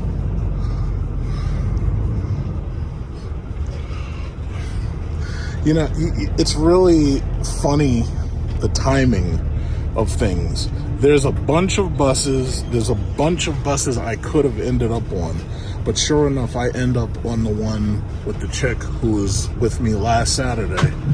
And as soon as I saw her, I was like, wait a minute, I know you. That's crazy. I was expecting to see the same bus driver, but I wasn't expecting to see the same chick. See, and that's what they do. See, these Asian countries, they got these beautiful young girls working as fucking stewardesses, and they got them selling shit. And they got them mostly working as stewardesses. Like, they be on the airplane selling stuff, or they be on the buses, or they be on the trains and everything, and they got them working as flight attendants and bus attendants and everything. And that's a fairly decent job for a young woman. I don't know exactly how much it pays in their money, but it's a fairly decent job.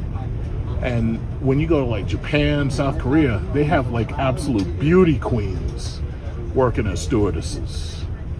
Absolute beauty queens. Like, they got women who are in their 50s and they're hot as hell. It doesn't even make sense they're so hot. All right, time to get off. Time to see that Vietnamese immigration service. That's how strong these fucking winds get out here, boy. That's how tough it is to get back into the bus. Holy Christ. Look at this. Here I am, Weatherman Channel 11, reporting live from Cambodia. Oh. Wow. So these are what the little meals on the bus look like. So this is beef fried rice, some cucumber, and we had some sesame seed oil and whatnot.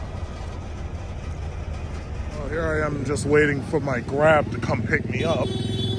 And everybody's here enjoying their pho. Right here, we got a lot of restaurants, a lot of sushi restaurants down this block. And I got the pharmacy. I got to hit the pharmacy up because I got to get some earplugs. And This is central Ho Chi Minh City right here. That's why you got so many foreigners. You got these Ellen DeGeneres looking foreigners here. So many of them. Australians, tourists. All right, he should be here in a second.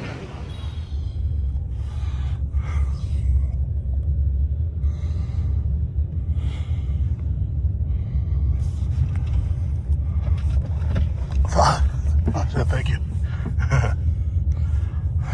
Perfect. Okay. Yeah, very good.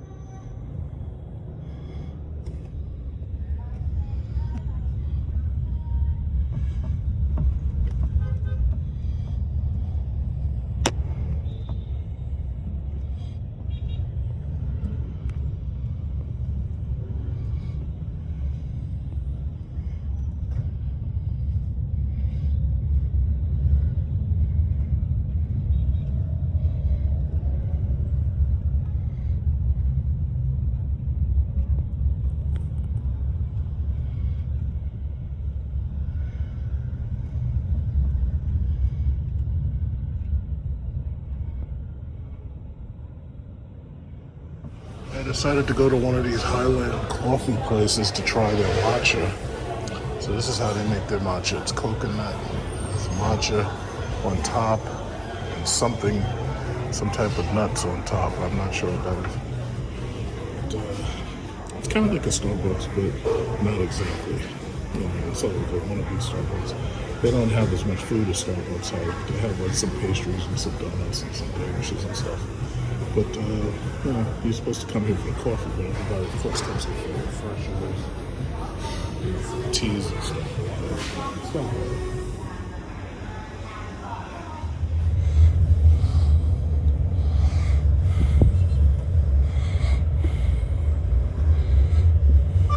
Trên đường đi mình có phí cao tốc là 100.000 nữa.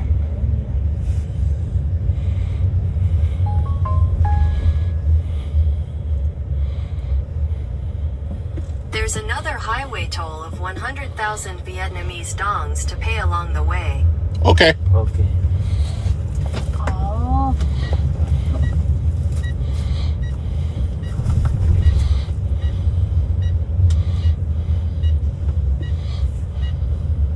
Răng rừng. Vũng Tàu, Phước Hải.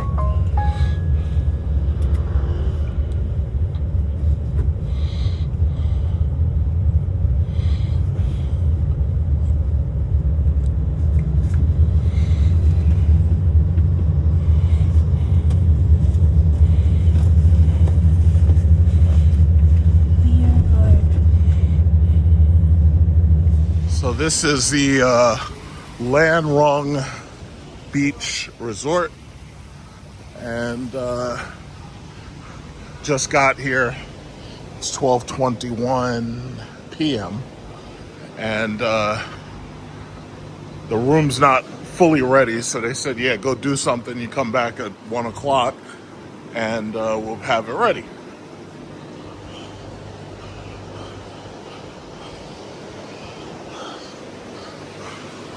So you got the beach right here. They also have a pool, of course. They got pools. I'm gonna look at the pools in a minute.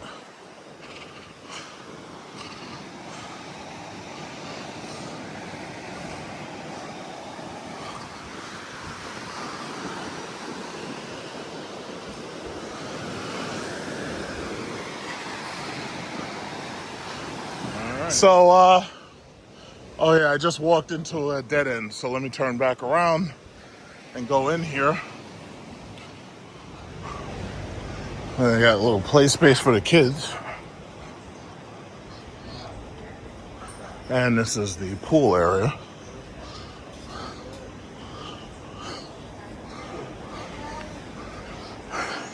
It's 86 degrees.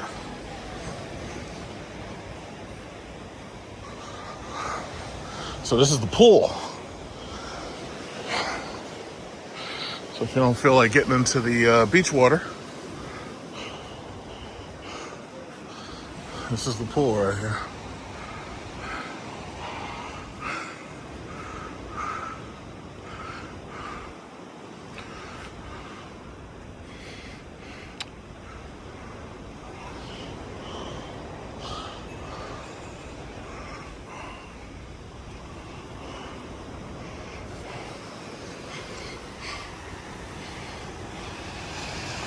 So I wanted to order some food, so this is how they typically do it. They have a tablet and you order from the tablet. And of course the burger is sold out. You go down to pizza, they do have pepperoni pizza if you want that. They've got pig, what is this, pig? So they have a pig meal right here, so they got pork, rice meal, salad meal, barramundi, I have no idea what that is. Sea cucumber, ugh. Those are some weird ass things. Squid, octopus, shrimp meal. Ooh, do they have a fried shrimp meal? I'll try that. Garlic fried prawns. They have spaghetti. Raw. I don't know what that is. Okay, they have a overall seafood meal. All right, I'm gonna keep it simple. I ain't in no rush. The room will be ready in like an hour. Duck and chicken.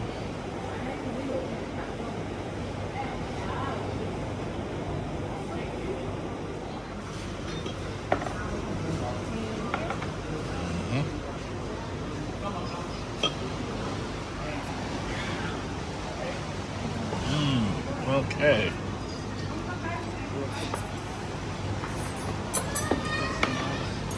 Okay, thank you.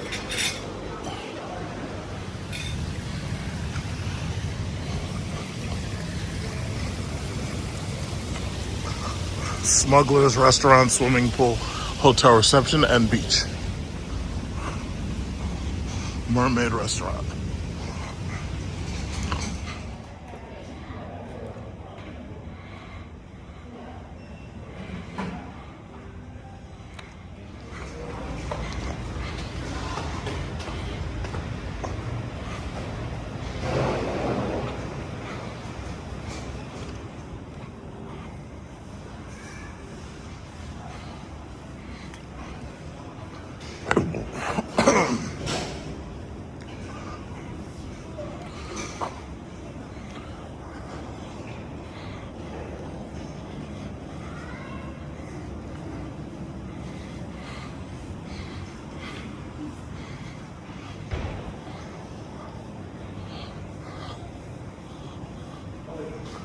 Elevator.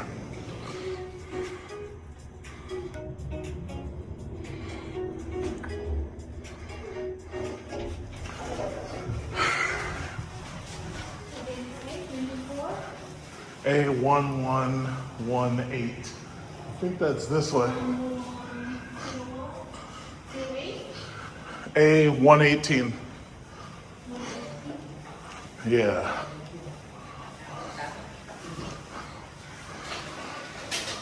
This is 112. Okay. 118. All right. 88? Okay, now I just gotta figure out how to use this. No. Here.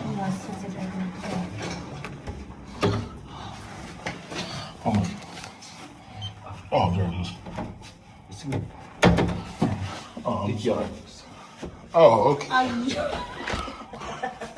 Oh, okay. It's wrong door. Okay. Oh, wow, thank you. All right. It's like house hunters. Oh, yeah. Oh, yeah. We're going to be clapping some cheeks tonight. Oh, yeah.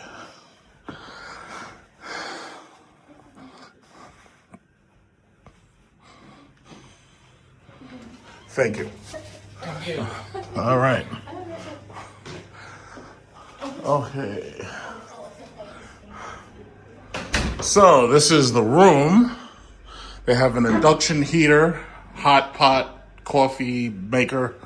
I think they said the water is free, but the other things I think you have to pay for.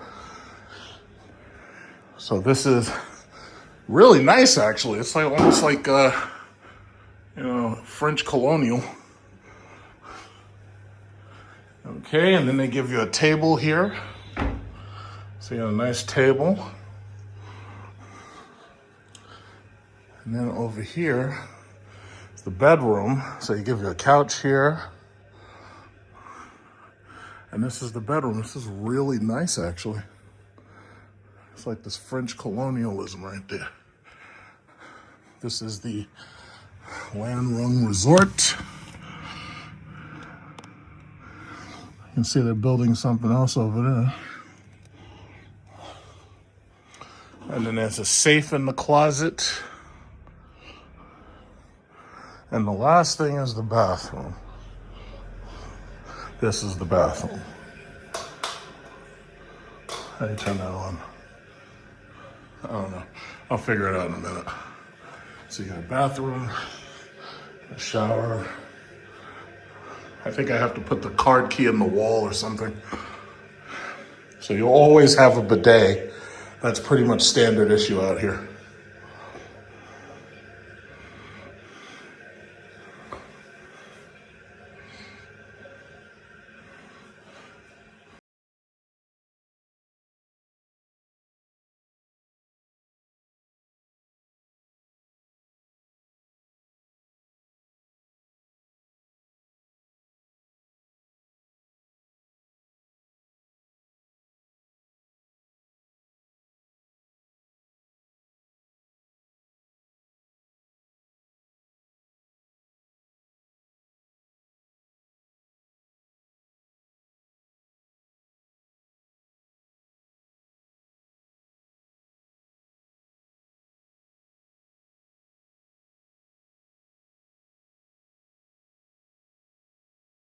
On the beach and get in the pool and everything and have some fun in the pool.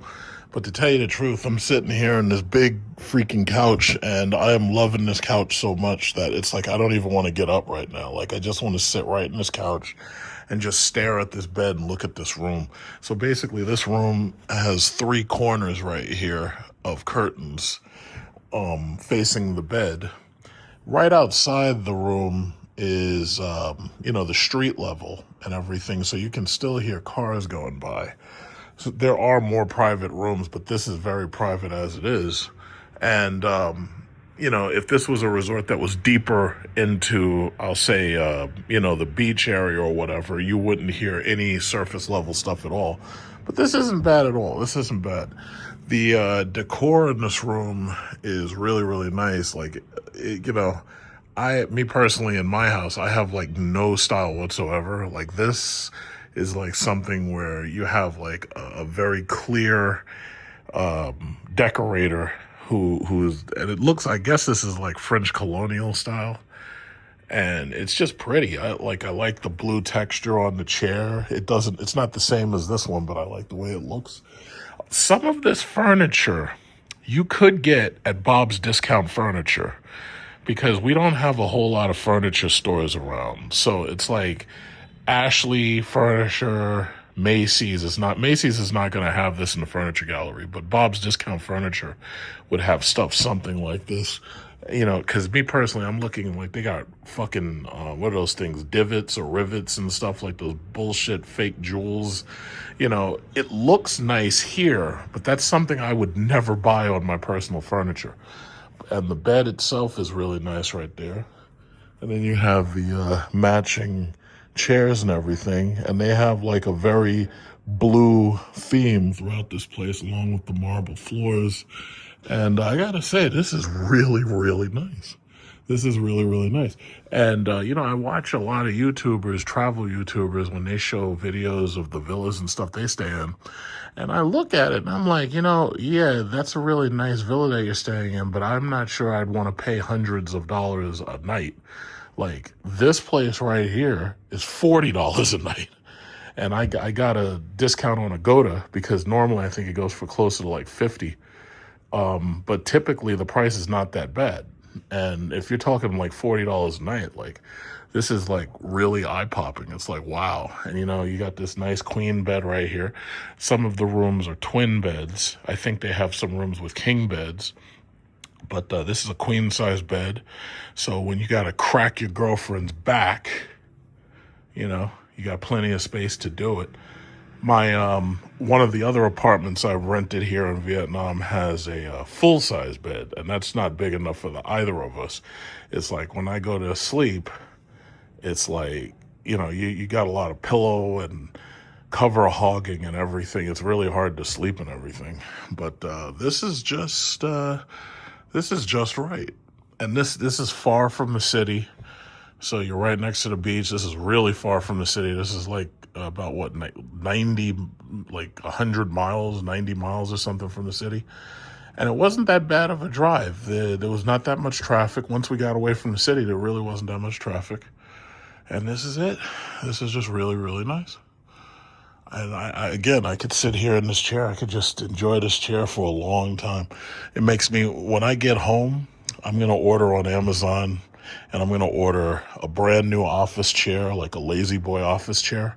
And I'm going to order a couch like this. I think this couch type would probably be about $400 to $500, but I definitely want to have one of these.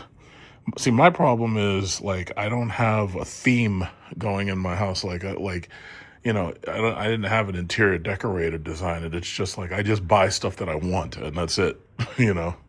But, this is really nice. I like the curtains, the blue curtains and everything. It looks good. It looks really, really good.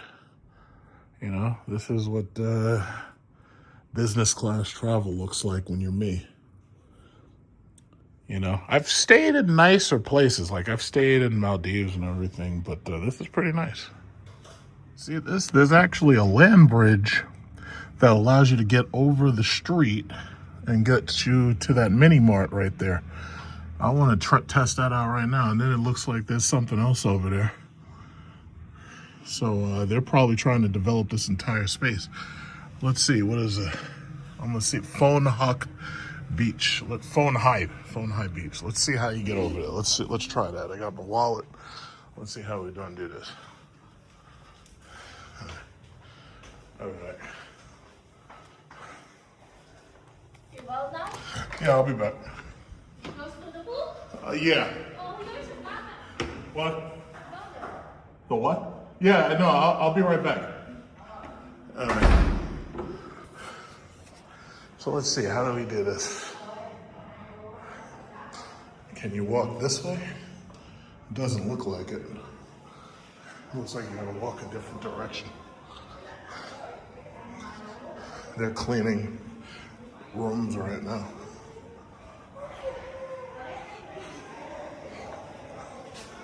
My battery's about to die, so I'll probably have to make another video.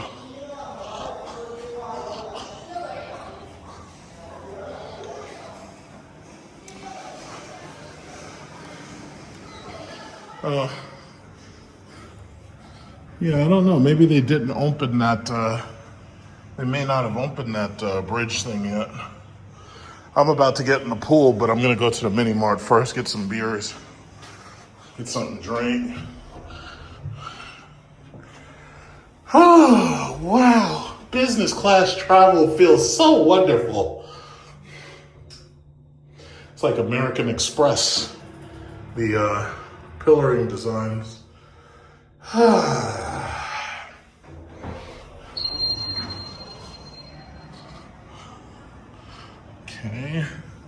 Okay, maybe that's this floor. Yeah, maybe if I walk back this way. What they got back here? Detox, relax. Oh, they got a spa. Yeah, spa back there. I'll go that way.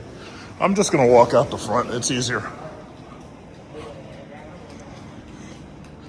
Yeah, you see the couch sets? I love these. So beautiful. It's like French made stuff.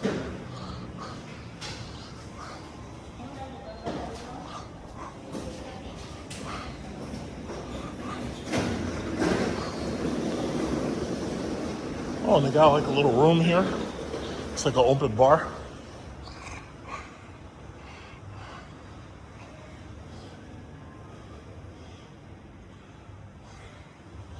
That's nice. Oh boy.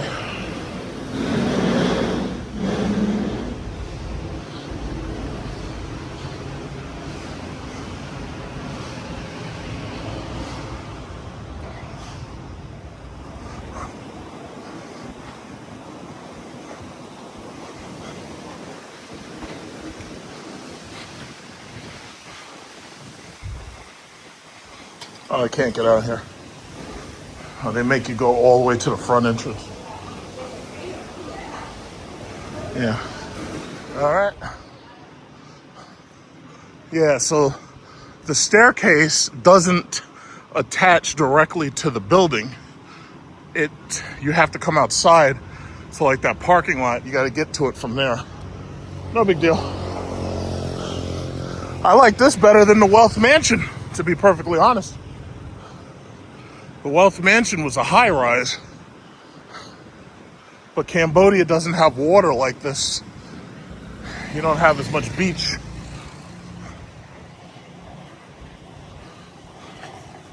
Oh, this is all parking lot.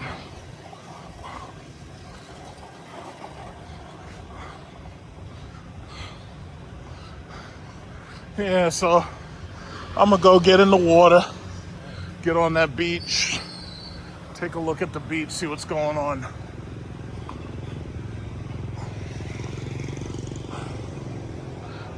Hi.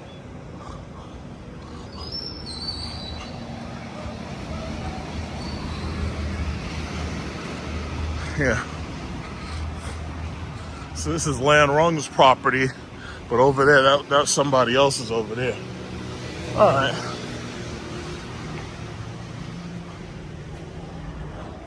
Whoa.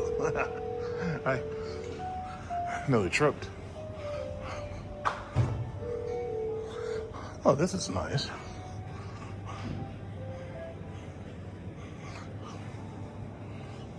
Huh. Wow. Let's see. Get some milk. Oh, they got that Korean wine. I like those. Revive. Yeah, their mini marts are cool. I guess we gave them this idea with 7-Eleven. They got paper cups, all this paper stuff. When you come to Southeast Asia, if you're gonna stay for more than 2 weeks, you should always bring plastic plates, plastic spoons, plastic bowls that you can keep unless you plan on buying everything disposable. Otherwise, your only choice is to buy ceramic, which you're not going to want to do that because you can't keep the stuff. All right, so let me get a couple of things. Take it back to the room. Oh, whoa, these look like cans. These are not cans. These are like clear cans. That's interesting. Look at that. Clear cans. I've never seen no shit like that before. Yeah, clear cans.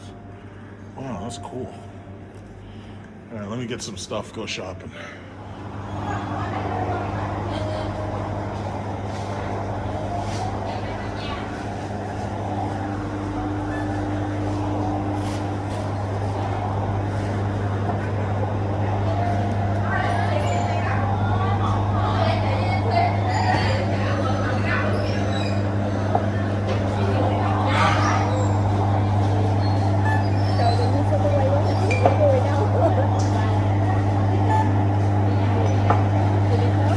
Holloman was saying that his least favorite country to stay in is the Philippines. I was watching his last video, and I honestly can agree with him. The Philippines is absolutely, they have to get their game up. The place is filthy. Now, I will say, in the new developments, it's very nice. Like, I had a condo in Quezon City. It was gated, it was walled off. It was very, very nice. But the problem is everything around that. So Philippines needs to develop all of their beaches just like this. They need to put resort developments just like this on all of their beaches, and they need to increase the level of cleanliness. You know? And if they did that, they'd be okay. I'm gonna take a step right out to the beach before I go back to my room, because I don't have a lot of power left and I want to put an end to this video. You know, people be asking me all the time for financial advice, and as soon as I start giving it to them, they fucking cut me right off. You're like, oh, well, your financial advice is boring. Yeah, well, you gotta crawl before you can walk. You know? People, I tried to tell them to stay away from the goddamn SpaceX. And I can't imagine how much money people lost on fucking SpaceX. Look at this shit. Look at this. This is business class, bitches. Oh, hi. Hi. This is business class, bitches. We're Vietnam business class over here. Well, we got the sand. We got these beaches. Life's a beach, motherfucker. I was playing that the other day. I was playing Duke Nukem 3D, Life's a Beach. But yeah, I tried to tell them. I tried to say, stay away from that fucking SpaceX. That shit is a goddamn scam. What'd they do? Oh, let me wait till it's 220. I'm gonna buy as much as I can. I'm like, God damn, you guys suck. Some of you people are really good at just losing money. I don't know what that's about. I really don't know. I really don't know. Me, I'm still buying my gas stocks. I'm still buying my oil stocks. I'm still buying my credit card stocks. Whoa, jeez, wow! It's deep over here. There must be like some sandworms trying to pull me into the sand or something. It's deep over here. Holy crap. Look at my little water shoes. It's like deep. So deep over here. I tried to tell these idiots, I said, stay away from the goddamn SpaceX. What did they do? They bought that shit. Now they're negative, idiots. And then there were people who came to my channel and they were up there trying to say I was wrong. I was like, yeah, how do you feel now, you bag holder?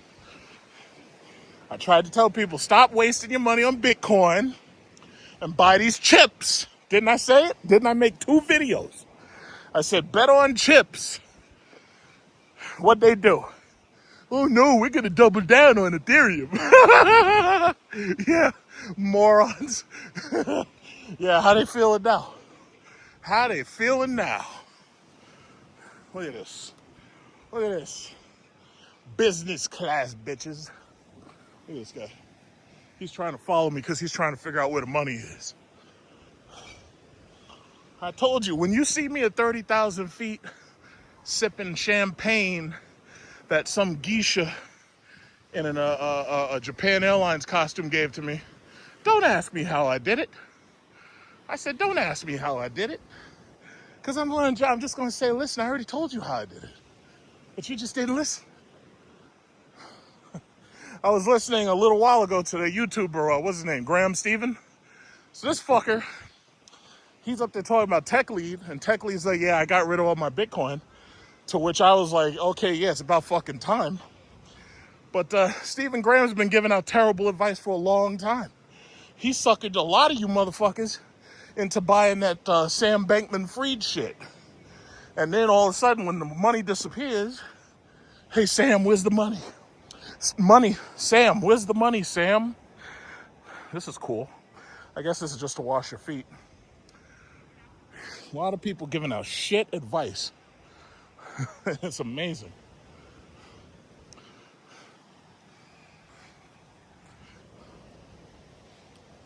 Yeah, we're gonna do it bigger too. We're gonna go Bora Bora.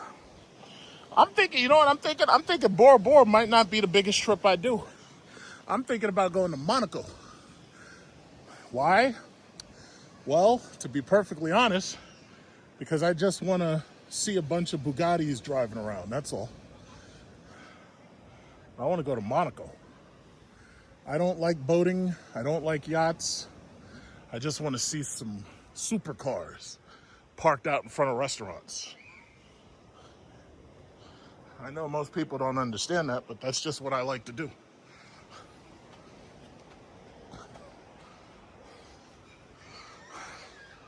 See, we got the pool over here.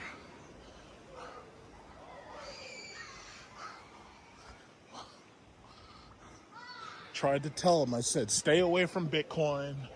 Stay away from that goddamn SpaceX. I tried to tell him. I tried.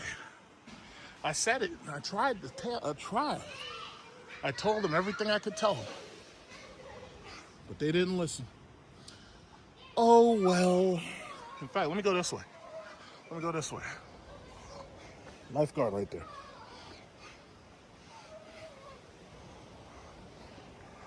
This is pretty. This is pretty. This is so pretty.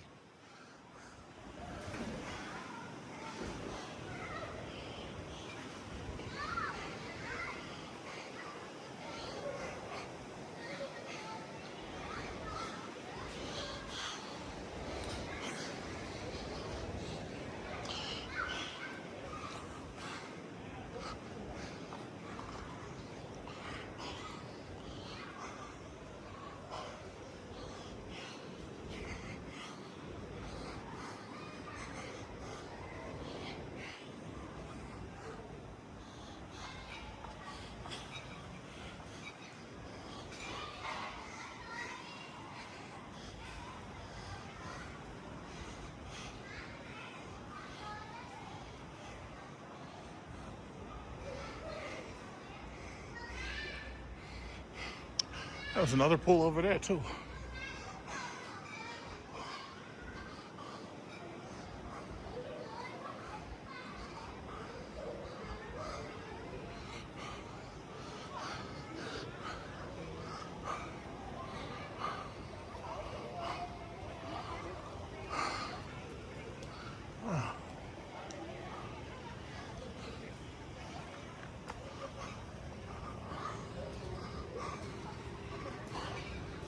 Down to about 12% video recording left, or power.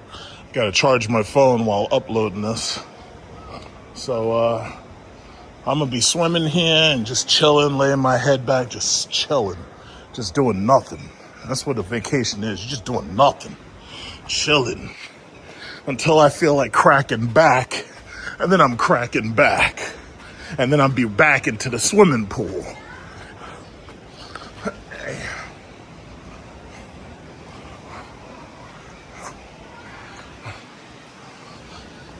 Yeah, this is how we do it. Business class, baby. Business class, baby. That's what it is. Passport Bros business class. That's how we do it. I love these couches.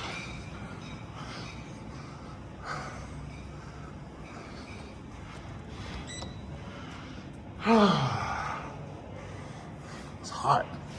I'm gonna get back out here getting this pole. Hot as hell out here. All right.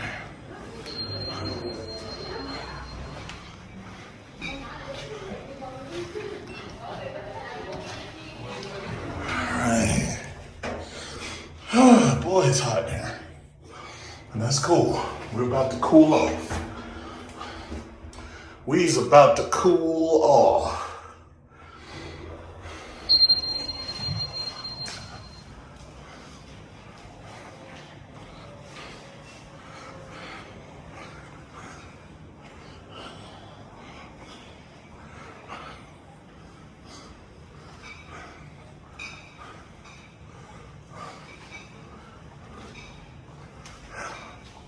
So y'all have a good night.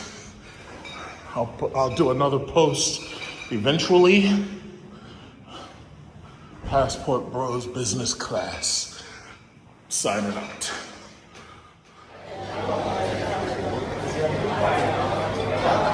Okay, we got bacon, turkey sausage, spaghetti, rice, eggs, soup.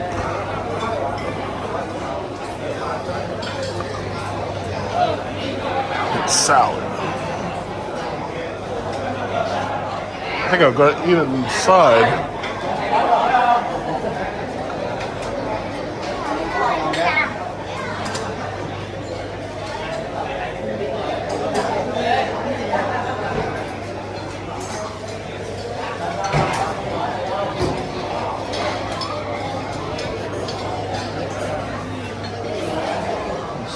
Inside? I believe there is.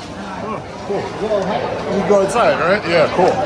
This is just another room that's in this place. It's a really, really nice storage. Like they have lighted cabinets and everything. This one has a separate bedroom. So this is that looks like a queen size bed now, but I could be wrong. That's probably a king size bed. So that's a separate bedroom right there. There's a little window. And then this is like one of the nicer suites here. And then there's another bedroom right here. So this is the double bedroom. With its own bathroom too. So yeah, this must be the grand suite there. And then right here, you have your balcony to overlook the pool and the beach. But you can't really see the beach because of all of the trees. Yeah.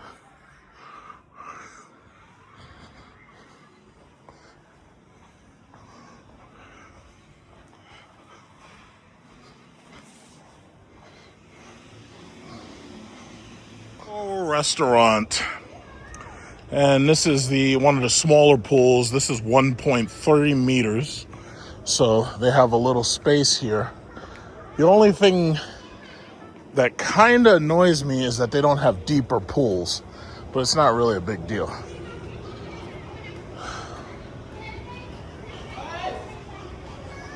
See, I like deep pools, but the thing about it is they've made all of their pools less than 1.5 meters, because this way all of their pools are kiddie friendly, which I guess is fine, you know.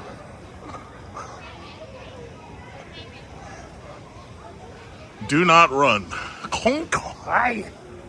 And this is the jacuzzi. We got a jacuzzi there.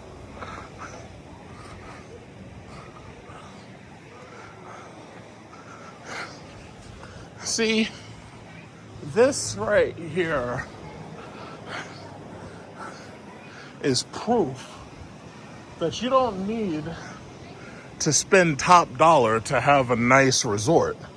This resort is only like $40 to $50 a night. Now they have the larger deluxe suites, and the larger deluxe suite is obviously more expensive. But you don't need to spend top dollar to have, you know, a really nice resort. You just don't. And that's what I like about Southeast Asia, you know. See, I'm about to go out into that sun, but I'm gonna put my phone back. I don't want to take my phone out there. But this is what it's all about. This is business class travel with Passport Bros business class, Big Truck Series business class.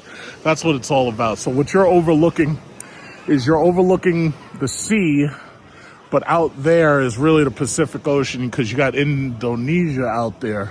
Some of the coastline of Indonesia is out there somewhere far, far, far away. And it's hot. It's already hot. My watch says that it's 83 degrees. So you can walk. Me personally, I try to stay away from the beach because of those rocks. Because I usually like to be in the pool. I love the pool. And when I get in, I'm basically swimming for 3 or 4 hours. You know, so I get my time in. But everybody's here. Everybody's having a good time. Everybody had their breakfast. Everybody's having a good time. You got those little pots right there to wash your feet. Yesterday I was chilling in the little pool right over there underneath all of the tarp. And now I'm gonna run out into that beach water. And I'm gonna come back. But man, yeah, it's hot. It is hot out here. It is hot out here. And it's not even 12 o'clock yet. It's 83 degrees. You know?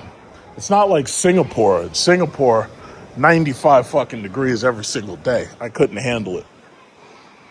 Even Maldives. Maldives was pretty hot, but it wasn't Singapore hot. This is very tolerable. I like this. And the thing that kills me is, why don't we have this in New York City? Like, why don't we have, like, we should have turned our beaches into this, like Lido Beach and Jones Beach. But the problem is, you know, New York City, we would have torn this up. And I shouldn't say we, but you already know who I'm talking about. All these riffraff, you know, because it's bad. You know, you notice that you don't see a spot of garbage. There's like no garbage. You know, there's no garbage. You'd have to go into the ocean to find some garbage that floated here from somewhere else. They keep this shit spotless. You know, they got that white sand out there. It's so hot out there. I don't even want to go. I don't even want to leave from under this cover. It's so freaking hot out there. I'm gonna go out there, but my God, it's hot out there. See, this is what vacation's all about. Vacation is, I don't feel like doing anything at all, so I'm not going to do anything at all. If I just want to get into the pool and I want to just put my head down for 5 hours, I could do that. That's vacation. That's what vacation's all about. So now I got to start planning my next vacation. So is it going to be Bora Bora, or is it going to be, where is it going to be? Is it going to be Bora Bora, Hawaii, or Monaco? I don't know. I should go to Hawaii. Most people, you know, New Yorkers, they never make it to Hawaii. I should try Hawaii. But I gotta say, man, Vietnam's got some beautiful beaches, man. They got beautiful beaches over here. And all you gotta do is just go to any of these resorts and you're good. Any of these resorts. But I really like this resort for the price. I like this resort for the location. And I like this resort for the decorations in the room. They're beautiful. Everything's just nice.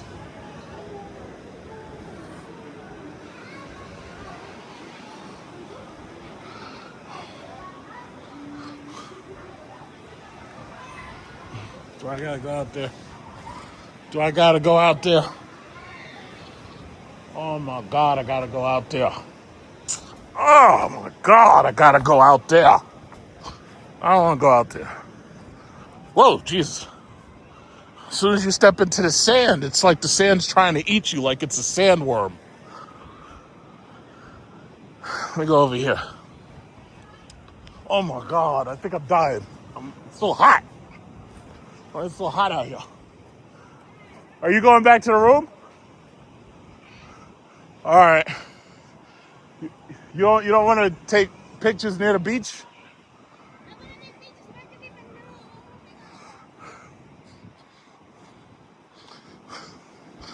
Oh my God. So freaking hot. This is a different beach resort right here, but you could tell they're pretty much designed the same way. These dudes seriously fishing. Oh my God. Here we go. We got the shore. You can tell I don't go to the beach very much.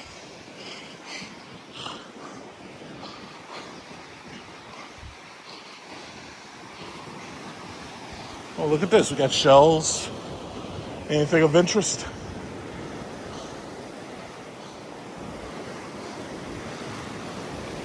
Got that cold water.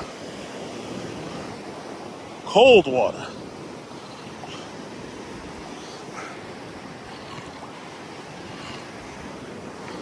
Cold water with sand in it.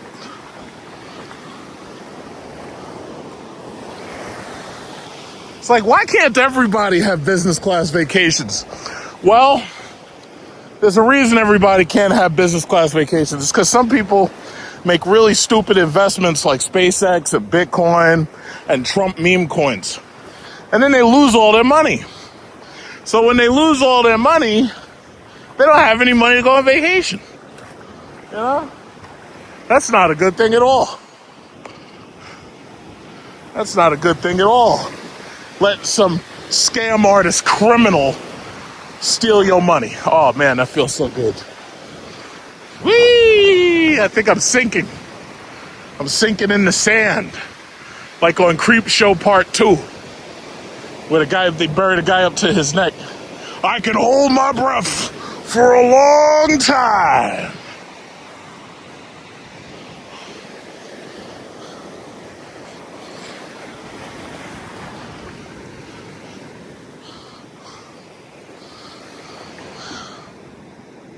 See, me, I could do this shit until it gets boring. Look at this guy. He's really fishing. It's like, what are you catching, bro? Go get one of those boats. Go out there to the boat.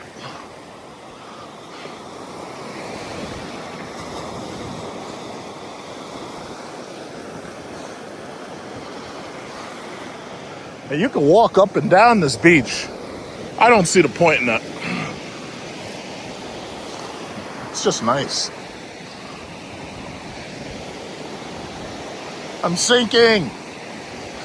I'm sinking. Remember the videos I made in Maldives? Or some of them. You didn't see all of my videos from Maldives. Some of those things were so too hot for TV. Couldn't let you see them all.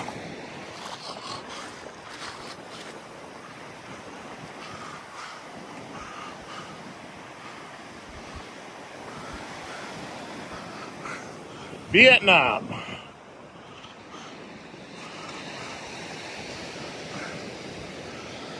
Oh boy, I'm gonna hate having to go back, boy.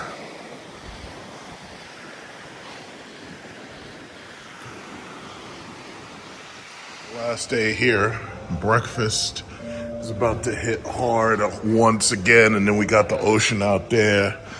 Breakfast is gonna hit hard one more time.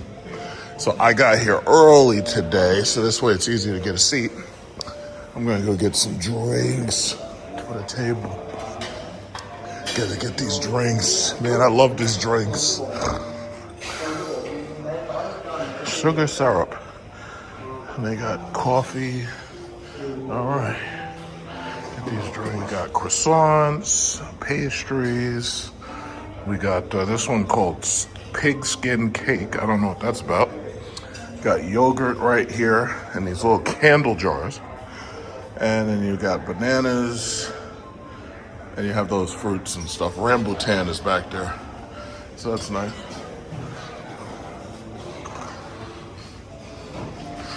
More hot dogs, more sausages, more bacon. I don't see any, they don't do fried egg. They don't do scrambled egg. But here we got some pancakes. I'm going to grab some pancakes. Ooh. And there's the cooks back there. Oh, yeah. Very nice, very nice. So today is Friday, July 31st. Hey, tell them who you are on my YouTube. Tell them who you are. You have YouTube? Yeah. Who are you on YouTube?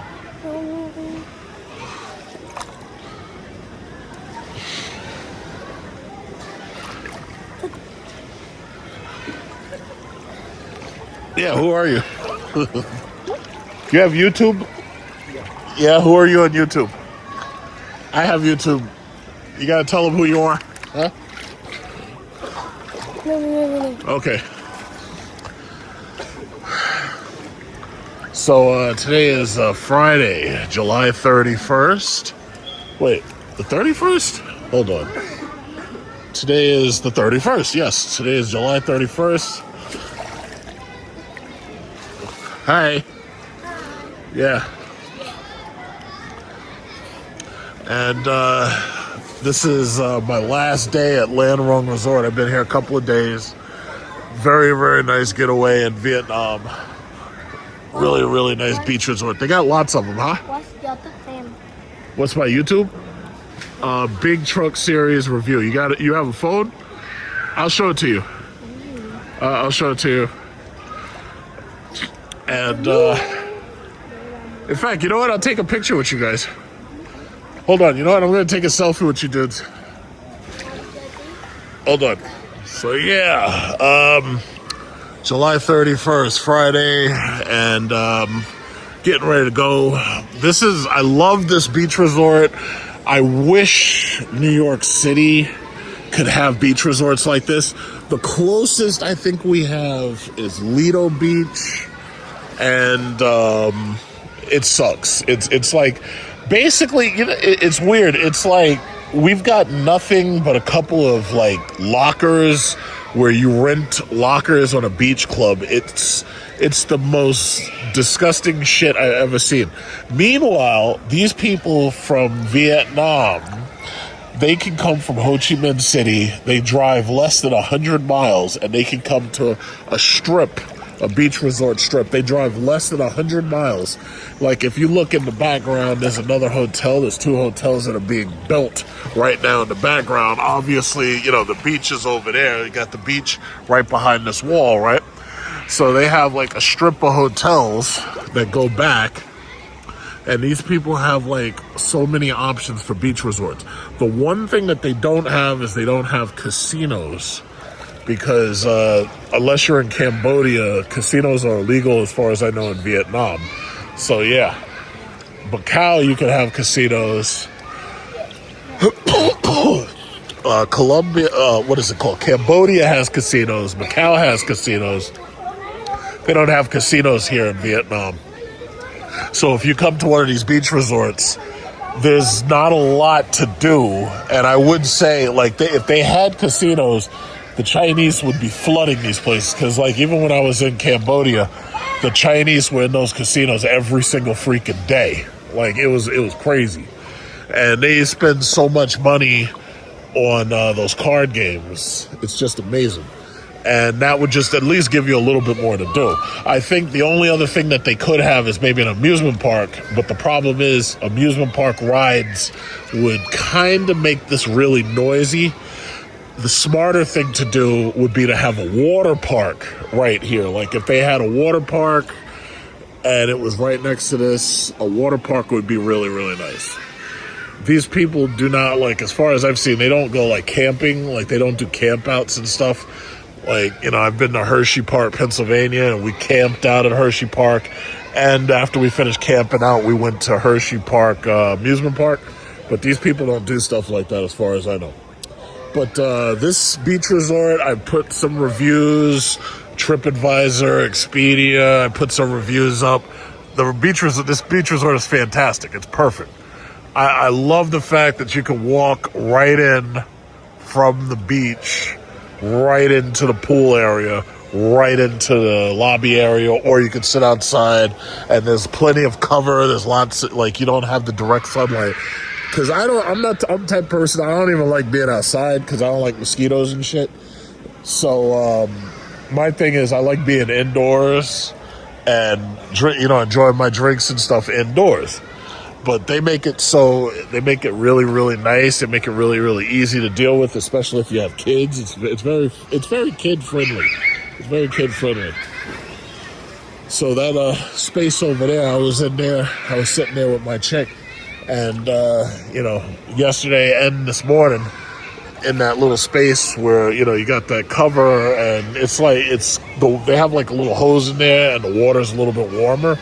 So it's not as the jacuzzi bubbles and the warmth. They have another pool for the jacuzzi. But it's very, very comfy. It's very, very comfy and it's very, very quiet, It's very comfy, very quiet. And see, that's the problem.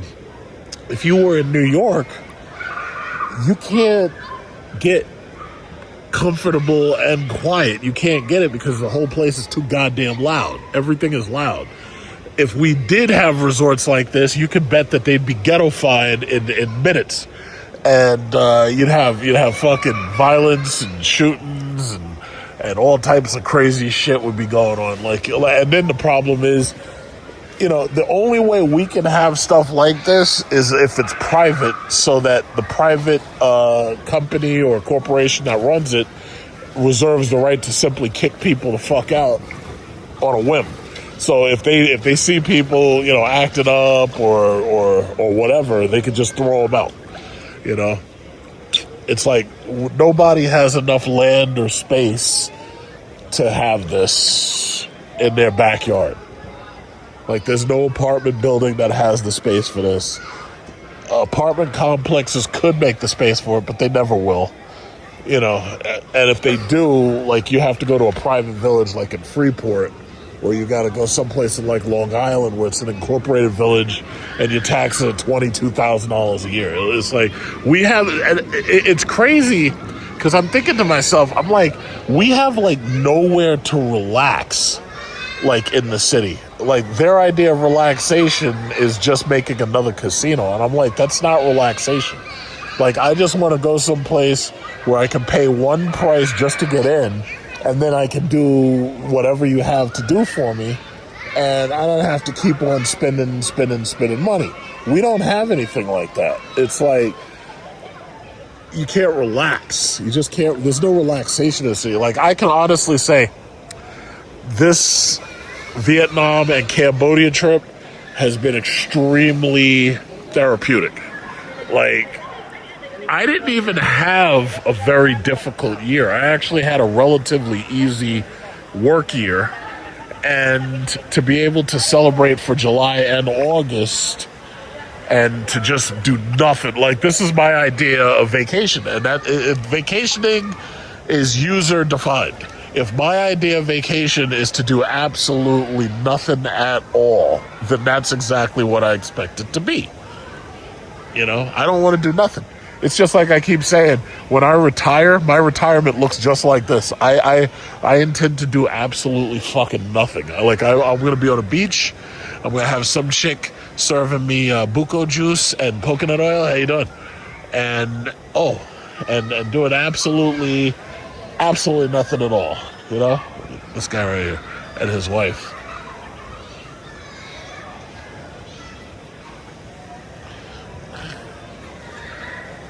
This is my idea of retirement. You know? And I just don't want to do anything. Sometimes I get in these pools and I just put my head on the wall and I just lay there for a while. And that's all I want to do. I don't want to do nothing else. And that's my choice. If that's what I want to do, that's why it's called a vacation.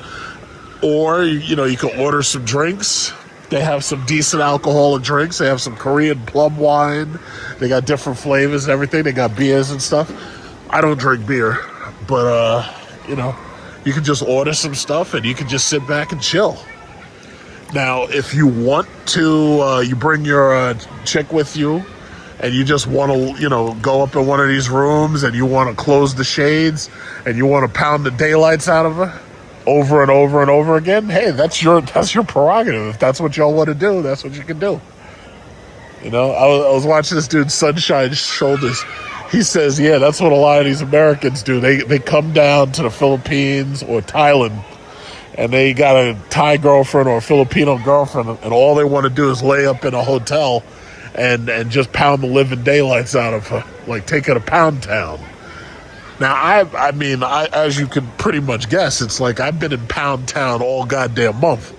Like, I've been in Pound Town so long until parts of me basically are just tired. They just don't even want to talk to me. Like, you know, it's like when you plug your keyboard or your mouse in and it stops communicating with the computer. Yeah, I got peripherals, and right now, them peripherals, they're like, yeah, I had enough, bro. It's time to go back. It's time to go back to work. I'm exhausted. Look at this. Just like this guy right here. He's got his wife with him. And that's the one thing I got to get before I got to get one of those Vietnamese straw hats that look like Raiden, where you got that hat and it looks like Raiden. I got to get a big, wide one of those. But this guy right here, you know, that's probably his mom right there. His mom's forcing him to take photos of, you know, it's like a humiliation ritual. you know, but that's the thing. It's like, if y'all just want to go into the room, you want to close these shades up there, you want to go to Pound Town, you can do it. Go to Pound Town. Pound Town. That's what I'm talking about. It's vacation. It's like, I don't want to do anything. Look at this kid. I don't want to do nothing. I don't want to do nothing at all. Just want to go to Pound Town. Pound Town, swimming, drinking, more Pound Town, more swimming, more drinking, and that's it. Now, as far as my market watch videos, it's like I'll probably do some more of those in August, but let me tell you something. Because there's some people, you watch my videos, you want to live like me, you want to go on business class vacations, you want to fly business class on these Asian airlines, you want to come to these Asian countries and stuff, and you're trying to figure out how do you make enough money to do it. It's like, I've put out so many videos talking about buying stocks, dividend paying stocks, so that not only when you buy these stocks, you're building up your portfolio, but you're building up your portfolio with stocks that are actually paying you just to hold on to them because you're getting a dividend out of them. I still firmly stick to banks, credit cards, oil, and gas companies. As long as you do those, you're pretty well diversified. Because first of all, Americans are going to drown in credit card debt. That much is certain. There's no way out of it. You got $1.8 trillion in student loans. You got like $1.7 trillion in credit card debt. The average American is holding like $6,500 worth of debt, they say. But I think it's actually higher than that depending upon the time of the year. So Americans are going to drown in credit card debt. That much is assured. The winners are always going to be the banks and the credit card companies. It's just like when I was telling you, at $500 to buy Goldman Sachs. Goldman Sachs is $1,000 now. It's like you would have doubled your money there. I told you to buy American Express, MasterCard, Visa, and Discover. Discover got taken over by Capital One, but you still would have made money off of them because now you'd be part of Capital One. You'd still be making money. If you buy those type of stocks and you build up your portfolio up until your retirement, you will have $5,000, maybe even $10,000 of income per year that you can choose what to do with. You can take that money and you can buy more stocks, or you can take that money and you can go on these luxurious vacations like me. Like, some people are like, oh yeah, my they think my strategy for stocks, they think my strategy is boring. And the thing about it is, it's like, Warren Buffett did it pretty much the same exact way. I just think about certain things a little bit differently. But my thing is, yeah, you might think it's boring, but it works. What you won't end up with is holding a bag like freaking SpaceX, or holding the bag on Tesla, or holding the bag on some scam artist fucking IPO that was bullshit from the beginning, and they suckered your ass into it. Like, for instance, I keep saying you should buy on the rumor, sell on the fact, right? When I hear people come to me all of a sudden about something like CrowdStrike, I'm not going to put any money in CrowdStrike if all of a sudden you come to me, because that means that you're buying on the fact. You're not buying on a rumor, you're buying on the fact. See, if I were to buy CrowdStrike, I'd have bought it before anybody cared about it. But the only way I would have done that is if it paid a dividend. Because if it pays a dividend, then chances are it's profitable, and chances are it's going to be around a long time. So my money is safe with them. But just these pop-up bullshit fucking IPOs and these crowdfundings and stuff, it's like, I'm not down with that stuff. So when it was like when people were rushing into SpaceX, I was like, I'm not putting my money in that shit. And now look, they're all holding bags. They're just holding bags. The first money got out, and they got their money back, but now the rest of you just holding bags. I'm not down with that holding bag shit. I'm not down with it. But yeah, it is what it is. Look at this. I think this is a coconut tree right here. Yeah, I think that's a coconut tree. Some of these trees have fruits in them. One of these trees, I can't remember which one of these trees it was. One of these trees has, I think it's lime. And I was looking at one of these trees that had limes in it. And I was looking at another tree, and I think that tree right there, you can see has coconuts. I love these trees. Like when I was in Seychelles, these trees were right next to the beach, and you could reach up and you could pull, if you could reach it, you could pull a coconut right out of the tree, and then you could break it open on the rocks on the beach, and you could eat it. And then you could eat it, and you could just toss the husk into the ocean. And nobody was there. It was such a quiet beach. Nobody's there to say shit to you. It's beautiful. It's absolutely beautiful. But yeah, this is what I'm talking about. This is my vacations, and this is how I intend to retire. Like, I don't intend to do shit. Like, I have no aspirations. I know a lot of you people want to work yourselves to death. I'm not down for that. I'm not working myself to death. I intend to do nothing but relax. You people are going to be busting your fucking asses until AI takes your job. And I intend to relax. I don't intend to do shit. That's it. No aspirations whatsoever. You want to keep working for the corporations? Hey, how you doing? What's good? You want to keep working for the corporations? You guys want to keep being slaves? That's on you. I'm not down for that shit. All I intend to be doing nothing. I'm on a beach all fucking day getting served coconut juice by young women in between going to Pound Town. Now, some people might say, they'd be like, wait a minute, that's not a good retirement plan. I'd be like, yes, it fucking is. Yes, it is. The question is, can you afford it? And how you gonna afford it? You gotta start putting away. You really, really, really need to start putting your investments away today, so that this way, when you're old, it's like you have a couple $100,000 drawing capital gains. You know? And the funny thing is, by sacrifice and hard work, anybody could do it. It's like me. I started working at $7.50 an hour at a fucking Walmart. Oh, not even Walmart. It was a Kmart. I started work at a Mobile Mart right across the street from my school, and then I got a job at a Kmart. I wasn't making big money, but I had fucking 530 as a credit score when I graduated college. Now my credit score is 850. All you got to do is work. But, you know, every time somebody says, yeah, you got to work hard and you got to sacrifice, nobody wants to hear that shit. Well, it is what it is. So I'm about to get up out of here because checkout is at like 12 o'clock. So I'm about to get up out of here. You know, there'll be plenty more time for the beach. There'll be plenty more time. There'll be plenty more time for the beach. I still got like 4 days here. So I'm gonna be here till like Tuesday, and then it's back onto that business class Japan airline flight. I have them geishas up, those geisha stewardesses giving me that plum wine. Yep. Yeah, I'm gonna get up out of here. This is room A119, so this one's one next to mine, so this one's slightly different in design.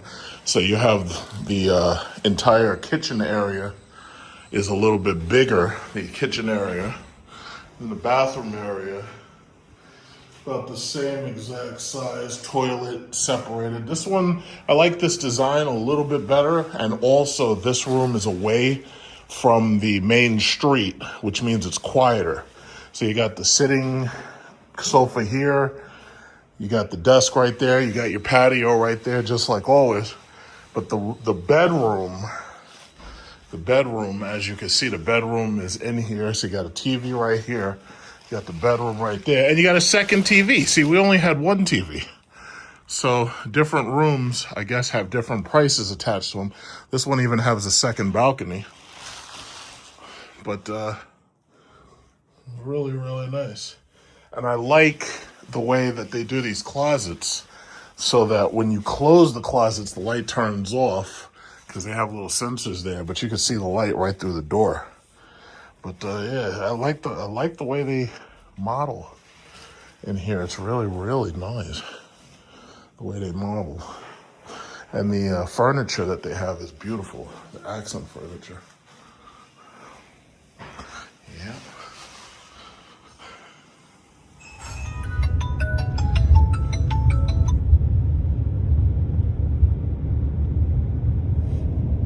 Tiếp tục đi trên đường Nguyễn Tất Thành thêm 1 km.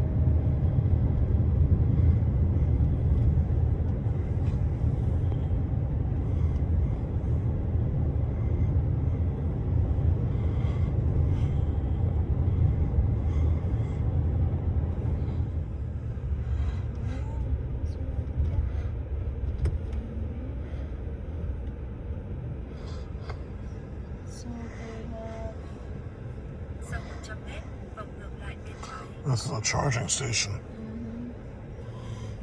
But they don't have. So where are we going to? Oh my god. Hold open this one. Right.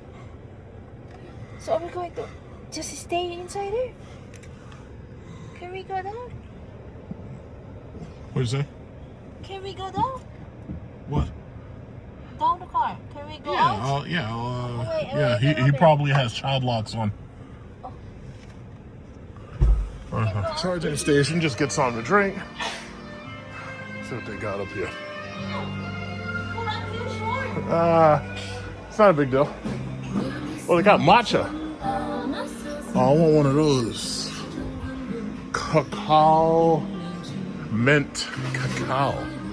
Oh yeah, I want that. Do you want something to drink from here?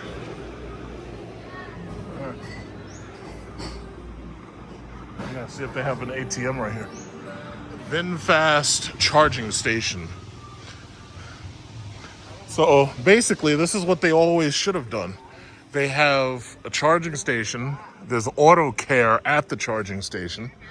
And then you have like small businesses around because they know that people are going to come here to use the charging station. Makes perfect sense, right? And it's hot out here. God damn, my skin is on fire. It's hot as hell out here.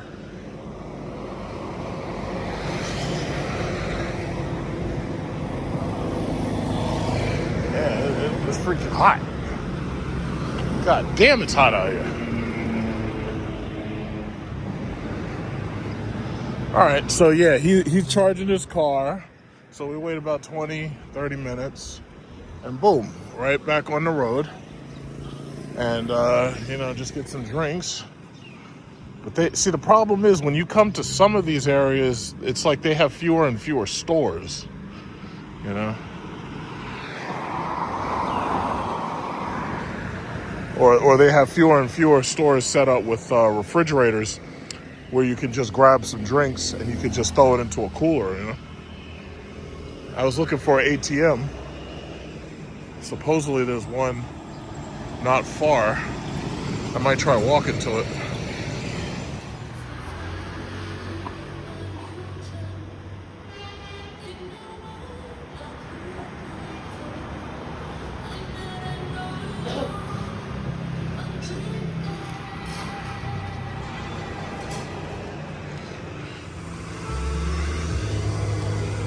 This is mint chocolate, pretty good.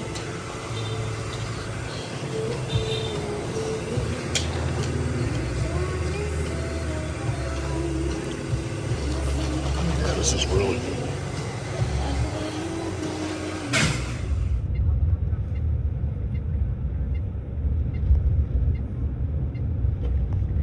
Tiếp tục đi 500 mét, sau đó vào ngoặt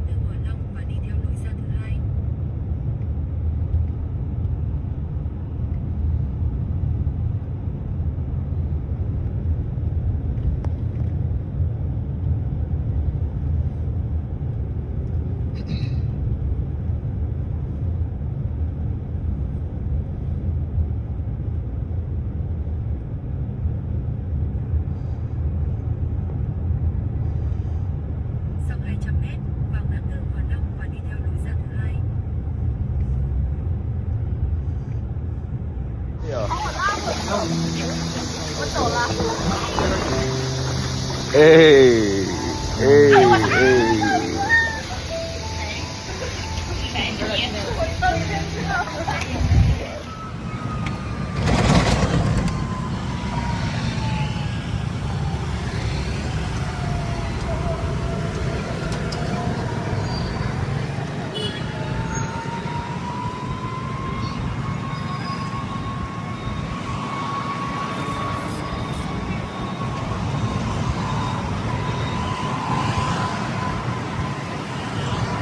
Yeah. That ball? Yeah. He knows.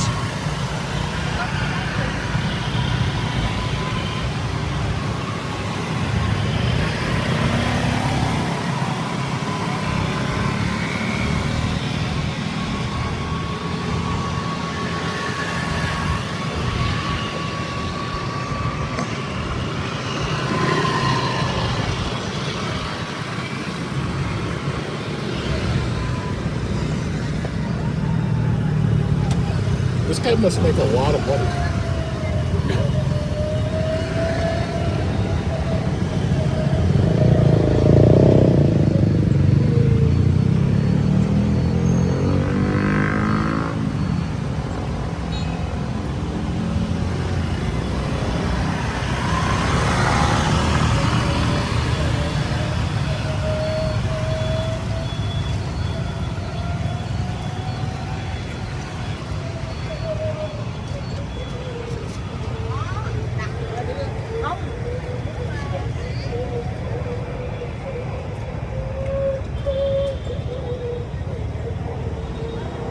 Well, they have chargers right here at the mall.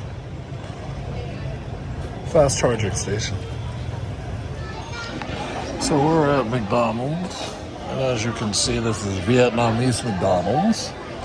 On the tables, they have QR codes, like you can order stuff directly from the table using the app and everything. And I'd just like to point out that on this receipt, I ordered 3 Big Macs, I ordered 1 20-piece chicken bite, I ordered 4 large sodas, that's 1 Sprite, 1 Fanta, 2 large Coke Zeros, and I ordered 2 medium fries, and the grand total of all of that came out to 515,000 dong, which equals $19.55. Not even $20. I'm waiting for the food to come out to the table. So, yeah. I want to take a picture of all that food for $20. Look at this kid. This kid's doing a robot. Do it. Yeah. Never mind. This is how they make their chicken nuggets in Vietnam, and these things are good, man. These are way better than the processed shit that we got at home.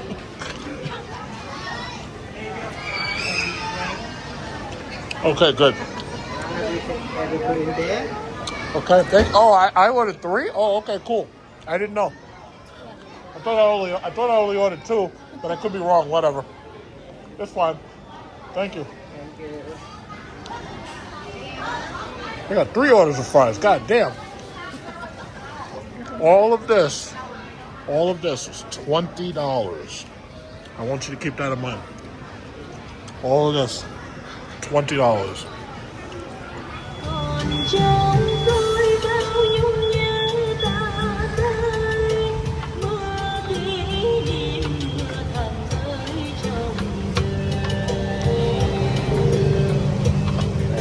Yes. Mm-hmm.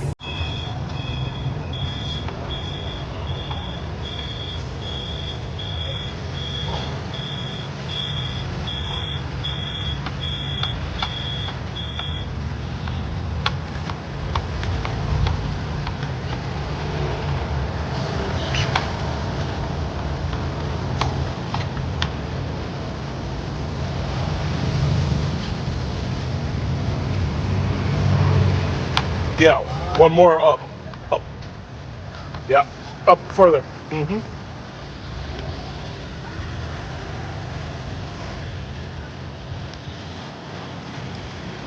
And make left.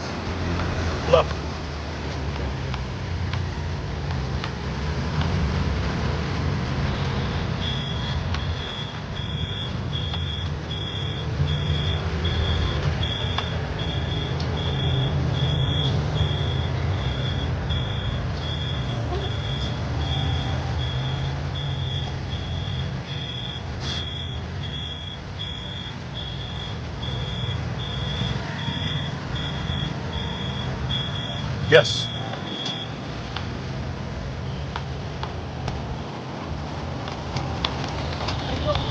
Oh, it's raining again? I'm glad I didn't try to walk.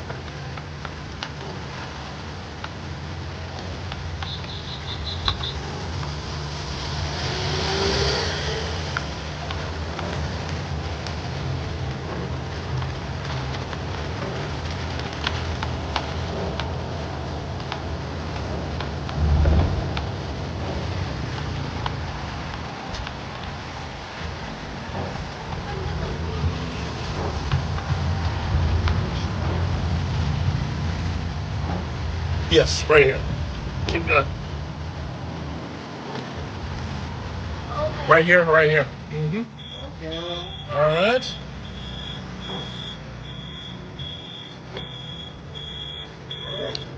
Sir. Okay. Thank you. Thank you.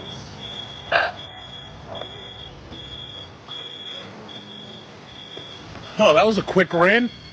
In fact, it looks like it's only raining back there. That's crazy.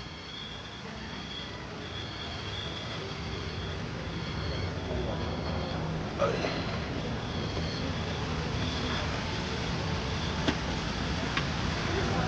right.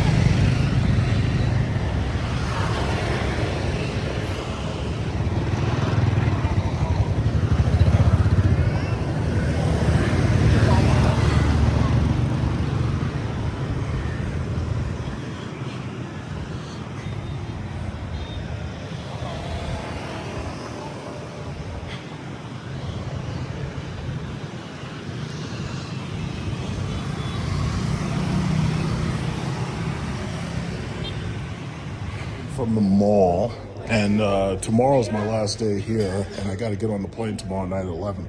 So I decided to stop into a Starbucks and to see what the Starbucks are like out here in Vietnam.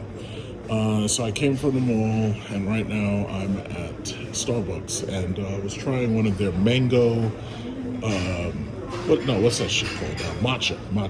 I'm trying one of their matcha teas here, and they're making it right about now. And this is Starbucks in Vietnam, looking good. I already put my chick on the plane, so she's out of my hair for now. And now I get to go back turn the air conditioner up as high as I want it to be, and I don't have anybody to turn it off. And then on top of that, you know, I can leave my shoes wherever I want to leave them, and there ain't nobody to move them. There's nobody to put them away. So I'm going to enjoy that last night alone. Then I'm going to pack up my bags in the morning, and I'm going to be checked out by 12, and I'm going to be on my airplane, Japan Airlines business class. I'm going to be on my way to Tokyo at 11 o'clock tomorrow. So I guess what I really should do is I should be making a, what is it called? I should be making a conclusion to this trip that I took, because some of you who follow me, you know that I've been counting down this trip to Vietnam for a whole year. I've been counting it down 30 days at a time, basically, and now I'm here. And you know, I went to Cambodia longer than I expected. I didn't expect to be in Cambodia plus 5 days, but I spent longer in Cambodia than I expected. I saw what I needed to see in Cambodia. It was nice. Cambodia is really that's not my type of place. Vietnam has a lot more, and it's a lot more sophisticated. And, you know, with the water access that they have a lot of water sports, they have a lot of things to do, they have a lot of things, it's very kid-friendly and everything. But for the most part, oh yeah, the word I was looking for was debrief. I don't know why I couldn't think of the word. But yeah, it's this is a beautiful country. Really, it feels just like a watered-down version of China. But the difference is the climate, the temperature, you know, the way people dress is all based on the climate, the temperature. It's tropical. China's not that. China's dry and arid like it is in New York, because we're basically at the exact same elevation. So when it gets cold in China, it gets really cold. When it gets hot in China, it gets pretty hot. But it's about the same temperatures as New York. Uh-huh.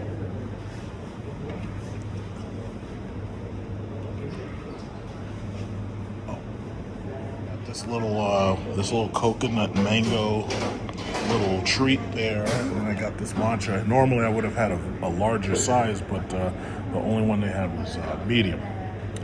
But let's see how this tastes.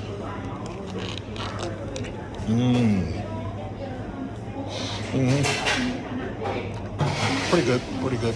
Exactly what I expected. Very good. But this is a beautiful country, very sophisticated. You know, one of the things I hated about Cambodia is I couldn't easily use my credit card everywhere. They want you to either use their money or they want you to use US dollars. I like paying for things in Vietnam using credit card or Vietnamese dong because the prices are lower. So whatever you buy in Vietnam tends to be cheaper. It's like I was showing you a couple of examples of meals, like breakfast. You know, if you get pho, it's like $12 for you and your girlfriend or whatever. And you know, it was not too expensive, really. It wasn't too bad. You know, it could have been worse, but it wasn't too bad. But no, I had a good time. I had a really good time, and now I'm back for that business class flight back to America. And now I'm thinking about where I'm going next. Now I know I got to do Bora Bora. I know I got to do Monaco eventually. I know I got to do Hawaii. Hawaii is a state though, so I'm not in a rush to do that. I know I got to do Bahamas, Bermuda, Barbados eventually. And I also know I want to do, what is the other one? I also know I want to do Hong Kong eventually. So we'll see. We shall see. But this vacation this year was real nice, man. This was very, very therapeutic, very relaxing. If you plan to come to Ho Chi Minh City and you need a place to stay, Vinhomes Grand Park is absolutely a good place to stay. Now, I've seen a couple of other reviews of this place on YouTube, but basically none of them really prepared me for what I feel, you know, some of the things that needed to be said, some of the things that I needed to be prepared for. Well, first of all, this place is part of, I think this is District 7. and maybe even it also possibly includes District 9. And by the time you get out here to District 7, you're pretty far away from the core of the city. There's a highway up here, or a metro rail. I'm not even sure what it is. I think it's a rail. And it's not active yet. When you want to get back and forth to the city, you pretty much either have to come outside and take a bus from one of these bus stops, or you come outside and you download the Grab app on your phone and you use the Grab app to call these cars, these taxis. And they're pretty much everywhere. When you get a Grab taxi or anything on Grab, it's pretty much available within 10 or 15 minutes. They come right to you, they pick you up, they take you where you want to go. Prices are reasonable. From here to the airport, it's about $30. I think I paid about $50 coming from the airport to here because I had a regular taxi. That was before I knew how everything worked. Now, if you need medicine, they have lots of these pharmacies. They just go to the pharmacy. So that part's easy enough. They have lots and lots of these 7-Eleven wannabe stores. So that's easy. A lot of the stuff that you need to buy, easy to get. This is my building. For the last night, this is my building. So now that I'm on my floor, this is my room. You might remember from the first day I got here, 0315. Now, I never liked this lock, but because if you make even one mistake, you gotta re-enter the shit. There we go, and I'm in. You can see my girlfriend left her slippers there, and I was used to just putting my shoes right here. She wanted me to put all my shoes in the drawer and shit. I was like, yo, why you gotta put my shoes in the drawer? But this was my room. Air conditioner 1, air conditioner 2. If you come to here, a couple of things that you got to be aware of. First of all, one of the things I've noticed about going around Southeast Asia in general, when you come to Southeast Asia, they usually, if you ask for a kitchenette with whatever rooms you're looking for, they usually give you a rice cooker down there. They usually give you an induction stove. They usually give you a microwave. Sometimes you're lucky to get all three. Typically, if you go to a decent place, you're gonna get all three. The problem is these people in many cases do not give you pots. How the fuck are you supposed to cook if you ain't got the pot? Tell me that. Now, the noodles, when I would go shopping, you know, because I had her in here and she was Filipina, I made sure that I always bought like extra stuff like noodles, and I always, you know, like you have to buy rice because Filipino's gonna make you buy that bag of rice. That bag of rice is diabolical. Then on top of that, you know, oil, cooking stuff. I always tried to make sure we had milk, always tried to make sure we had like tea and stuff. Basically, if you go and you live at one place and then you pick up and go someplace else, like you go to a different hotel, basically you end up having to reshop and rebuy everything over and over and over again. So you're not gonna take your pots from here to like a hotel or a resort. That just looks tacky. My thing is, they don't give you pots. Why would you give me an induction stove if you're not gonna give me pots? Doesn't make sense. Another issue, let's say you go to the bathroom. You see this big ugly blue mat that I have? I had to buy this mat because I kept slipping around on the freaking floor. You could see that these floors are like marble or whatever tile they've got, right? And right now it's really dirty, but don't worry about that because, you know, I'm about to use the bathroom and they clean it when you ask them to clean it, they clean it and everything. But here's the thing, they don't always give you shower mats. And if they don't give you shower mats, you can slip and bust your ass. And that happened to me. I slipped and I did like a damn split. And that shit hurt my hip like the first week I was here. Another issue, one of the things you gotta make sure of, always make sure you get a bed that's the size appropriate. If you have a girlfriend with you or a wife, you better aim for a queen size or a king size bed. You might be able to get away with this, like this bed right here. Both of us were able to sleep on it. My problem was she would hog the covers. And these people only gave us one comforter. She would hog the covers. And here I am waking up in the middle of the night cold. But anytime you sleep with women, you pretty much have to expect that. They always hog the covers and shit. So ain't nothing you can do about that. The other thing, make sure that they give you furniture like couches and tables. They didn't give us a dinner table, but they gave us these 4 small tables. These tables are okay as a set. Like I'm pretty sure 1, 2, and 3 came together. That other one didn't come with this set. Those tables, like I would have liked a regular dinner table, but of course they didn't want to put nothing too big there. It's okay the way they did it. Like this is a decent studio apartment if you were, say, from New York City. And because right now, to get an apartment like this, you're paying $2,000 a month if you're in New York City, right? To get an apartment like this. But here in Vietnam, this is average. All of these building complexes have apartments just like this. Most of the families have 2-bedroom or 3-bedroom apartments, or they have apartments where they have like bunk beds and stuff for their smaller kids. And then they just move out and get someplace bigger when they get to be a larger family. But for the most part, it's all units. My thinking is you have to make sure you have decent furniture, a kitchenette. They gave us a very nice refrigerator, so we were able to keep lots of stuff in there. And you also have to make sure that like on the first day you get here, the first 2 days you get here, you pretty much got to go shopping. You got to get as many toiletries. Like for instance, I got toilet paper up here. I'm going to give this away to my friend downstairs. But you got to make sure you got your toilet paper. Got to make sure you get your soap, your dish soap, your washing detergent for the machine outside. Because they keep the machines like right ahead in this vestibule. So you got to make sure you get all that stuff.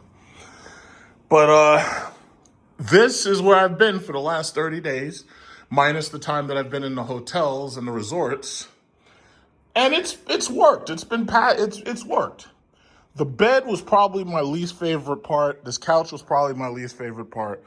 But it worked. It was okay. This is okay for one person, but this is not that great for 2 people. You run out of space real quick. He's got some decorations up there. I have no idea what the fuck that shit is. That might have come with the place for all I know. But the air conditioners, both of them did a bang up job. Very cool. The television, because of where this couch is, you have to sit on this couch to watch this television. Now, I watched this television because I'd watch like YouTube and I was watching Game of Thrones. It's a smart TV. It's a Samsung smart TV. The television was pretty cool. And I like the fact that they wired everything into the wall and they made it very professional looking. They also, they have this video doorbell. You can get that pretty much anywhere. And I almost want to get one of those for my house.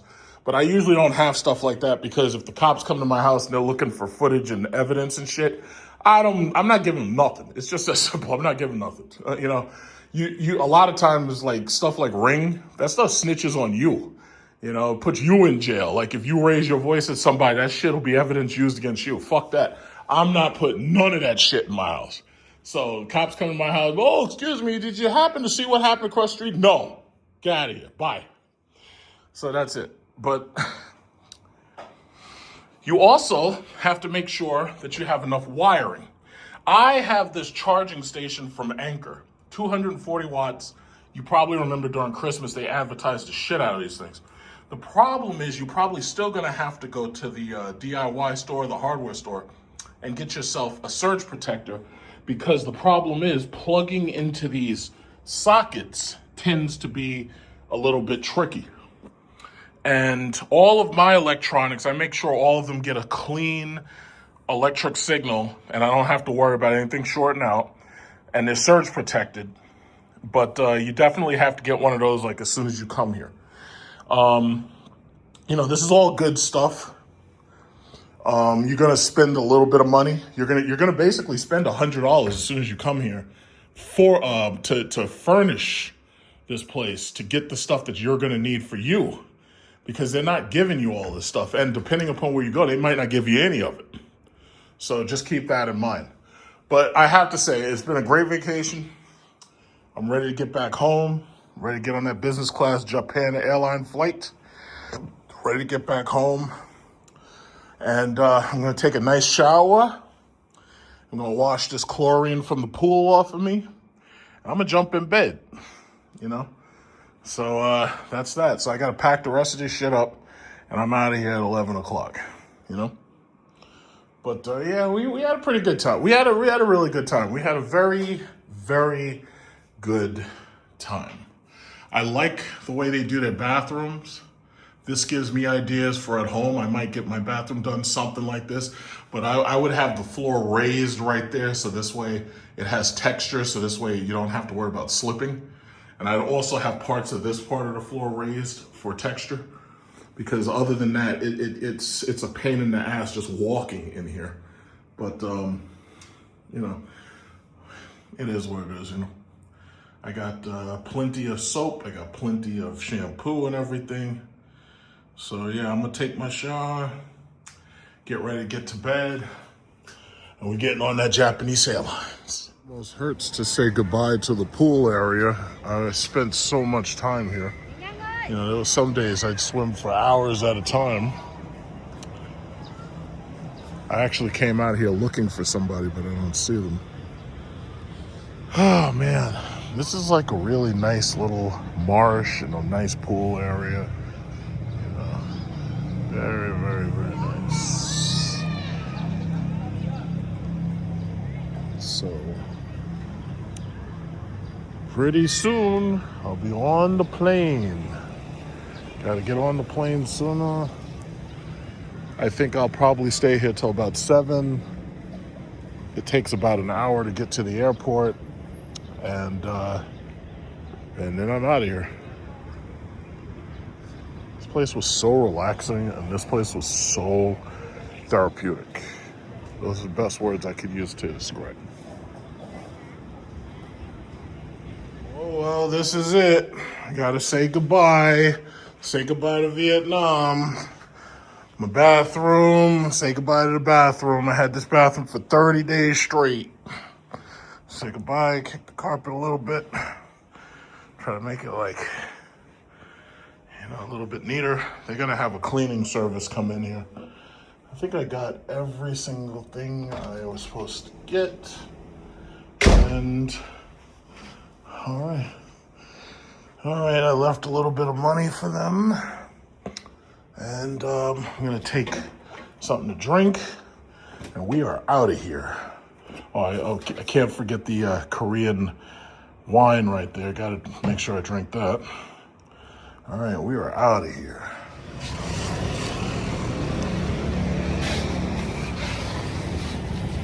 This should be the guy right here. This is him. We got a VinFast.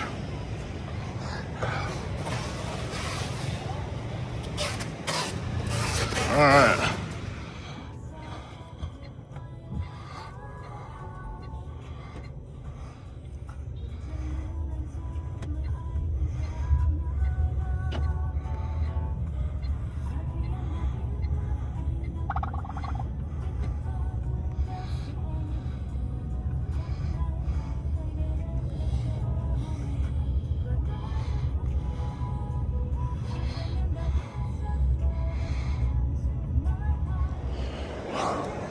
All right, so I already got my bag checked, and now I'm headed to the Japanese lounge.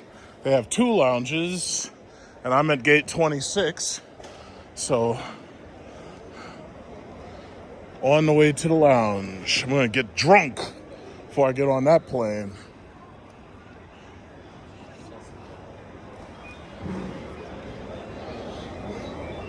On to Le Saigonais Lounge. Le Saigonais, so they got that lounge in the food court. We'll come up here, drink up all your alcohol. I'm gonna be on that plane. The captain's gonna be looking back there like, yeah, something's wrong. We got a drunk passenger on here. We gotta get him off. It's like, keep checking the engine light. All right, let's do this. Oh, Burger King. What is this place? It's around here somewhere.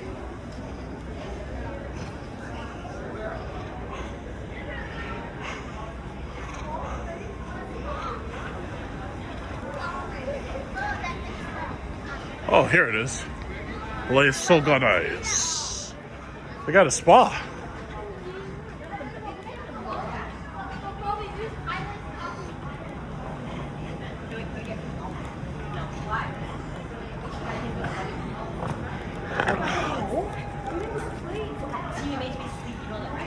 Oh, that's nice.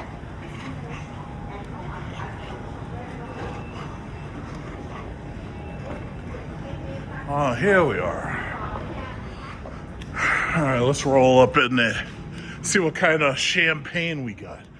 So it looks like they share this business class lounge with a bunch of different airlines. So it's like Emirates, Cathay, Qatar, ANA, so forth. So I'm gonna take a picture of this. Okay, let's go check in. Oh, this is nice. This is the airport's La Saigon buffet for their lounge here. So let's see what we got to drink. Gin, vodka, Hanoi. Got some fruit juices there, some cereal, and we got, of course, soda, and a lot of prepared stuff. This is nice. Okay.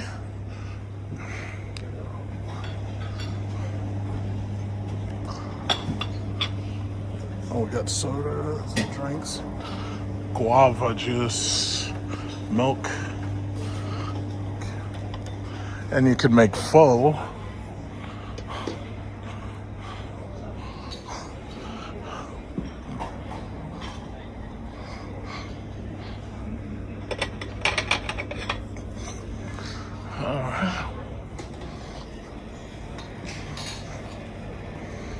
Everything was covered nicely.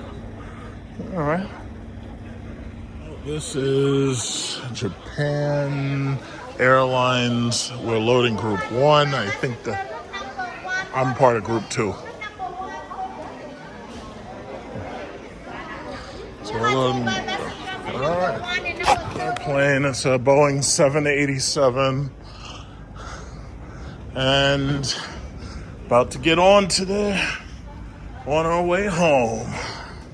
This is business. My seat is right there. It is 1D. So these are the seats. You gotta make yourself at home for the next couple hours. This is the short flight. This is the flight that takes me just from Saigon to Tokyo. And I see this guy right here. He's having a good time right here. So it's breakfast time. So they woke us up for breakfast. This is what my breakfast looks like. So this is the Japanese breakfast right there. I have no idea what half the stuff is, but just gonna get through it in a minute. And the rule is you got to keep those chopsticks together. And they even give you like a little thing where you got to keep the chopsticks together. You got to keep it on top of the thing. Because these ladies do not joke. If they see those chopsticks not on that thing, you're in trouble. And they will say, excuse me, take these chopsticks and put these things together, and you better put them back together. And if they're not together, you get in trouble. All right. Now we're passing by Mount Fuji right now, so you can actually see Mount Fuji right now. About thousands of kilometers away.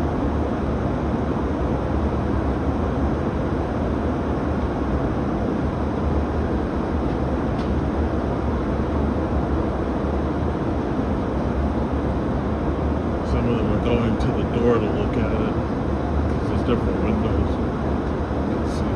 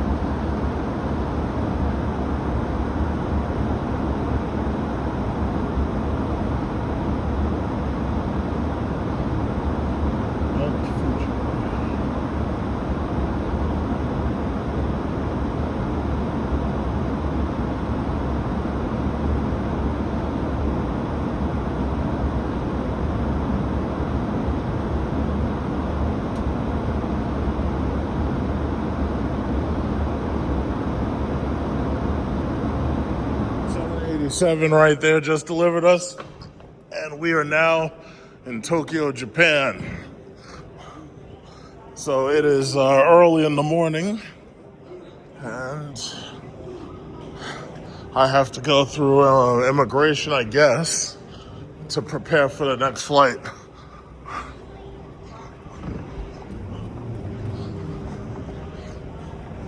I'm taking my sweet time, because the thing about it is I got a long ass layover. I got like 4 or 5 hours of layover. The next flight isn't until like 11:30 or something. And then I got 13 hours of flight. It's a long time.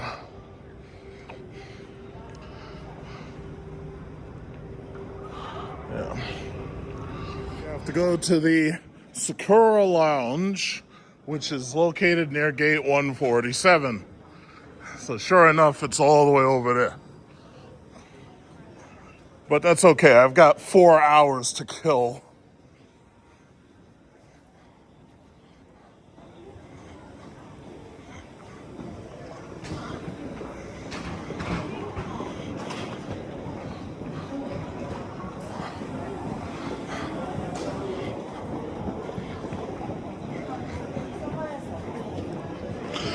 Four whole hours to kill. I'm gonna take a nice long shower.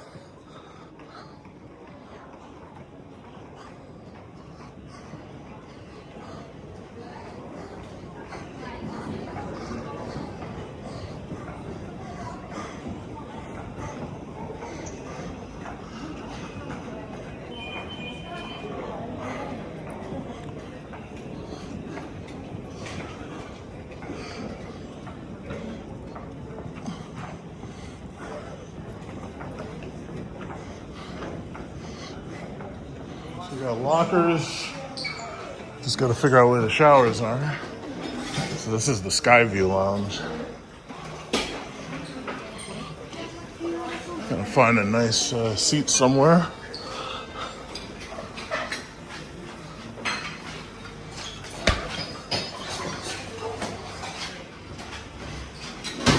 That right there was the plane that I came in on right there. It's a Boeing 787 Dreamliner.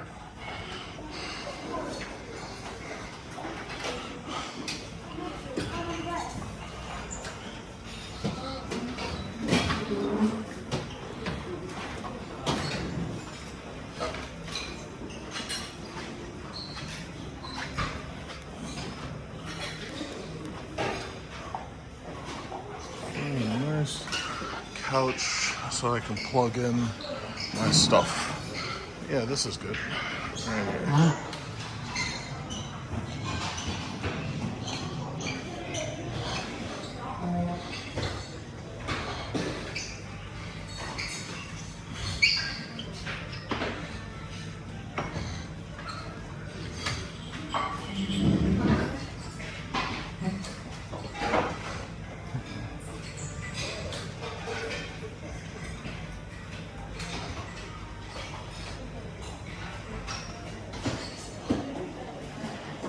Oh, I see they have curry.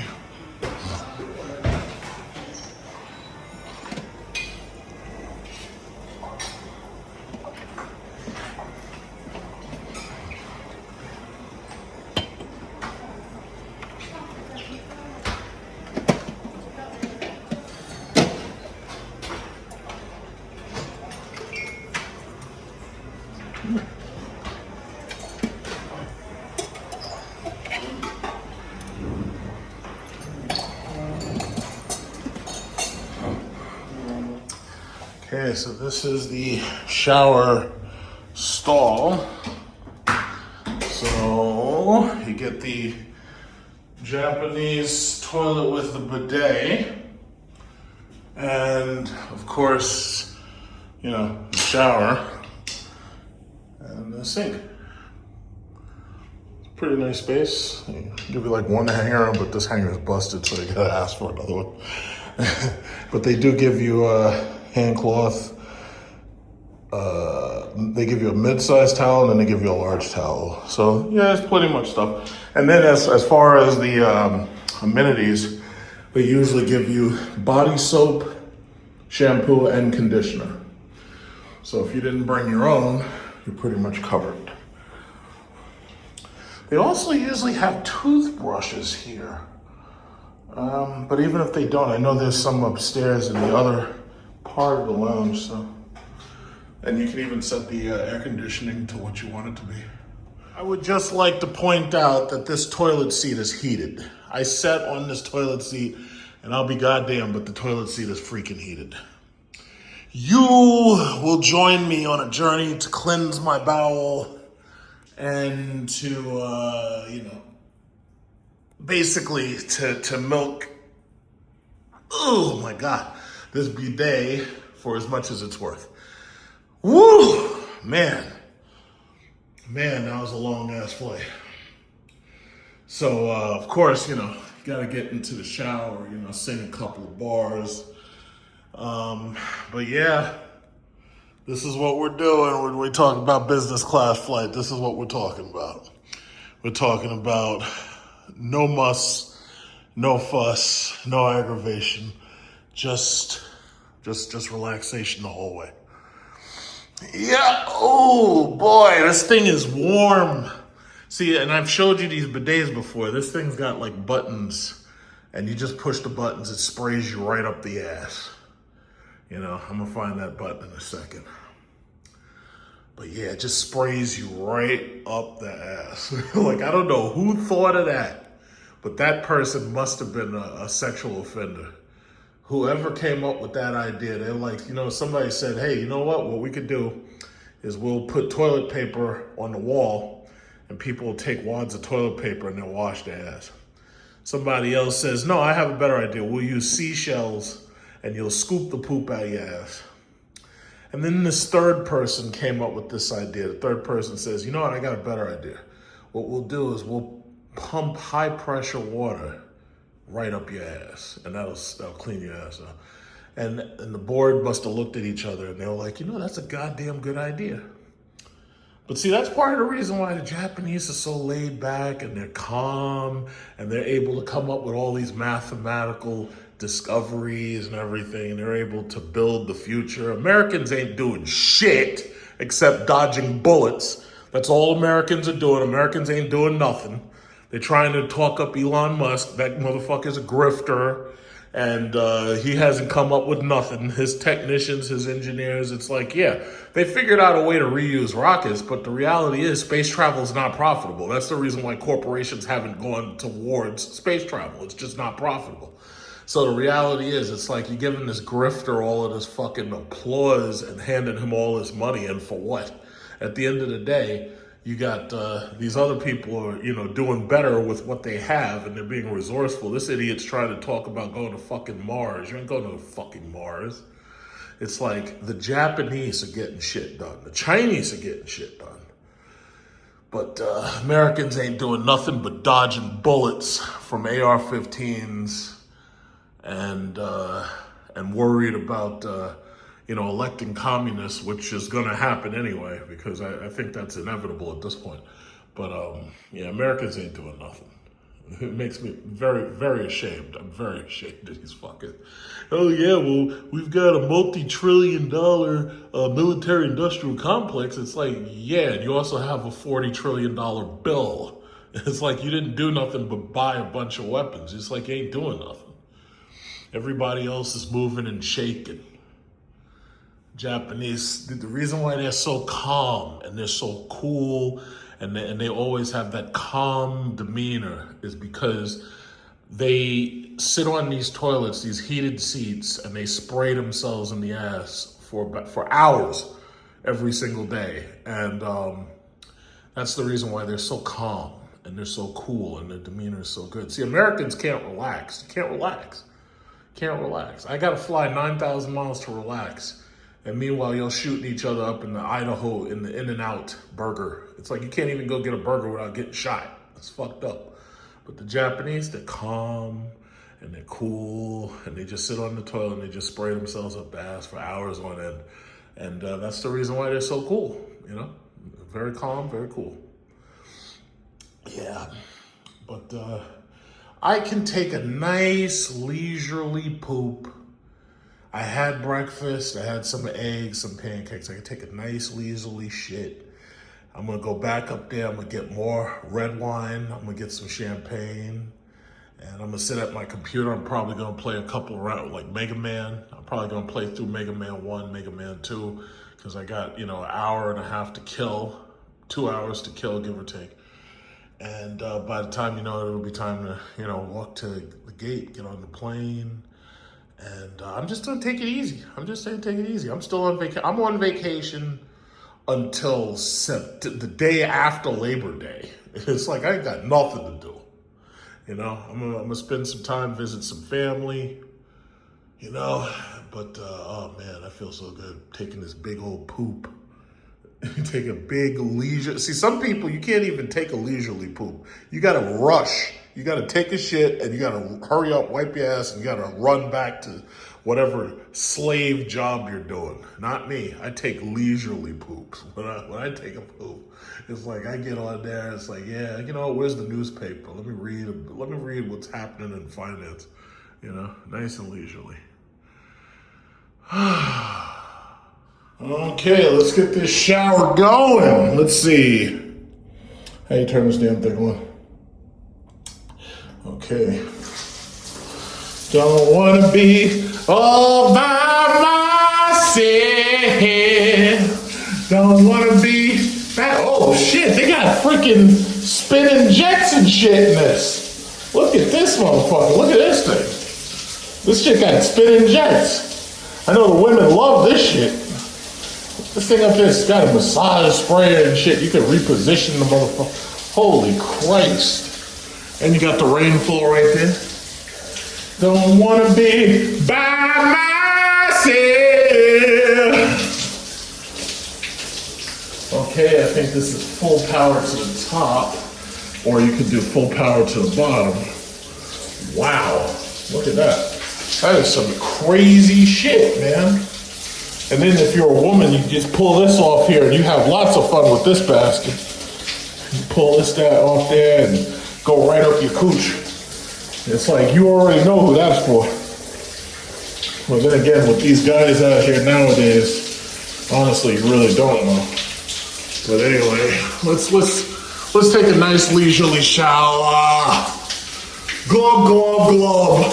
Oh. And by the way, in Japan, you can actually drink the tap water because they have such good sanitation for the tap water. But then again, after Fukushima, I honestly don't know, so I'm not really going to test that. Oh.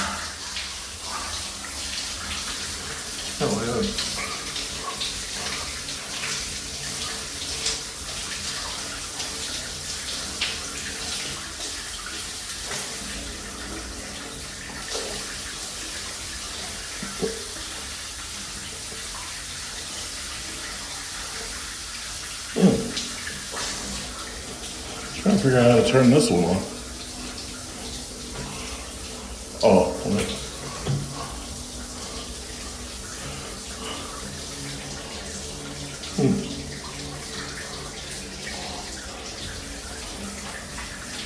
Alright, well, I guess this will do for now. This is a actual bidet, the way the Japanese build them. First of all, this toilet seat is heated, number one. So they have a button for spraying a man, then they have a button for spraying a woman. Right here you have pressure to increase the pressure.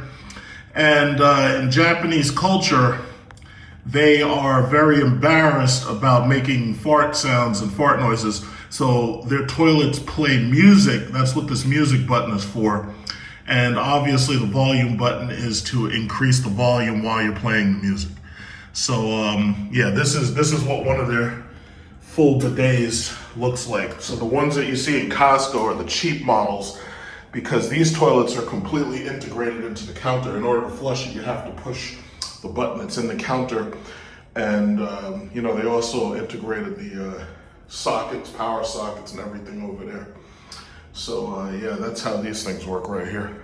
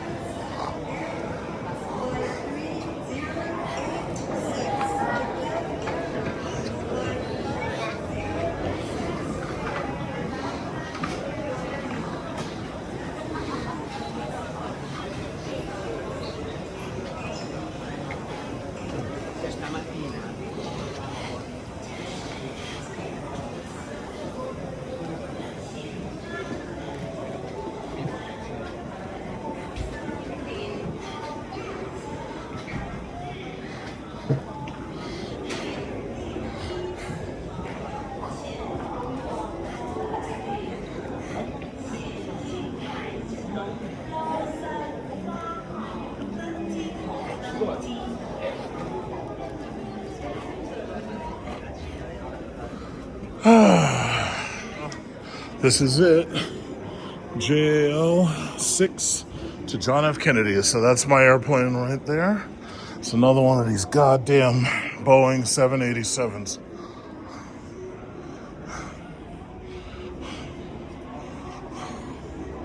Boeing, it looks like Japan Airlines made a deal with the devil.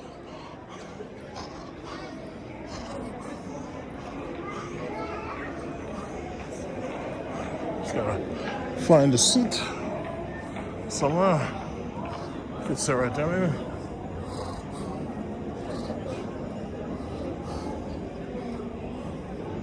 I think these are for people who are charging their phones. That's it right here. It's out and open. It says, fed since I watched the ball away. Racket.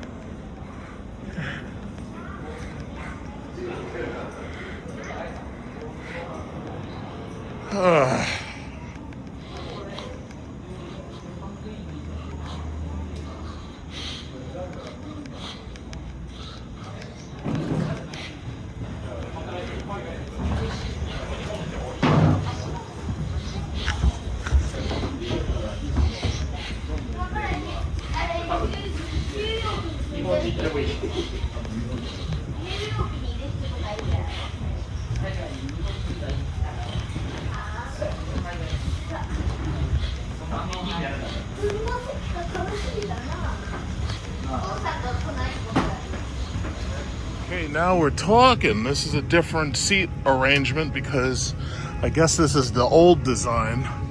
So this is a 1x2x1 layout. And I'm liking this a lot better. The other one was too cramped because they tried to put 2x2x2. Didn't like that too much. So this is perfect. Oh, what a surprise. What a surprise. I like this one a lot better. These are the honeymoon seats for people who are sitting right next to each other. Okay. All right. This is 13 hours. This will make it go by a lot faster, I'll tell you. You get a little hanger in your little room. You get a little cubby. It's crazy, right? I was initially shocked because I didn't realize that we weren't getting the same 787, and I didn't see enough of the plane to recognize the wingtips because the curled wingtips show you that you're on an A350, not a 787. The 787 Dreamliner doesn't have the curled wingtips, but this is an Airbus. This is the A350-1000. Now, the reason why these planes are so important is because the A350-900 is currently being used by Singapore Airlines, and it basically makes the longest flights in the world. It flies nonstop from JFK all the way to Singapore. The A350-1000 is basically an A350-900 that's been stretched so that they can put more people up in these things and carry more people, but you can still, for the most part, get the same range. It's like 9,000 miles. The thing about this is not only do I get to, number one, go home, but I also get to review the new Airbus A350 under JAL. And let me tell you, if there's any people from Japan Airlines listening, I would just like to say thank you so much. Those Boeing 787s are horrible. They are stupid, and I hate those planes, and you should have never bought any of them. You should have let Boeing collapse. But I know that you've got to grease certain palms, and there's certain politics that you've got to rub certain bigwigs' backs and everything. But I never would have bought those pieces of crap. So anyway, these have closing doors. Now, typically the doors are locked until the plane takes off and lands, but they add a level of, privacy that you typically wouldn't get unless you're on ANA. Now, ANA has a seat kind of like this called the room, but it's a little bit flatter on this side, and it's more of a bench than it is a seat. It's like sitting on a bench. This is champagne, by the way. And as you can see, you have the updated television monitor and everything, which I'm pretty sure has Bluetooth. So what I can do is I can connect my AirPod Max to the monitor instead of using their noise canceling headphones if I want. And this is perfect. Let me tell you something. When you're gonna be on one of these planes for 13 hours, though, and you're paying money for business class, you expect to have a 1x2x1 configuration.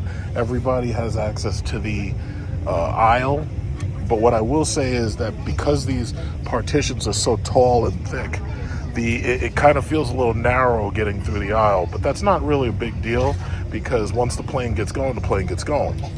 But the thing about it is, well, oh my goodness, I have the bourgeoisie. Look at my fingers. I got the Trump symbol, the Trump fingers going up like that. Somebody's going to accuse me of doing a white power symbol or something because I've got my tippies on the drink because, you know, the king is not supposed to touch as much of the cup as he can avoid touching. The king is supposed to touch like a small part of the cup, and he's supposed to have like white gloves and stuff, you know. But bottom line is, it's like, this is a perfect plane. As you can see, it's taller. It's got higher roofs and higher ceilings, and it's just taller. It stores more. It's got more people. It's got more luggage. It's fantastic. This is the A350-1000. Let me tell you something. Airbus, coming from an American, I just want you to know, Boeing sucks. And I love Airbus. I love Airbus A350. I love the Airbus A380 by Emirates and Etihad in Singapore. And I hate Boeing. I hate Boeing with a passion. And I don't like Boeing. I just hate Boeing. And I hope Airbus, I hope you take over Boeing, and I hope you fire everybody. And I hope you only keep the engineers and the people you have to keep. And I hope you fire all those corporate pieces of shit who've taken risks with our safety. I hope you fire them all. And I want Airbus to reign supreme because Airbus has the superior product. Airbus has the superior product. The 777-300ER was okay, but I think Boeing has fallen off. That's the reason why the 777X is late, because Boeing is playing games with our lives. And I don't like what I'm seeing with Boeing. I hate Boeing. I want Airbus to buy Boeing out. I want Airbus to keep cranking out these A350s. I want to be able to fly anywhere in the entire world nonstop using Airbus A350. This is the future of flight right here. This is not just a plane. The Airbus A350-1000 is the future of flight because Boeing sucks. And Boeing didn't have the 777X ready when they're supposed to. The A350 is the future of flight right here. That's what it is. So if you want to invest in something, you should invest in Airbus. Because Boeing, I don't know what the hell they're doing over there. The only thing keeping Boeing alive is the fact that it's part of the military-industrial complex. And right now, America's waging war on people in order to keep the military-industrial complex going. Other than that, they'd be sunk by now. I don't know why America's falling behind on like everything. America is just not doing what it's supposed to be doing. They need to hire me. They need to hire me to kick some ass, put my foot up some ass. That's what they need me to do. This is this is fantastic. I love this. Look at this. I'm gonna close these doors. You can just close the door like Dr. Evil. Beautiful, absolutely beautiful. You have some controls back there for your sound and your power and everything, and then there's like a little cabinet right there. So yeah, this is perfect. 13 hours, man. I could do 13 hours easy with this. This is so comfy. I love this. It's so fucking comfortable. I love it. So I'm gonna be drinking all this champagne and their red wine and their sake for the next 13 hours. So you see that bubbly. And this is beautiful because now I'm next to the window. I get to make a nice video of the takeoff. It's fabulous. It's absolutely fabulous. Absolutely fabulous. I am so excited to be on the A350-1000. Thank you, Airbus. Go to hell, Boeing. You suck. You should all be fired. I love you, Airbus. Thank you so much for putting the passenger first and building planes that are iconic and beautiful. I had an argument with somebody about the Boeing 747 versus the A380, and I had to tell this stupid moron the 747 was trash and the A380 is the future. Now, the A380 is expensive. It's a gas guzzler. But fortunately, those Arabs that run Emirates, they have all the gas and oil, so they can keep running them like buses, which is fantastic. I love them. I love them. I love Dubai. I love Etihad. I love Singapore. airlines. I love them. I do not like Boeing. It's just that simple. And I know there's somebody's going to get mad because somebody probably works for Boeing. I don't care. I don't care. It is what it is. I'm sorry. It is what it is. I'm sorry. We will soon be showing our safety demonstration. Also, please refer to the safety instructions in your seat pocket or nearby. If you have any questions, please ask your cabin attendant. Thank you.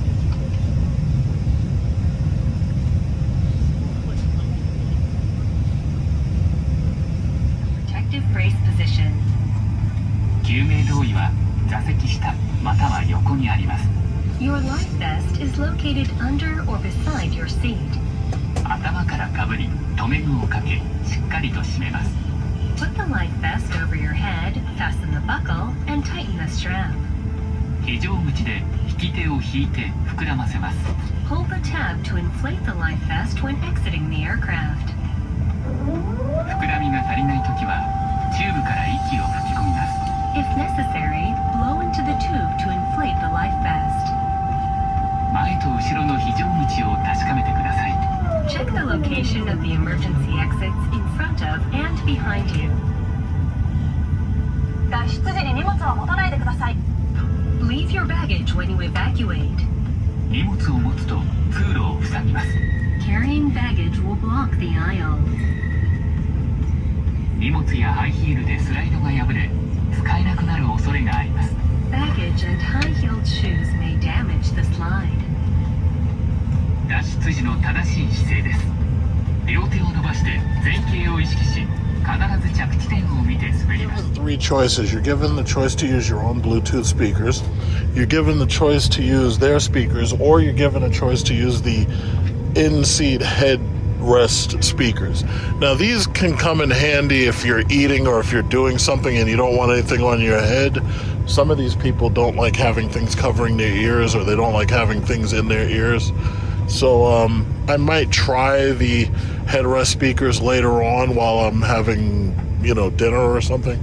But for right now, I'm using their headphones. Their headphones are noise canceling, and these come in handy because I'm sitting literally right next to the engine. So right now they are starting the engine tests for full power, and we are taxiing our way to the runway. But yeah, I am so super happy.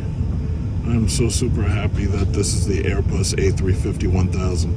Now, like, one of my friends recently flew Emirates, and she flew first class under my recommendation. And she flew first class on Emirates, and she experienced the Emirates first class shower, and she experienced the A380 first class. And she was really, really happy about that. She took a vacation to Kenya. But I tell you, Airbus understands how to make passengers comfortable. It's like, these greedy CEOs, they would stuff us all in they literally had talks about making people stand up when they're on an airplane. Anybody, if I was a head chairperson and somebody came up with that bullshit, I would fire them immediately, because it's not safe. It's just pure greed, and it's not safe. It's like, I'd fire you immediately. I would take your pension. I would take all of your money and fire you for coming up with some bullshit like that to try to make people stand up on a fucking plane. You must be out of your mind. But some of these people just have no shame whatsoever. They have no shame. So this is it. We're taking off 13 hours. I'm back in New York by noon tomorrow. Now I'm going to get a very good rest. I know I'm going to get a very good rest on this plane. This feels so much more comfortable than that horrible Boeing. That horrible Boeing. So, those Japanese high-speed trains. All right, we'll be ready to take off in a minute. Seatbelt tight and low, ensuring it is not twisted. Also, please return your seat back, table, footrest, take off. Controller and cup holder to their original positions. Passengers with their baby on their lap, please hold your baby tightly while the seatbelt sign is on. Thank you. Alright, here we go.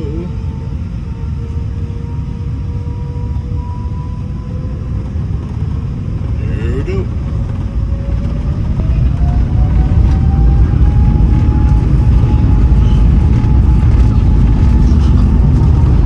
Wow, these engines are fucking powerful, man.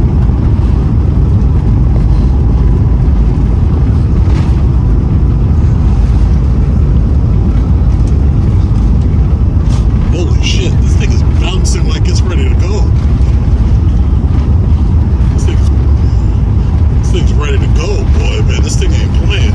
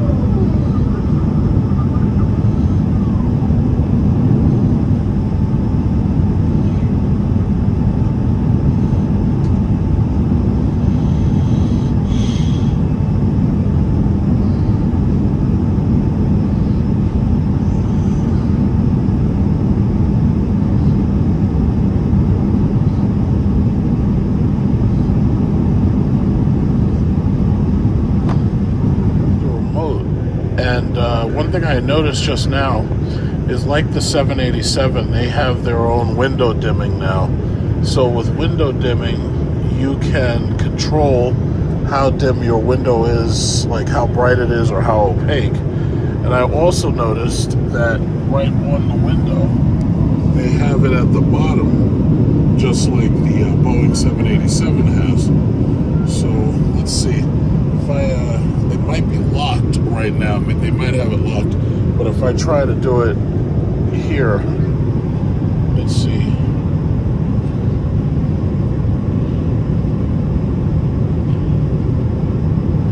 All right, I think the feature is locked, so I'll have to try it later. I think that the feature is locked because they keep on making announcements. So I'll try it later. So with the new windows, they have photoelectric glass. So you have light and you have darkness. So you touch it, and you can actually darken the glass just like that. You can use your remote, and you can do the same thing from the remote. You can touch that. So that's pretty cool. This is my salad right here. I got my breadsticks, champagne right here. And of course you have the sliding door, which has been unlocked since we took off. So I was using it to sleep, but right now it's lunchtime. So there you go. Very, very nice. watching Star Wars Empire Strikes Back. This is the steak meal and champagne. Not bad. It's a very tasty meal. It starts you off with a nice salad, give you some breadsticks, give you some bread with some butter. It's nice, very flavorful. This is the window when it's completely black. The one thing that gets me is I've noticed that with these new monitors have cameras built into them. See right there? And I wonder, I'm pretty sure that I know that it's possible to call them, and I wonder if they can peek in on you while you sleep and your door is closed. I wouldn't be surprised if they did that, but I'm not sure if anybody said anything about it, about why there's a camera there. I don't think anybody's really said anything. Other than that, let me say I'm very, very, very happy with the A350. I'm very, very, very happy with the A350. And the thing about it is that I'm guessing that a lot of people complained about the 787 service. So for the Japanese domestic flights, I'm pretty sure the 787 is probably too much. They can use smaller planes and they can accomplish the task. But I'm pretty sure a lot of people complained that the 787 was too cramped. But this is just so much better. In just about every way, this is so much better. So I haven't used the bathroom yet, but I'll definitely get a chance to use the bathroom. Okay, I'm getting soda now.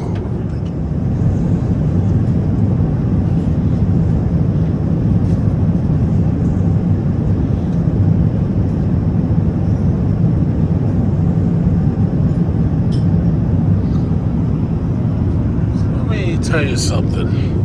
I am going to continue to bring you fantastic business class experiences, and the YouTube views are going to continue to pay for them. That's how it's going to be.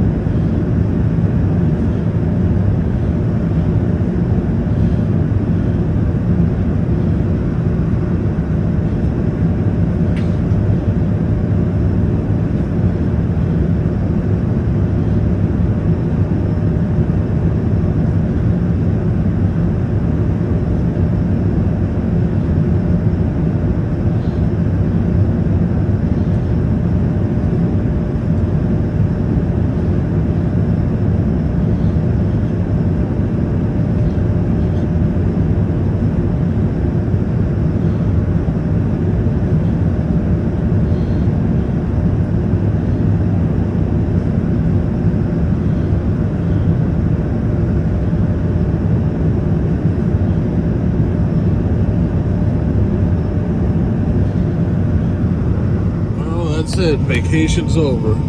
We're back above New York City, or I should say we're back above New York, and in a couple of minutes we'll be landing. We'll be on the ground in just a couple of minutes. But I have to say, this airplane, this A350-1000. It's an amazing aircraft. This thing, the engines on this thing are extremely powerful. It's a really big plane. And just like the A380, it's like they did a really good job building this thing. I will say this, the only thing that kind of bothers me is that with these partitions, it's like the partitions take up so much space until it's like the plane feels like bunkerized. I think these are the largest partitions that I've ever seen in a plane. Even with the, and there is a difference between JAL and ANA. If you get on JAL, you have a chair, you have a seat that can fold flat, and it can allow you to put your feet through that area right there where the ottoman is. But when you're on ANA, this entire space turns more into like a bench, and it allows you to stretch out, and it allows you to kick back a little bit more wide, but it feels more like a bench. And it's funny because the room's partitions aren't as big as the partitions on this plane are. But I have to say, this is still an amazing machine. So as you can see, we are landing very soon. I'm starting to receive Wi-Fi, and I'm starting to get cellular signals. So, you know, we're only about, let's see, we're probably only about 5,000 feet off the ground, give or take. We may not even be that high. We're about to land very, very soon. And I feel like I've been in a different world for like a whole month. And now, you know, I'm back. It feels good. It feels real good.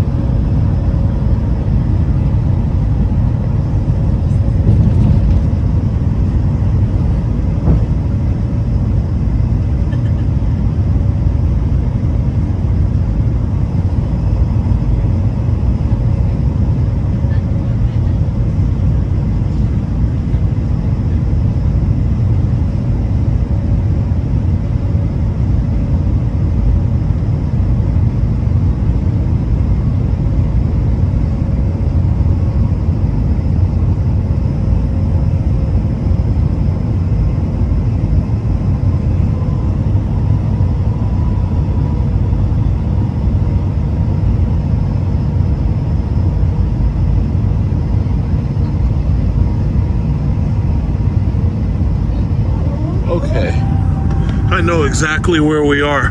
That's the UBS Arena.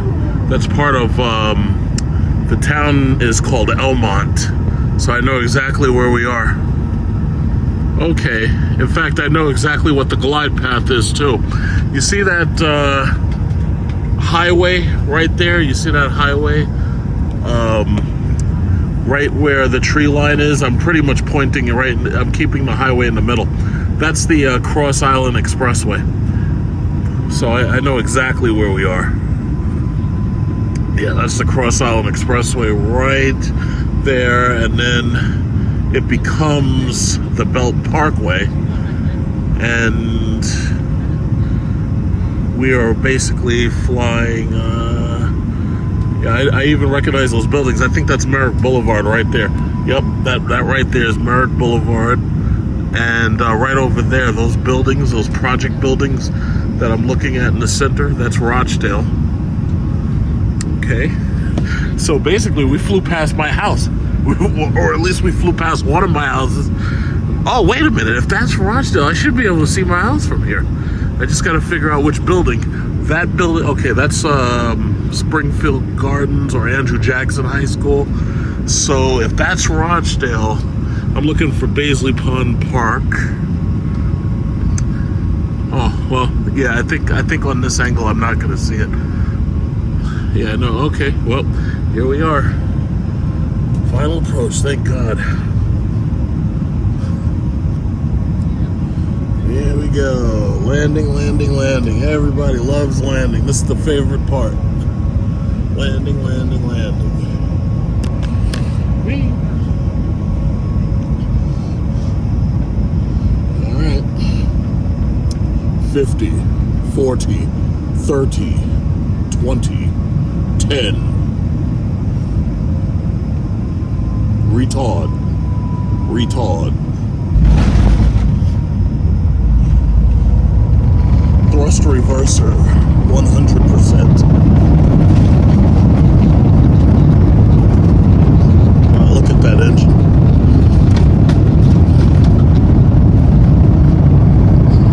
And we are down. We are back in New York, baby. Coming to America, part 3.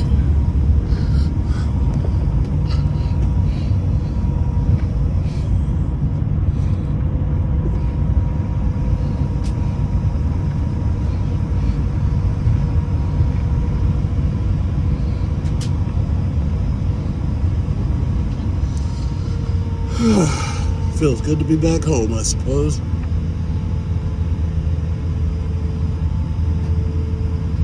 Oh, that's about it for this trip. So now I gotta get through customs. I gotta get through, get my bag check.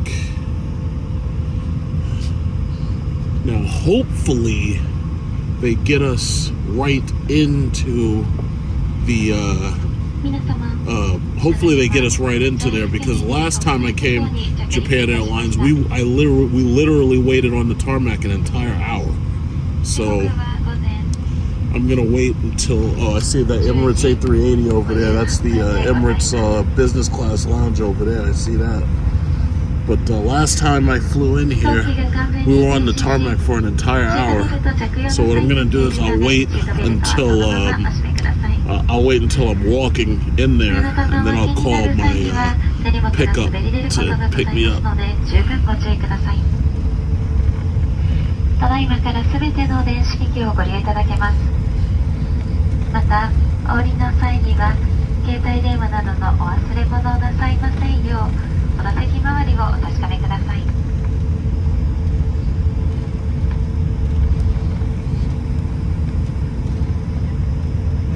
Look at that JetBlue. 350宇宙船での空の旅、ごゆっくりお過ごしいただけましたでしょうか。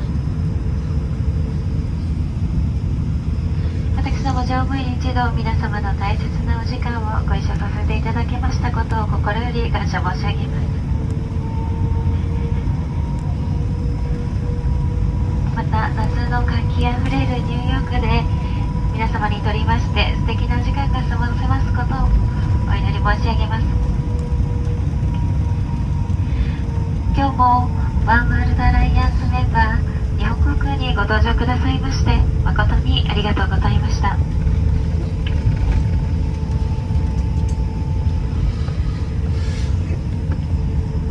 We have landed at John F. Kennedy International Airport. The time here is now 11 o'clock in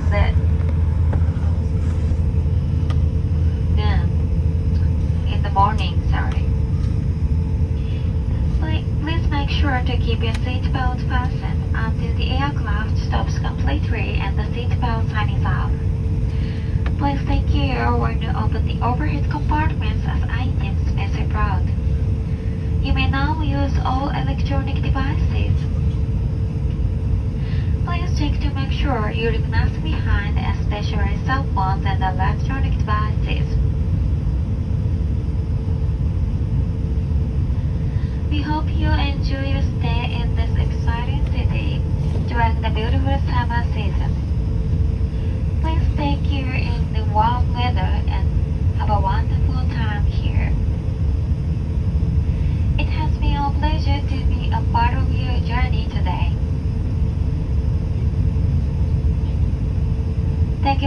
will fly with Japan Airlines, a member of the World Alliance. We hope this trip will become a wonderful memory for you. Thank you.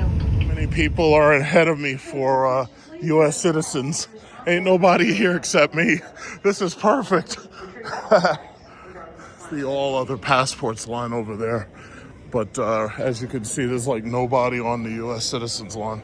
Cool. Business class, and you get ahead of everybody else.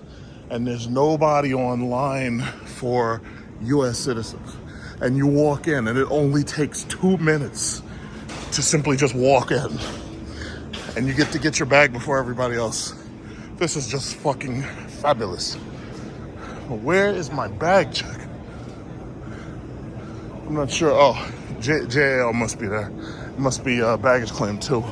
So here I am. I'm just waiting for my pickup. I have to say, this is easily the fastest I've ever checked out.